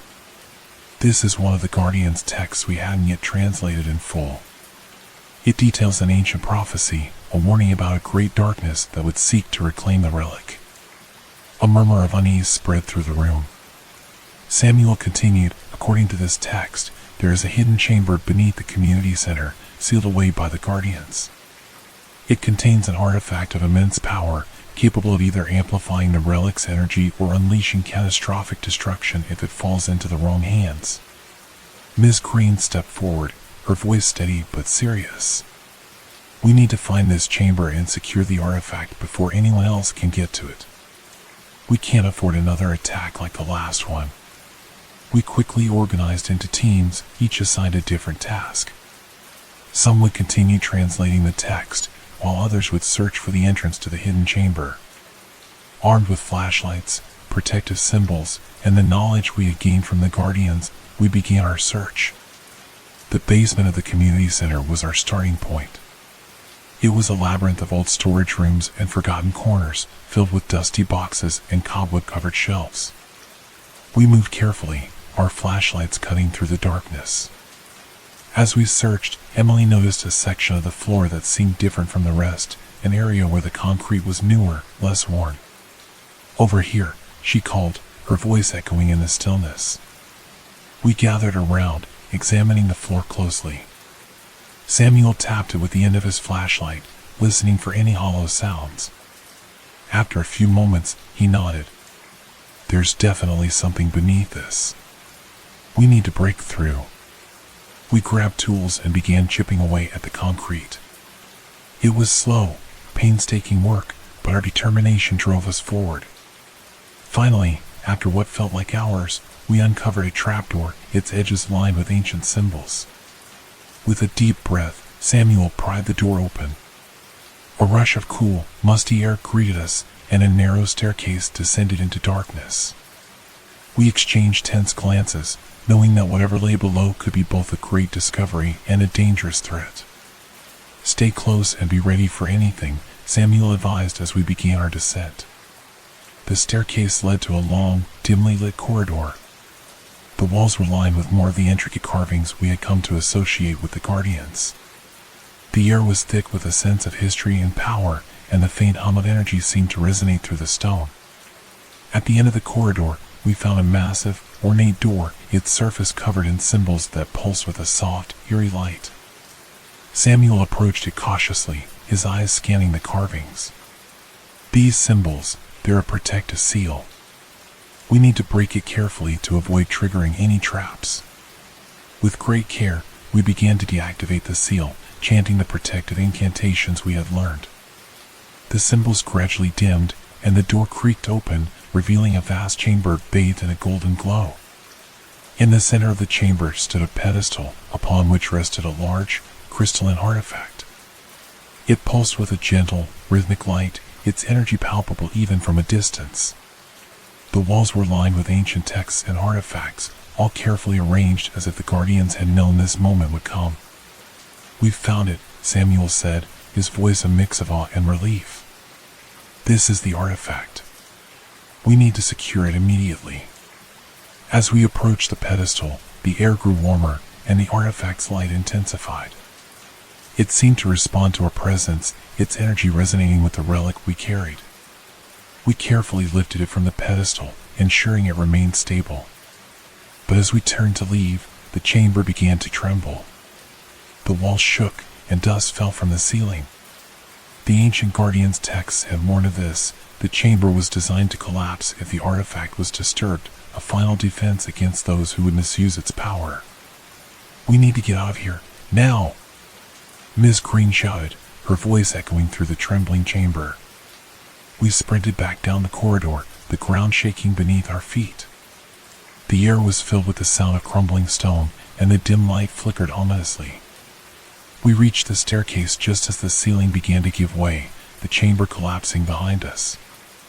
We emerged into the basement, gasping for breath and covered in dust. The trapdoor slammed shut, sealing off the hidden chamber forever.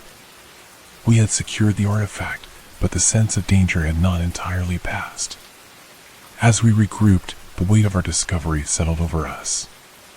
We had found an artifact of immense power, one that could either protect or destroy. The responsibility of safeguarding it was immense, but our unity and determination remained unshaken. "We need to study this artifact and understand its capabilities," Samuel said, his voice firm. "And we must remain vigilant. The threats we face are far from over." The days ahead would be filled with new challenges and discoveries, but we were ready to face them together. The light of the Guardians continued to guide us, illuminating our path through the darkness. As we looked out over our neighborhood, a sense of purpose and resolve filled our hearts. We had uncovered a powerful secret, and with it, the means to protect our community and the legacy of the Guardians. The journey ahead was uncertain, but our unity and determination would see us through. Together, we would face the shadows of the past and the challenges of the future, guarding the light that had brought us all together and ensuring that it remained a force for good in our world. The artifact we had retrieved from the hidden chamber was now secured in the archive, its presence both awe-inspiring and daunting. We knew that understanding its power was crucial to ensuring the safety of our community. Samuel, Ms. Green, and I spent countless hours studying the texts and analyzing the artifact, hoping to unlock its secrets. One night, as we were deep in our research, a chilling wind blew through the community center. The temperature dropped suddenly, and the lights flickered ominously. We exchanged uneasy glances, our instincts telling us that something was wrong. "Did anyone else feel that?" Emily asked, her voice trembling slightly. Samuel nodded, his expression tense. "Something's not right. Stay alert." We continued our work, but the sense of unease lingered. Suddenly, a loud crash echoed through the building, followed by the sound of hurried footsteps. We grabbed our flashlights and protective symbols, rushing towards the source of the noise. As we approached the storage room, the door was ajar, and the air inside was icy cold. The room was in disarray, boxes and shelves overturned. In the center of the chaos stood a shadowy figure, its form indistinct but menacing. It turned towards us, its eyes glowing with an unnatural light. "Who are you?" Samuel demanded, his voice steady but firm. The figure did not respond, instead raising a hand. A wave of dark energy surged towards us, but we quickly activated our protective symbols, creating a barrier of light. The dark energy collided with the barrier, dissipating into the air. The figure let out a low, guttural growl and vanished, leaving the room in eerie silence. We stood there, our hearts pounding, knowing that this was only the beginning of a new threat. "We need to strengthen our defenses," Ms. Green said, her voice urgent. "Whatever that was, it's not going to give up easily." We worked through the night, reinforcing the protective wards around the community center and setting up additional barriers around the artifact. The atmosphere was tense, each of us keenly aware of the danger that lurked in the shadows. The next morning, we called a meeting with the rest of the community to inform them of the new threat. The room was filled with worried faces, but also a sense of determination. We had faced darkness before, and we would do it again. "We need to stay united and vigilant," Samuel said, addressing the group. "This new threat is powerful, but together we can protect our home and the artifact." We organized into teams, each responsible for a different aspect of our defense. Some would monitor the protective wards, while others would patrol the perimeter and keep watch for any signs of the shadowy figure. We also set up a communication network, ensuring that we could quickly respond to any emergencies. As the days passed, the sense of unease grew. Strange occurrences became more frequent, unexplained cold spots, whispers in the night, and fleeting shadows at the edge of our vision. The community center, once a place of safety and knowledge, now felt like a fortress under siege.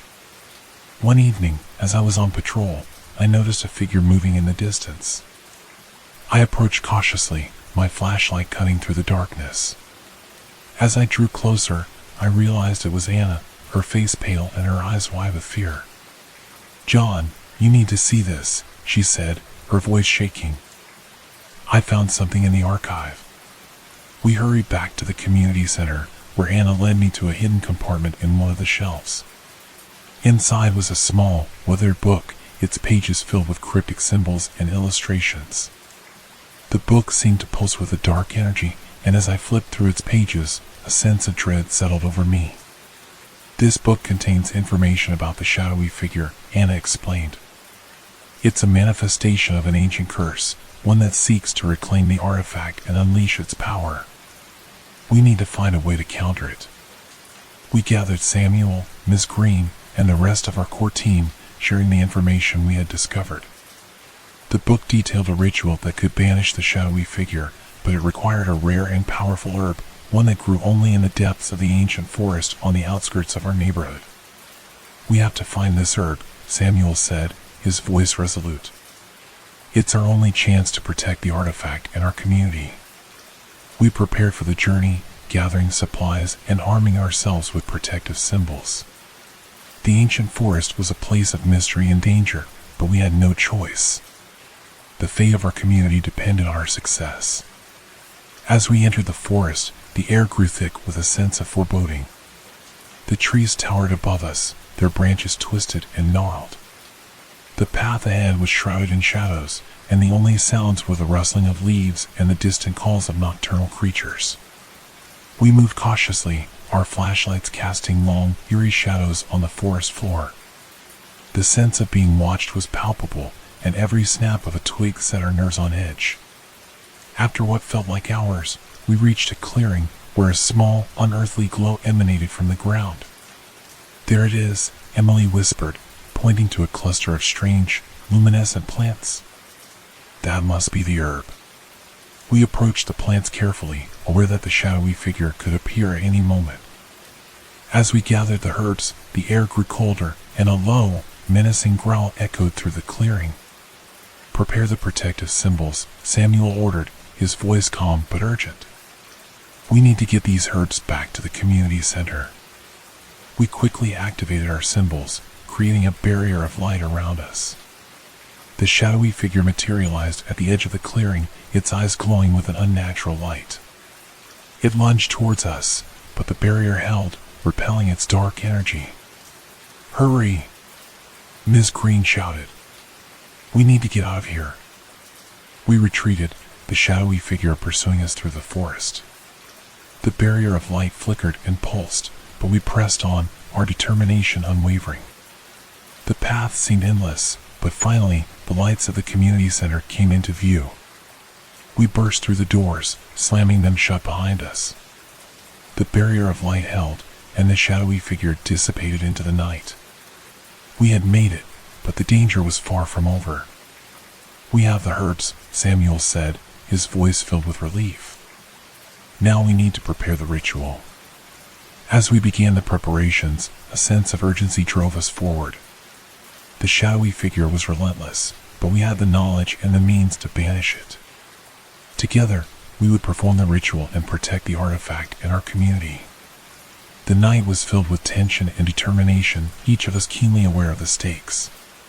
The ancient curse sought to reclaim the artifact, but we would not let it succeed. With the light of the guardians guiding us, we would face the darkness and emerge victorious. As we stood together, ready to perform the ritual, a sense of unity and resolve filled the room. We had faced many challenges and overcome great odds, and we would do it again.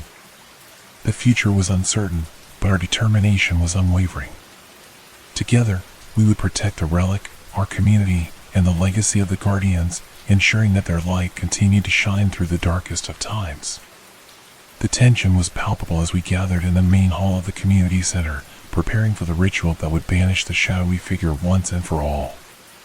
The herbs we had retrieved from the ancient forest were laid out on a table, their luminescent glow casting an eerie light. Samuel, Miss Green, Anna, and I stood in a circle, our protective symbols at the ready. "We need to stay focused and work together," Samuel said, his voice steady. "This ritual requires precision and strength. Any mistake could be catastrophic." We nodded in agreement, the gravity of the situation weighing heavily on our shoulders. Ms. Green began to mix the herbs with other ingredients, following the ancient instructions we had translated from the book. The air filled with a pungent, earthy scent, and the mixture began to emit a faint, golden smoke. As the preparations continued, the temperature in the room dropped sharply. The lights flickered, and a low, menacing growl echoed through the building. We knew the shadowy figure was close, drawn by the power of the ritual. "It's here," Anna whispered, her voice tinged with fear. Samuel looked around, his eyes narrowing. "We need to start the ritual now. Everyone, take your positions." We formed a protective circle around the table, our symbols glowing brightly.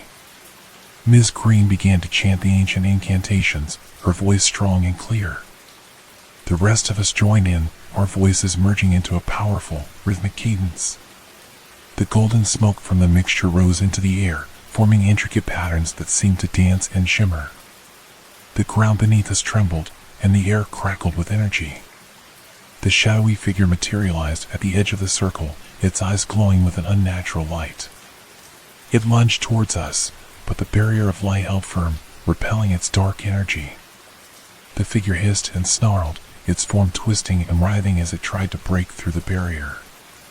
We continued to chant, our voices growing louder and more powerful. The smoke thickened, coalescing into a bright, radiant light that enveloped the shadowy figure. It let out a deafening roar, its form flickering and fading. The ground shook violently, and the lights in the room flared brightly. "Keep chanting," Samuel shouted, his voice rising above the noise. "We're almost there."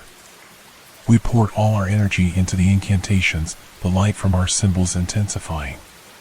The shadowy figure's form continued to dissolve, its roars turning into desperate, anguished cries. The golden light expanded, filling the room and pushing back the darkness. With a final, powerful chant, the light exploded outward, enveloping the shadowy figure completely. The ground beneath us stopped shaking, and the air grew warm again. The figure let out one last, echoing scream before dissipating into nothingness. The room fell silent, the only sound our heavy breathing. The oppressive weight that had hung over us lifted, replaced by a profound sense of peace and relief. "We did it," Miss Green said, her voice trembling with emotion. "The shadowy figure is gone." Samuel nodded, his expression one of exhaustion and triumph. "We've banished the darkness. The artifact and our community are safe." We collapsed onto the floor, the adrenaline and relief washing over us. The sense of accomplishment and unity was overwhelming. We had faced a formidable threat and emerged victorious, our bond stronger than ever. As we cleaned up the remnants of the ritual, a sense of normalcy began to return. The community center, once a place of tension and fear, now felt like a sanctuary of light and hope. The next morning, we gathered the rest of the community to share the news. There were tears of joy and expressions of gratitude, the sense of relief palpable. We had faced the darkness together and triumphed, and the future looked brighter than ever. We must remain vigilant, Samuel reminded everyone. The threat is gone, but our duty to protect the artifact and our community continues. The days that followed were filled with a renewed sense of purpose. We continued to study the Guardian's texts, learning more about their legacy and the power we had been entrusted with. The artifact, now safe and secure, was a symbol of our unity and determination. One evening, as the sun set and cast a warm glow over the neighborhood, we gathered on the lawn of the community center. It was a moment of reflection and celebration, a chance to honor the journey we had undertaken and the bonds we had forged. As I looked around at the faces of my friends and neighbors, I felt a deep sense of pride and gratitude. We had faced unimaginable challenges and emerged stronger, united by our shared purpose and the light of the Guardians. The future was uncertain, but our resolve was unwavering. Together, we would protect the relic and the legacy of the Guardians, ensuring that their light continued to shine through the darkest of times. And as the stars twinkled above, I knew that we were ready to face whatever challenges lay ahead, guided by the strength and unity that had brought us through the shadows and into the light. The tranquility of our neighborhood was a testament to our collective efforts to protect the relic and the legacy of the Guardians. However, even as we celebrated our victory over the shadowy figure, a new and insidious threat began to take shape, one that lurked within the shadows of our triumph. It started subtly, small, inexplicable events that seemed harmless at first. Lights flickering for no reason, doors that would not stay shut, and a pervasive sense of being watched. We dismissed these occurrences as after-effects of the recent turmoil, but the unease continued to grow. One night, as I was working late in the archive, I heard a faint rustling sound. I paused, straining to listen. The sound seemed to be coming from behind one of the shelves. Grabbing a flashlight, I cautiously approached the source of the noise. As I rounded the corner, I saw a shadow dart across the wall and disappear. My heart pounded, but I forced myself to remain calm. I knew I needed to investigate further. I examined the area where the shadow had vanished and discovered a small, hidden door cleverly concealed behind a stack of old books. Taking a deep breath, I opened the door. It led to a narrow, winding staircase descending into darkness. I activated my protective symbol, its glow casting a reassuring light, and began to descend the stairs. The air grew colder with each step, and the oppressive feeling of being watched intensified. At the bottom of the staircase, I found myself in a small, dimly lit chamber. The walls were lined with ancient runes, and in the center of the room stood a stone pedestal. On the pedestal lay a book bound in dark leather, its cover adorned with strange symbols that pulsed with a sinister energy. As I approached the book, the temperature dropped further, and a sense of dread washed over me. This book was different from the others we had found. It exuded a malevolent aura, and I knew instinctively that it was dangerous. I reached for the book, but before I could touch it, the shadows in the room began to writhe and coalesce, forming a dark, spectral figure. It loomed before me, its eyes glowing with a malevolent light. "You should not be here," it hissed, its voice echoing through the chamber. I stepped back, raising my protective symbol. "Who are you? What is this place?" The figure moved closer, its form flickering like a dark flame. "I am the guardian of the forbidden knowledge. This book contains secrets that must never be revealed. Leave now, or face the consequences." I hesitated, torn between my curiosity and the palpable danger. But I knew that whatever this book contained, it was crucial to understanding the new threat we faced. Gathering my courage, I stood my ground. We need to understand what's happening.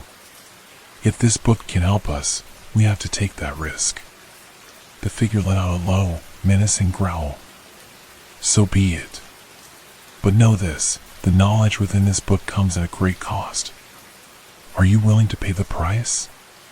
Before I could respond, the figure lunged at me, its form merging with the shadows. I activated the protective symbol, the light pushing the dark energy back. The figure recoiled, its form dissolving into the shadows once more. I grabbed the book from the pedestal and rushed back up the stairs, the sense of dread following me. As I emerged into the archive, I slammed the hidden door shut and leaned against it, my breath coming in ragged gasps. I knew I had to share this discovery with Samuel and Miss Green. They needed to know about the hidden chamber and the dangerous knowledge contained within the book. Gathering my composure, I made my way to Samuel's office. As I entered, Samuel looked up, his expression shifting from concern to alarm as he saw the book in my hands. What happened? I quickly recounted my encounter with the spectral figure and the hidden chamber. Samuel listened intently, his face growing grimmer with each word. We need to examine this book carefully, he said. But we must be cautious. If it's as dangerous as you say, we can't afford to make any mistakes. Ms. Green joined us, and we began to study the book. Its pages were filled with cryptic symbols and dark incantations, each one radiating a sinister energy. We took turns translating the text, our unease growing with each revelation. The book spoke of an ancient curse, one that could awaken a dormant power capable of immense destruction. It detailed rituals and spells designed to harness this power, but it also warned of the dire consequences of doing so. The knowledge was dangerous, but it was also the key to understanding the new threat we faced. As we worked late into the night, the sense of being watched never left us. Shadows seemed to move at the edge of our vision, and the air grew colder with each passing hour. But we pressed on, determined to uncover the truth and protect our community. Finally, as dawn broke, we had translated enough of the text to piece together a plan.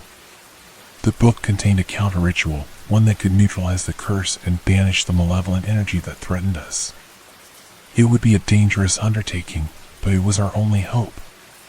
We need to prepare for this ritual immediately, Samuel said, his voice resolute. The longer we wait, the more powerful this dark energy will become. We gathered the necessary supplies and set up the ritual space in the main hall of the community center. The air was thick with tension, but our resolve was unwavering. We had faced darkness before, and we would do it again. As night fell, we began the ritual. The protective symbols glowed brightly, and the air crackled with energy. We chanted the incantations from the book, our voices strong and determined. The ground trembled, and the shadows in the room writhed and twisted.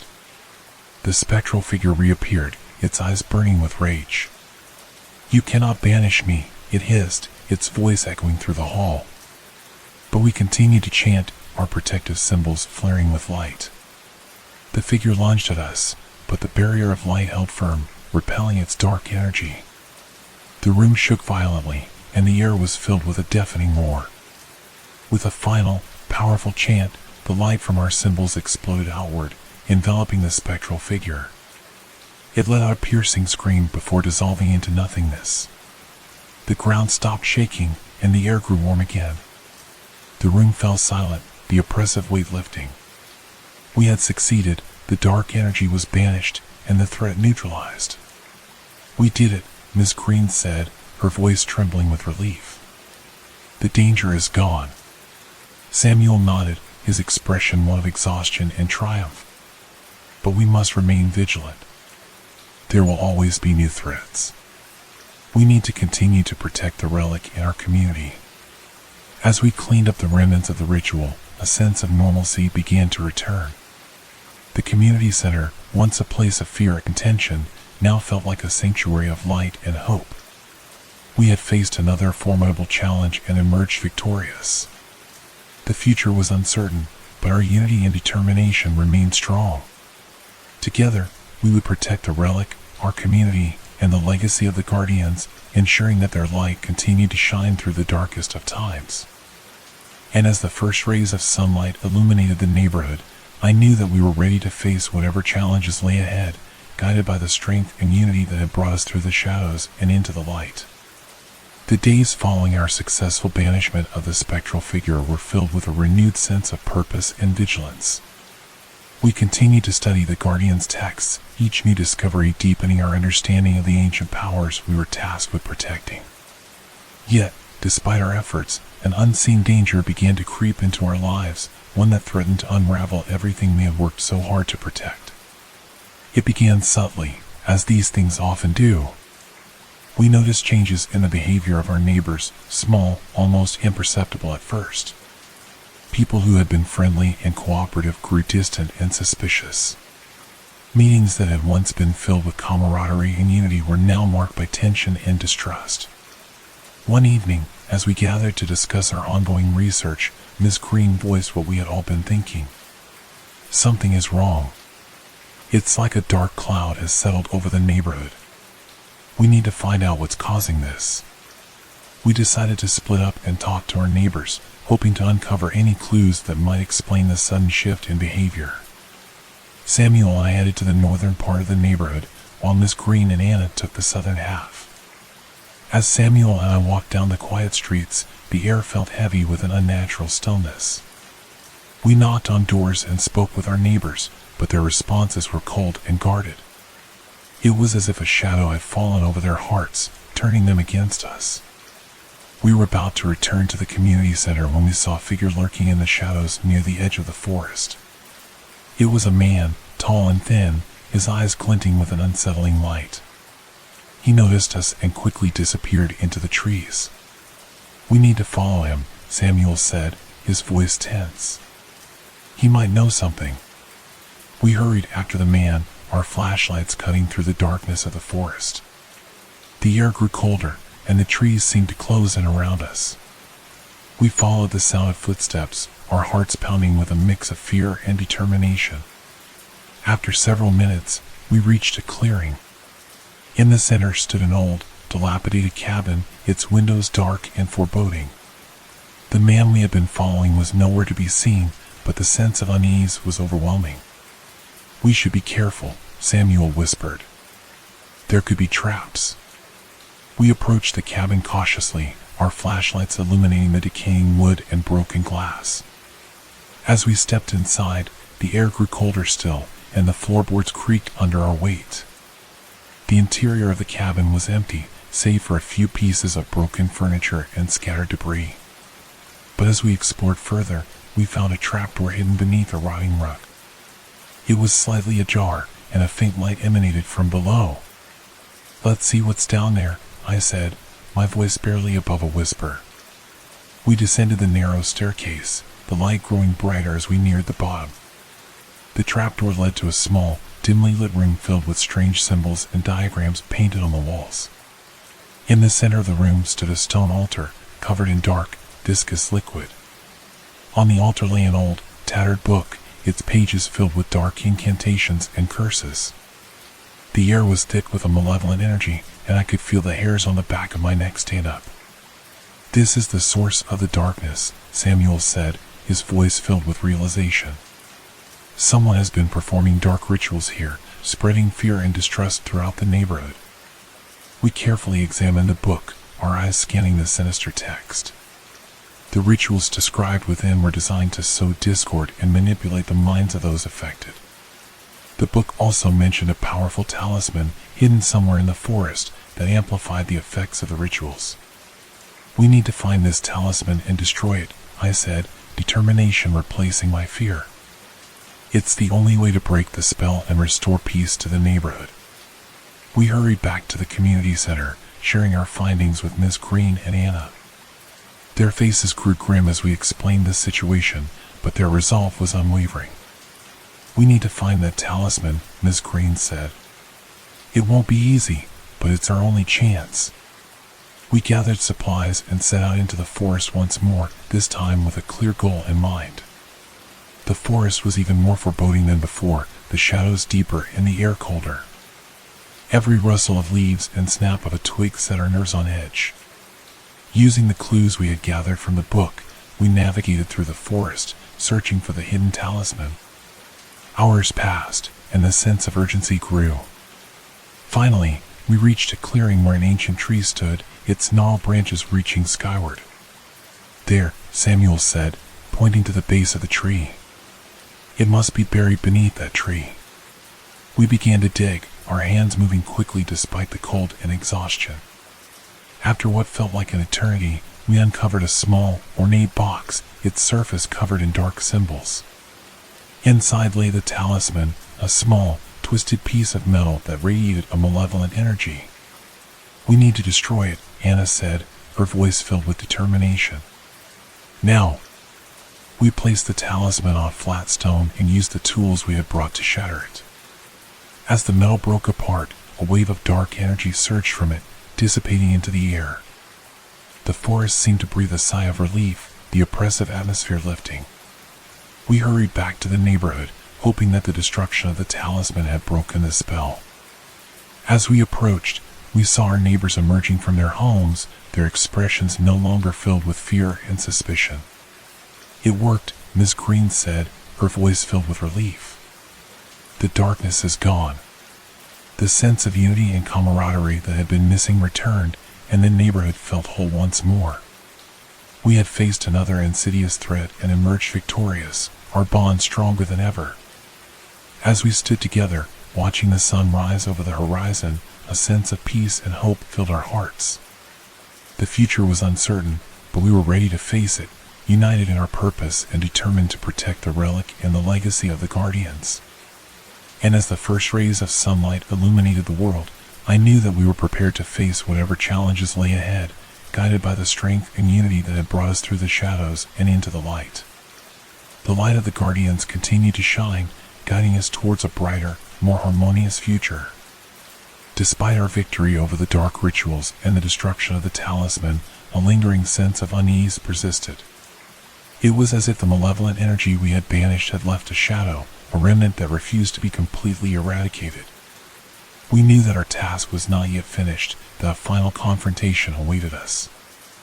One night, as we gathered in the community center to discuss our next steps, the air grew unnaturally cold. The lights flickered, and a sense of foreboding settled over the room. Samuel, Miss Green, Anna, and I exchanged worried glances, our instincts telling us that something was terribly wrong. "We need to stay alert," Samuel said, his voice low and tense. "Whatever's causing this, it's powerful." As if in response to his words, the ground beneath us trembled, and the lights went out, plunging the room into darkness. We activated our flashlights, the beams cutting through the inky blackness. The air grew thick with an oppressive energy, and the temperature continued to drop. Suddenly, a low, menacing growl echoed through the room. The shadows on the walls seemed to come alive, writhing and twisting as they converged in the center of the room. A dark figure began to materialize, its form flickering like a dark flame. It was the same malevolent entity we had encountered before, but this time it was more powerful, more terrifying. "You cannot escape me," the figure hissed, its voice echoing with a sinister resonance. "I am the darkness that binds this place, and I will reclaim what is mine." We raised our protective symbols, the light flaring brightly and pushing back the encroaching shadows. The figure recoiled, but only momentarily. It surged forward with renewed aggression, its dark energy clashing with our barrier of light. "Stay strong," Ms. Green shouted, her voice filled with determination. "We can defeat this." We began to chant the ancient incantations we had learned from the Guardian's texts, our voices merging into a powerful, rhythmic cadence. The light from our symbols intensified, creating a shimmering barrier that repelled the dark energy. The figure let out a deafening roar, its form flickering violently as it struggled to break through our defenses. The ground shook, and the walls of the community center creaked under the strain. But we held our ground, our chants growing louder and more powerful. "We need to find its source," Samuel said, his eyes scanning the room. "There must be something anchoring it here." Anna pointed to the corner of the room, where a dark, pulsating object lay hidden among the shadows. "There! That must be it." With renewed determination, we focused our energy on the object, our chants directed towards its destruction. The light from our symbols converged on the dark object, enveloping it in a brilliant, radiant glow. The figure let out a piercing scream, its form dissolving as the dark object began to disintegrate. The ground trembled violently, and the air was filled with a cacophony of growls and roars. But we pressed on, our protective symbols flaring with light. With a final, powerful chant, the dark object shattered, and the figure let out one last, agonized scream before dissipating into nothingness. The ground stopped shaking, and the air grew warm again. The oppressive energy lifted, replaced by a profound sense of peace and relief. "We did it," Miss Green said, her voice trembling with exhaustion and triumph. "It's over." Samuel nodded, his expression one of deep satisfaction. "The darkness is gone. The community is safe." As the lights flickered back on, we collapsed onto the floor, the adrenaline and relief washing over us. The sense of accomplishment and unity was overwhelming. We had faced the ultimate challenge and emerged victorious, our bond stronger than ever. In the days that followed, we continued to study the Guardian's texts, ensuring that we were prepared for any future threats. The community thrived, united by the trials we had faced and the triumphs we had achieved. One evening, as the sun set and cast a warm glow over the neighborhood, we gathered on the lawn of the community center. It was a moment of reflection and celebration, a chance to honor the journey we had undertaken and the bonds we had forged.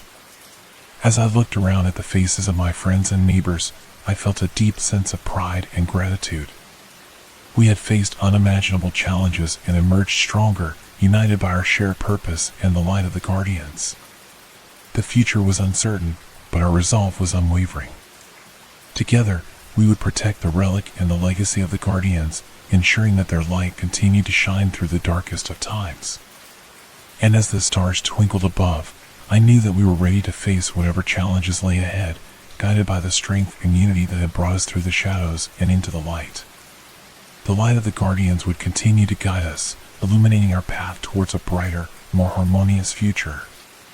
The community had settled into a peaceful routine, the recent battles against darkness leaving us stronger and more united than ever. The light of the Guardians guided us, their ancient wisdom a beacon of hope and knowledge. However, as the saying goes, peace is often short-lived. Little did we know that a new mystery, buried deep within the very heart of our sanctuary, was about to surface. It started on a warm, breezy afternoon. Samuel, Miss Green, Anna, and I were in the archive, poring over the Guardian's texts. We were particularly interested in one ancient manuscript that hinted at hidden chambers and forgotten relics within the community center itself. "This passage here," Samuel said, pointing to a section of the manuscript, mentions an underground nexus that holds the key to eternal light. "It sounds like there might be more to this place than we thought." We exchanged curious glances. The idea of another hidden chamber intrigued us, especially given the significance of the phrase eternal light. "We should investigate," Miss Green suggested. "If there's another chamber, it could hold important knowledge or even another artifact." Armed with flashlights and the Guardian's protective symbols, we began our search. The community center, with its labyrinthine hallways and hidden nooks, seemed like a treasure trove of secrets waiting to be discovered. We methodically checked every room, every wall, looking for any signs of hidden passages. As we explored the basement, Anna noticed something odd about one of the walls.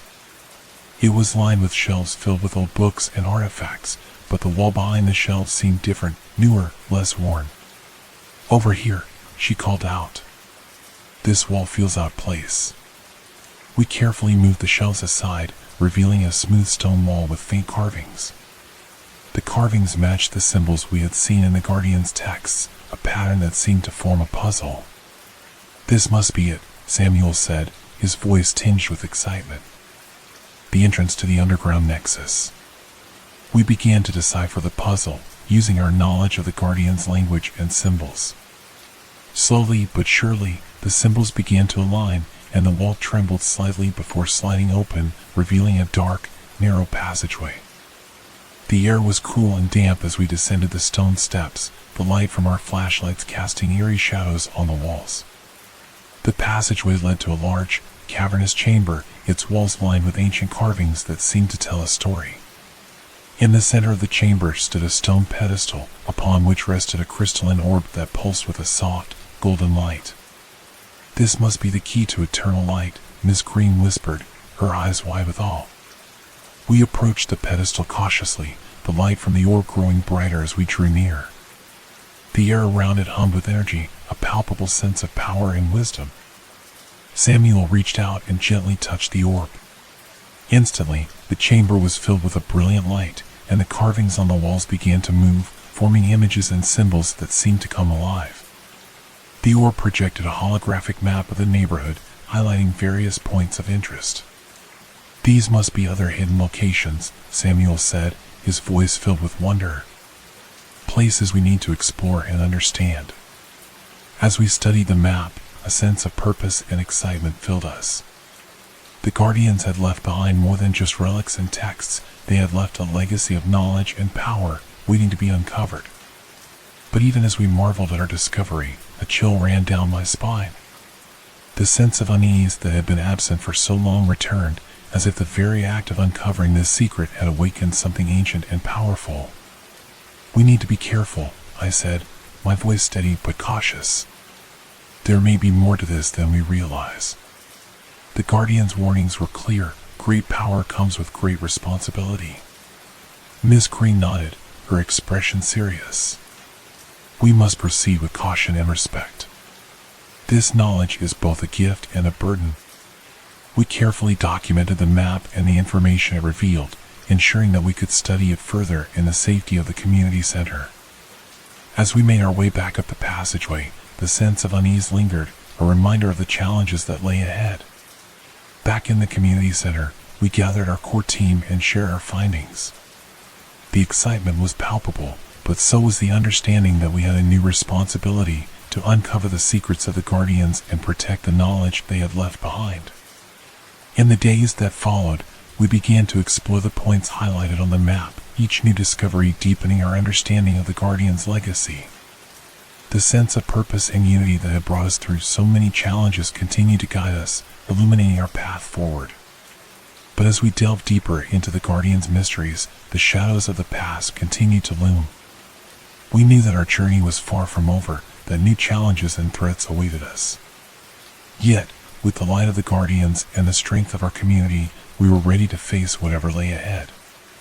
And as the sun set over the neighborhood, casting long shadows that seemed to dance with the promise of new beginnings, we stood together, united in our purpose and determined to protect the legacy of the Guardians. The future was uncertain, but our resolve was unwavering. Together, we would uncover the secrets of the past and ensure that the light of the Guardians continued to shine, guiding us towards a brighter, more harmonious future. The days following our discovery of the underground nexus were filled with excitement and anticipation. The holographic map projected by the crystalline orb revealed several locations within the neighborhood that held potential secrets and artifacts left by the Guardians. We knew that each point on the map could bring us closer to fully understanding the legacy we were entrusted to protect. One of the most intriguing locations was an old, abandoned house at the edge of the neighborhood. The house had been vacant for years, its windows boarded up and its garden overgrown with weeds. It was a place that most people avoided, whispering about its haunted past. But now, with the map's guidance, we knew it held something important. One crisp morning, Samuel, Miss Green, Hannah, and I gathered our supplies and set out for the abandoned house. The air was cool and filled with the scent of autumn leaves. As we approached the house, the sense of unease grew, but so did our determination. The front door creaked loudly as we pushed it open, the sound echoing through the empty halls. Dust motes danced in the beams of sunlight that filtered through the boarded-up windows, creating an eerie, otherworldly atmosphere. The house was silent, save for the occasional creak of old wood settling. "We need to find the entrance to the hidden chamber," Samuel said, his voice low. The map indicated it somewhere within the house. We split up, each of us taking a different part of the house to search. The rooms were filled with old, forgotten furniture, covered in layers of dust and cobwebs. The air was thick with a sense of history and abandonment, as if the house itself was holding its breath, waiting for something to happen. As I explored the living room, I noticed a faint outline on the floor, hidden beneath a tattered rug. I moved the rug aside, revealing a trapdoor similar to the one we had found in the community center. My heart pounded with a mix of excitement and apprehension as I called out to the others. "Over here. I think I found something." The team gathered around as I opened the trapdoor, revealing a narrow staircase descending into darkness. We activated our flashlights and carefully made our way down, the air growing colder with each step. The staircase led to a small, underground chamber, its walls lined with ancient carvings and symbols. In the center of the chamber stood a stone pedestal, similar to the one we had found in the underground nexus. On the pedestal lay a large, ornate chest, its surface covered in intricate designs that seemed to shimmer in the flashlight's beam. "This must be it," Miss Green whispered, her eyes wide with awe. Samuel carefully approached the chest, examining the symbols. "These carvings tell a story," he said. "A story of an ancient power hidden away to protect it from those who would misuse it." He opened the chest, and inside we found a collection of artifacts, scrolls, books, and strange objects that pulsed with a faint, otherworldly light. Each item seemed to radiate a sense of power and history, a tangible connection to the Guardian's legacy. As we carefully examined the artifacts, Anna found a scroll that appeared to be a map, marked with more locations and detailed notes in the Guardian's language. "This is incredible," she said. "It looks like a guide to the Guardian's hidden knowledge and treasures." But as we delved deeper into our discovery, the temperature in the chamber dropped suddenly, and the walls seemed to close in around us. A sense of dread filled the air, and the shadows in the room began to move, coalescing into a dark, menacing figure. "You should not have come here," the figure hissed, its voice echoing with a chilling resonance. "The knowledge you seek is not meant for the living." We raised our protective symbols, the light flaring brightly and pushing back the darkness. The figure recoiled, but only for a moment. It surged forward with a renewed aggression, its dark energy clashing with our barrier of light. "We need to stand our ground," Samuel shouted, his voice steady despite the fear. "Focus on the light." We chanted the protective incantations we had learned, our voices merging into a powerful, rhythmic cadence. The light from our symbols intensified, creating a shimmering barrier that repelled the dark energy. The figure let out a deafening roar, its form flickering violently as it struggled to break through our defenses. "This place is sacred," the figure snarled. "You have no right to disturb its rest." But we continued to chant, our protective symbols flaring with light. The figure's form began to dissolve, its dark energy dissipating into the air. The ground trembled, and the walls of the chamber creaked under the strain, but we held our ground, our determination unwavering. With a final, powerful chant, the light from our symbols exploded outward, enveloping the dark figure. It let out one last, agonized scream before dissolving into nothingness. The ground stopped shaking, and the air grew warm again. The oppressive energy lifted, replaced by a profound sense of peace and relief. We had faced another dark challenge and emerged victorious, our bond stronger than ever. "We did it," Miss Green said, her voice trembling with exhaustion and triumph. "The darkness is gone." Samuel nodded, his expression one of deep satisfaction. "We protected the Guardian's legacy. But we must remain vigilant. There will always be new threats." As we carefully documented our findings and secured the artifacts, a sense of accomplishment and unity filled us. We had uncovered another piece of the Guardian's legacy, and with it, a deeper understanding of the power we were entrusted to protect. In the days that followed, we continued to explore the locations marked on the map, each new discovery deepening our connection to the Guardians and their wisdom. The sense of purpose and unity that had brought us through so many challenges continued to guide us, illuminating our path forward. But even as we celebrated our victories, the shadows of the past continued to loom. We knew that our journey was far from over, that new challenges and threats awaited us. Yet, with the light of the Guardians and the strength of our community, we were ready to face whatever lay ahead. And as the sun set over the neighborhood, casting long shadows that seemed to dance with the promise of new beginnings, we stood together, united in our purpose and determined to protect the legacy of the Guardians. The future was uncertain, but our resolve was unwavering. Together, we would uncover the secrets of the past and ensure that the light of the Guardians continued to shine, guiding us towards a brighter, more harmonious future. The discoveries we had made in the abandoned house had filled us with renewed determination and a sense of purpose. The artifacts and the map provided us with invaluable knowledge, yet they also hinted at greater dangers still hidden in the shadows. We knew that the light of the Guardians was our guide, but the darkness we had faced before was a constant reminder that not all secrets were meant to be uncovered. One late afternoon, as the sun began to dip below the horizon, casting long shadows across the neighborhood, we gathered in the community center to discuss our next steps. The map revealed one last location, deep within the forest at the edge of the neighborhood. This place was marked with a symbol we hadn't seen before, one that exuded a sense of both power and foreboding. "We need to be extra cautious this time," Samuel said, studying the map closely. "This symbol, it feels different, more ominous." Ms. Green nodded.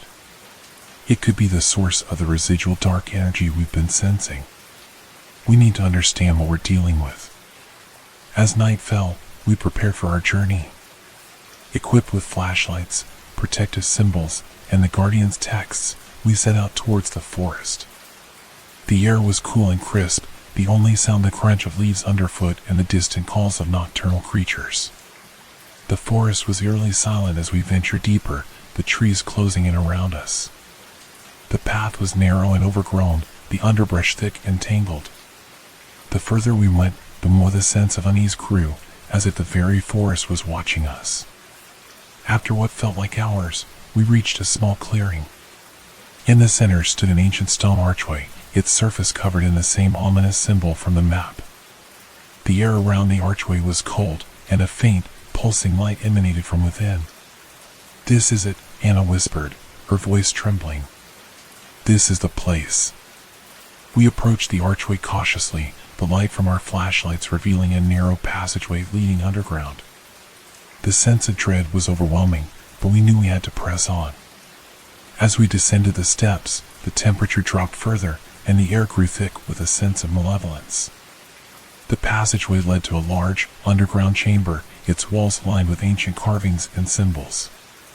In the center of the chamber stood a massive stone altar, upon which rested a dark, twisted artifact that pulsed with a sinister energy. "This must be the source of the dark energy," Samuel said, his voice low and tense. "We need to neutralize it."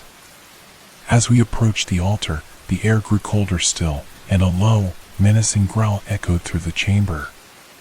The shadows on the walls began to move, coalescing into dark, spectral figures that surrounded us. "You should not have come here," one of the figures hissed, its voice echoing with a chilling resonance. "This place is sacred to the darkness." We raised our protective symbols, the light flaring brightly and pushing back the encroaching shadows. The figures recoiled, but only momentarily. They surged forward with renewed aggression, their dark energy clashing with our barrier of light. "Stand strong," Ms. Green shouted, her voice filled with determination. "We can defeat them." We began to chant the ancient incantations we had learned, our voices merging into a powerful, rhythmic cadence. The light from our symbols intensified, creating a shimmering barrier that repelled the dark energy. The figures let out deafening roars, their forms flickering violently as they struggled to break through our defenses. As we continued to chant, the dark artifact on the altar began to pulse more rapidly, its energy growing more intense. The spectral figures grew more desperate, their attacks more frenzied. "We need to destroy the artifact," Samuel said, his voice steady despite the chaos. "It's the source of their power." With renewed determination, we focused our energy on the artifact, our chants directed towards its destruction. The light from our symbols converged on the dark object, enveloping it in a brilliant, radiant glow. The figures let out piercing screams, their forms dissolving as the dark artifact began to crack and shatter. The ground trembled violently, and the air was filled with a cacophony of growls and roars. But we pressed on, our protective symbols flaring with light. With a final, powerful chant, the artifact shattered completely, and the figures let out one last, agonized scream before dissolving into nothingness. The ground stopped shaking, and the air grew warm again. The oppressive energy lifted, replaced by a profound sense of peace and relief. "We did it," Anna said, her voice trembling with exhaustion and triumph. "The darkness is gone." Samuel nodded, his expression one of deep satisfaction. "We've neutralized the source of the dark energy. The community is safe." As we made our way back to the surface, the sense of accomplishment and unity was overwhelming. We had faced another formidable challenge and emerged victorious, our bond stronger than ever. In the days that followed, we continued to explore the Guardian's texts and artifacts, deepening our understanding of their legacy and the power we were entrusted to protect. The sense of purpose and unity that had brought us through so many challenges continued to guide us, illuminating our path forward. But even as we celebrated our victories, we knew that our journey was far from over. New challenges and threats awaited us, but with the light of the Guardians and the strength of our community, we were ready to face whatever lay ahead. And as the sun set over the neighborhood, casting long shadows that seemed to dance with the promise of new beginnings, we stood together, united in our purpose and determined to protect the legacy of the Guardians. The future was uncertain, but our resolve was unwavering. Together, we would uncover the secrets of the past and ensure that the light of the Guardians continued to shine, guiding us towards a brighter, more harmonious future. The days following our victory in the forest were filled with a renewed sense of security and purpose.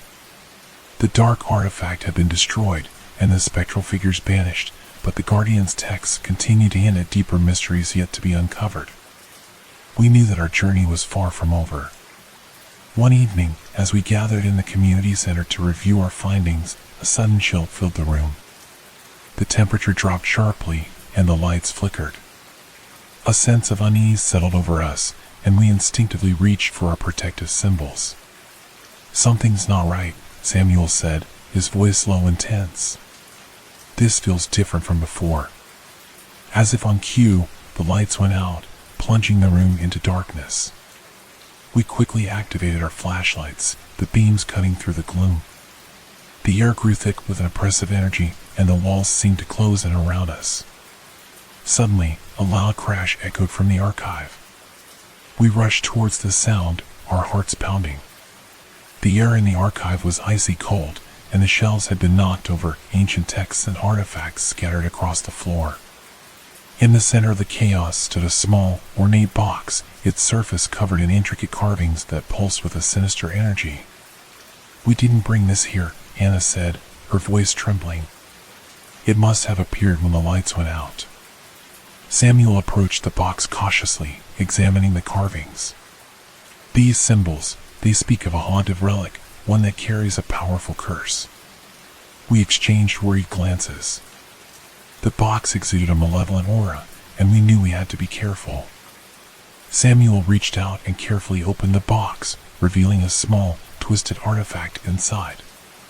The air grew colder still, and a low, menacing whisper filled the room. "You have disturbed the rest of the haunted relic," the whisper echoed, chilling us to the bone. "Its curse will bring forth your darkest fears." We raised our protective symbols, the light flaring brightly and pushing back the oppressive energy. The whispers grew louder, and shadows began to move at the edges of our vision, coalescing into dark, indistinct shapes. "We need to contain this relic," Miss Green said, her voice steady despite the fear. "We can't let the curse spread." Using the knowledge we had gained from the Guardian's texts, we began to chant protective incantations, our voices merging into a powerful, rhythmic cadence. The light from our symbols intensified, creating a barrier around the relic. The shadows surged forward, their forms flickering and writhing. They let out piercing screams, their dark energy clashing with our barrier of light. The ground trembled, and the walls of the archive creaked under the strain, but we held our ground, our determination unwavering. As we continued to chant, the relic began to pulse more rapidly, its dark energy growing more intense.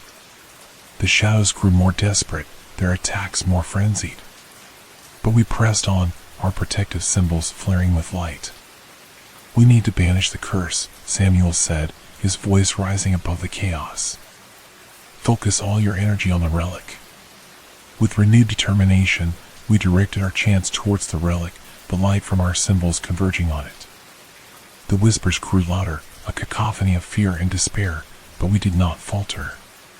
The relic began to crack and shatter, and the shadows let out one last, agonized scream before dissolving into nothingness. The ground stopped shaking, and the air grew warm again. The oppressive energy lifted, replaced by a profound sense of peace and relief.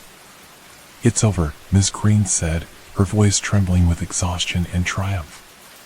"The curse is lifted." Samuel nodded, his expression one of deep satisfaction. "We've contained the haunted relic. The community is safe." As we cleaned up the remnants of the chaos, a sense of accomplishment and unity filled us. We had faced another dark challenge and emerged victorious, our bond stronger than ever. In the days that followed, we continued to study the Guardians' texts and artifacts, deepening our understanding of their legacy and the power we were entrusted to protect. The sense of purpose and unity that had brought us through so many challenges continued to guide us, illuminating our path forward. But even as we celebrated our victories, we knew that our journey was far from over. New challenges and threats awaited us, but with the light of the Guardians and the strength of our community, we were ready to face whatever lay ahead. And as the sun set over the neighborhood, casting long shadows that seemed to dance with the promise of new beginnings, we stood together, united in our purpose and determined to protect the legacy of the Guardians. The future was uncertain, but our resolve was unwavering. Together, we would uncover the secrets of the past and ensure that the light of the Guardians continued to shine, guiding us towards a brighter, more harmonious future.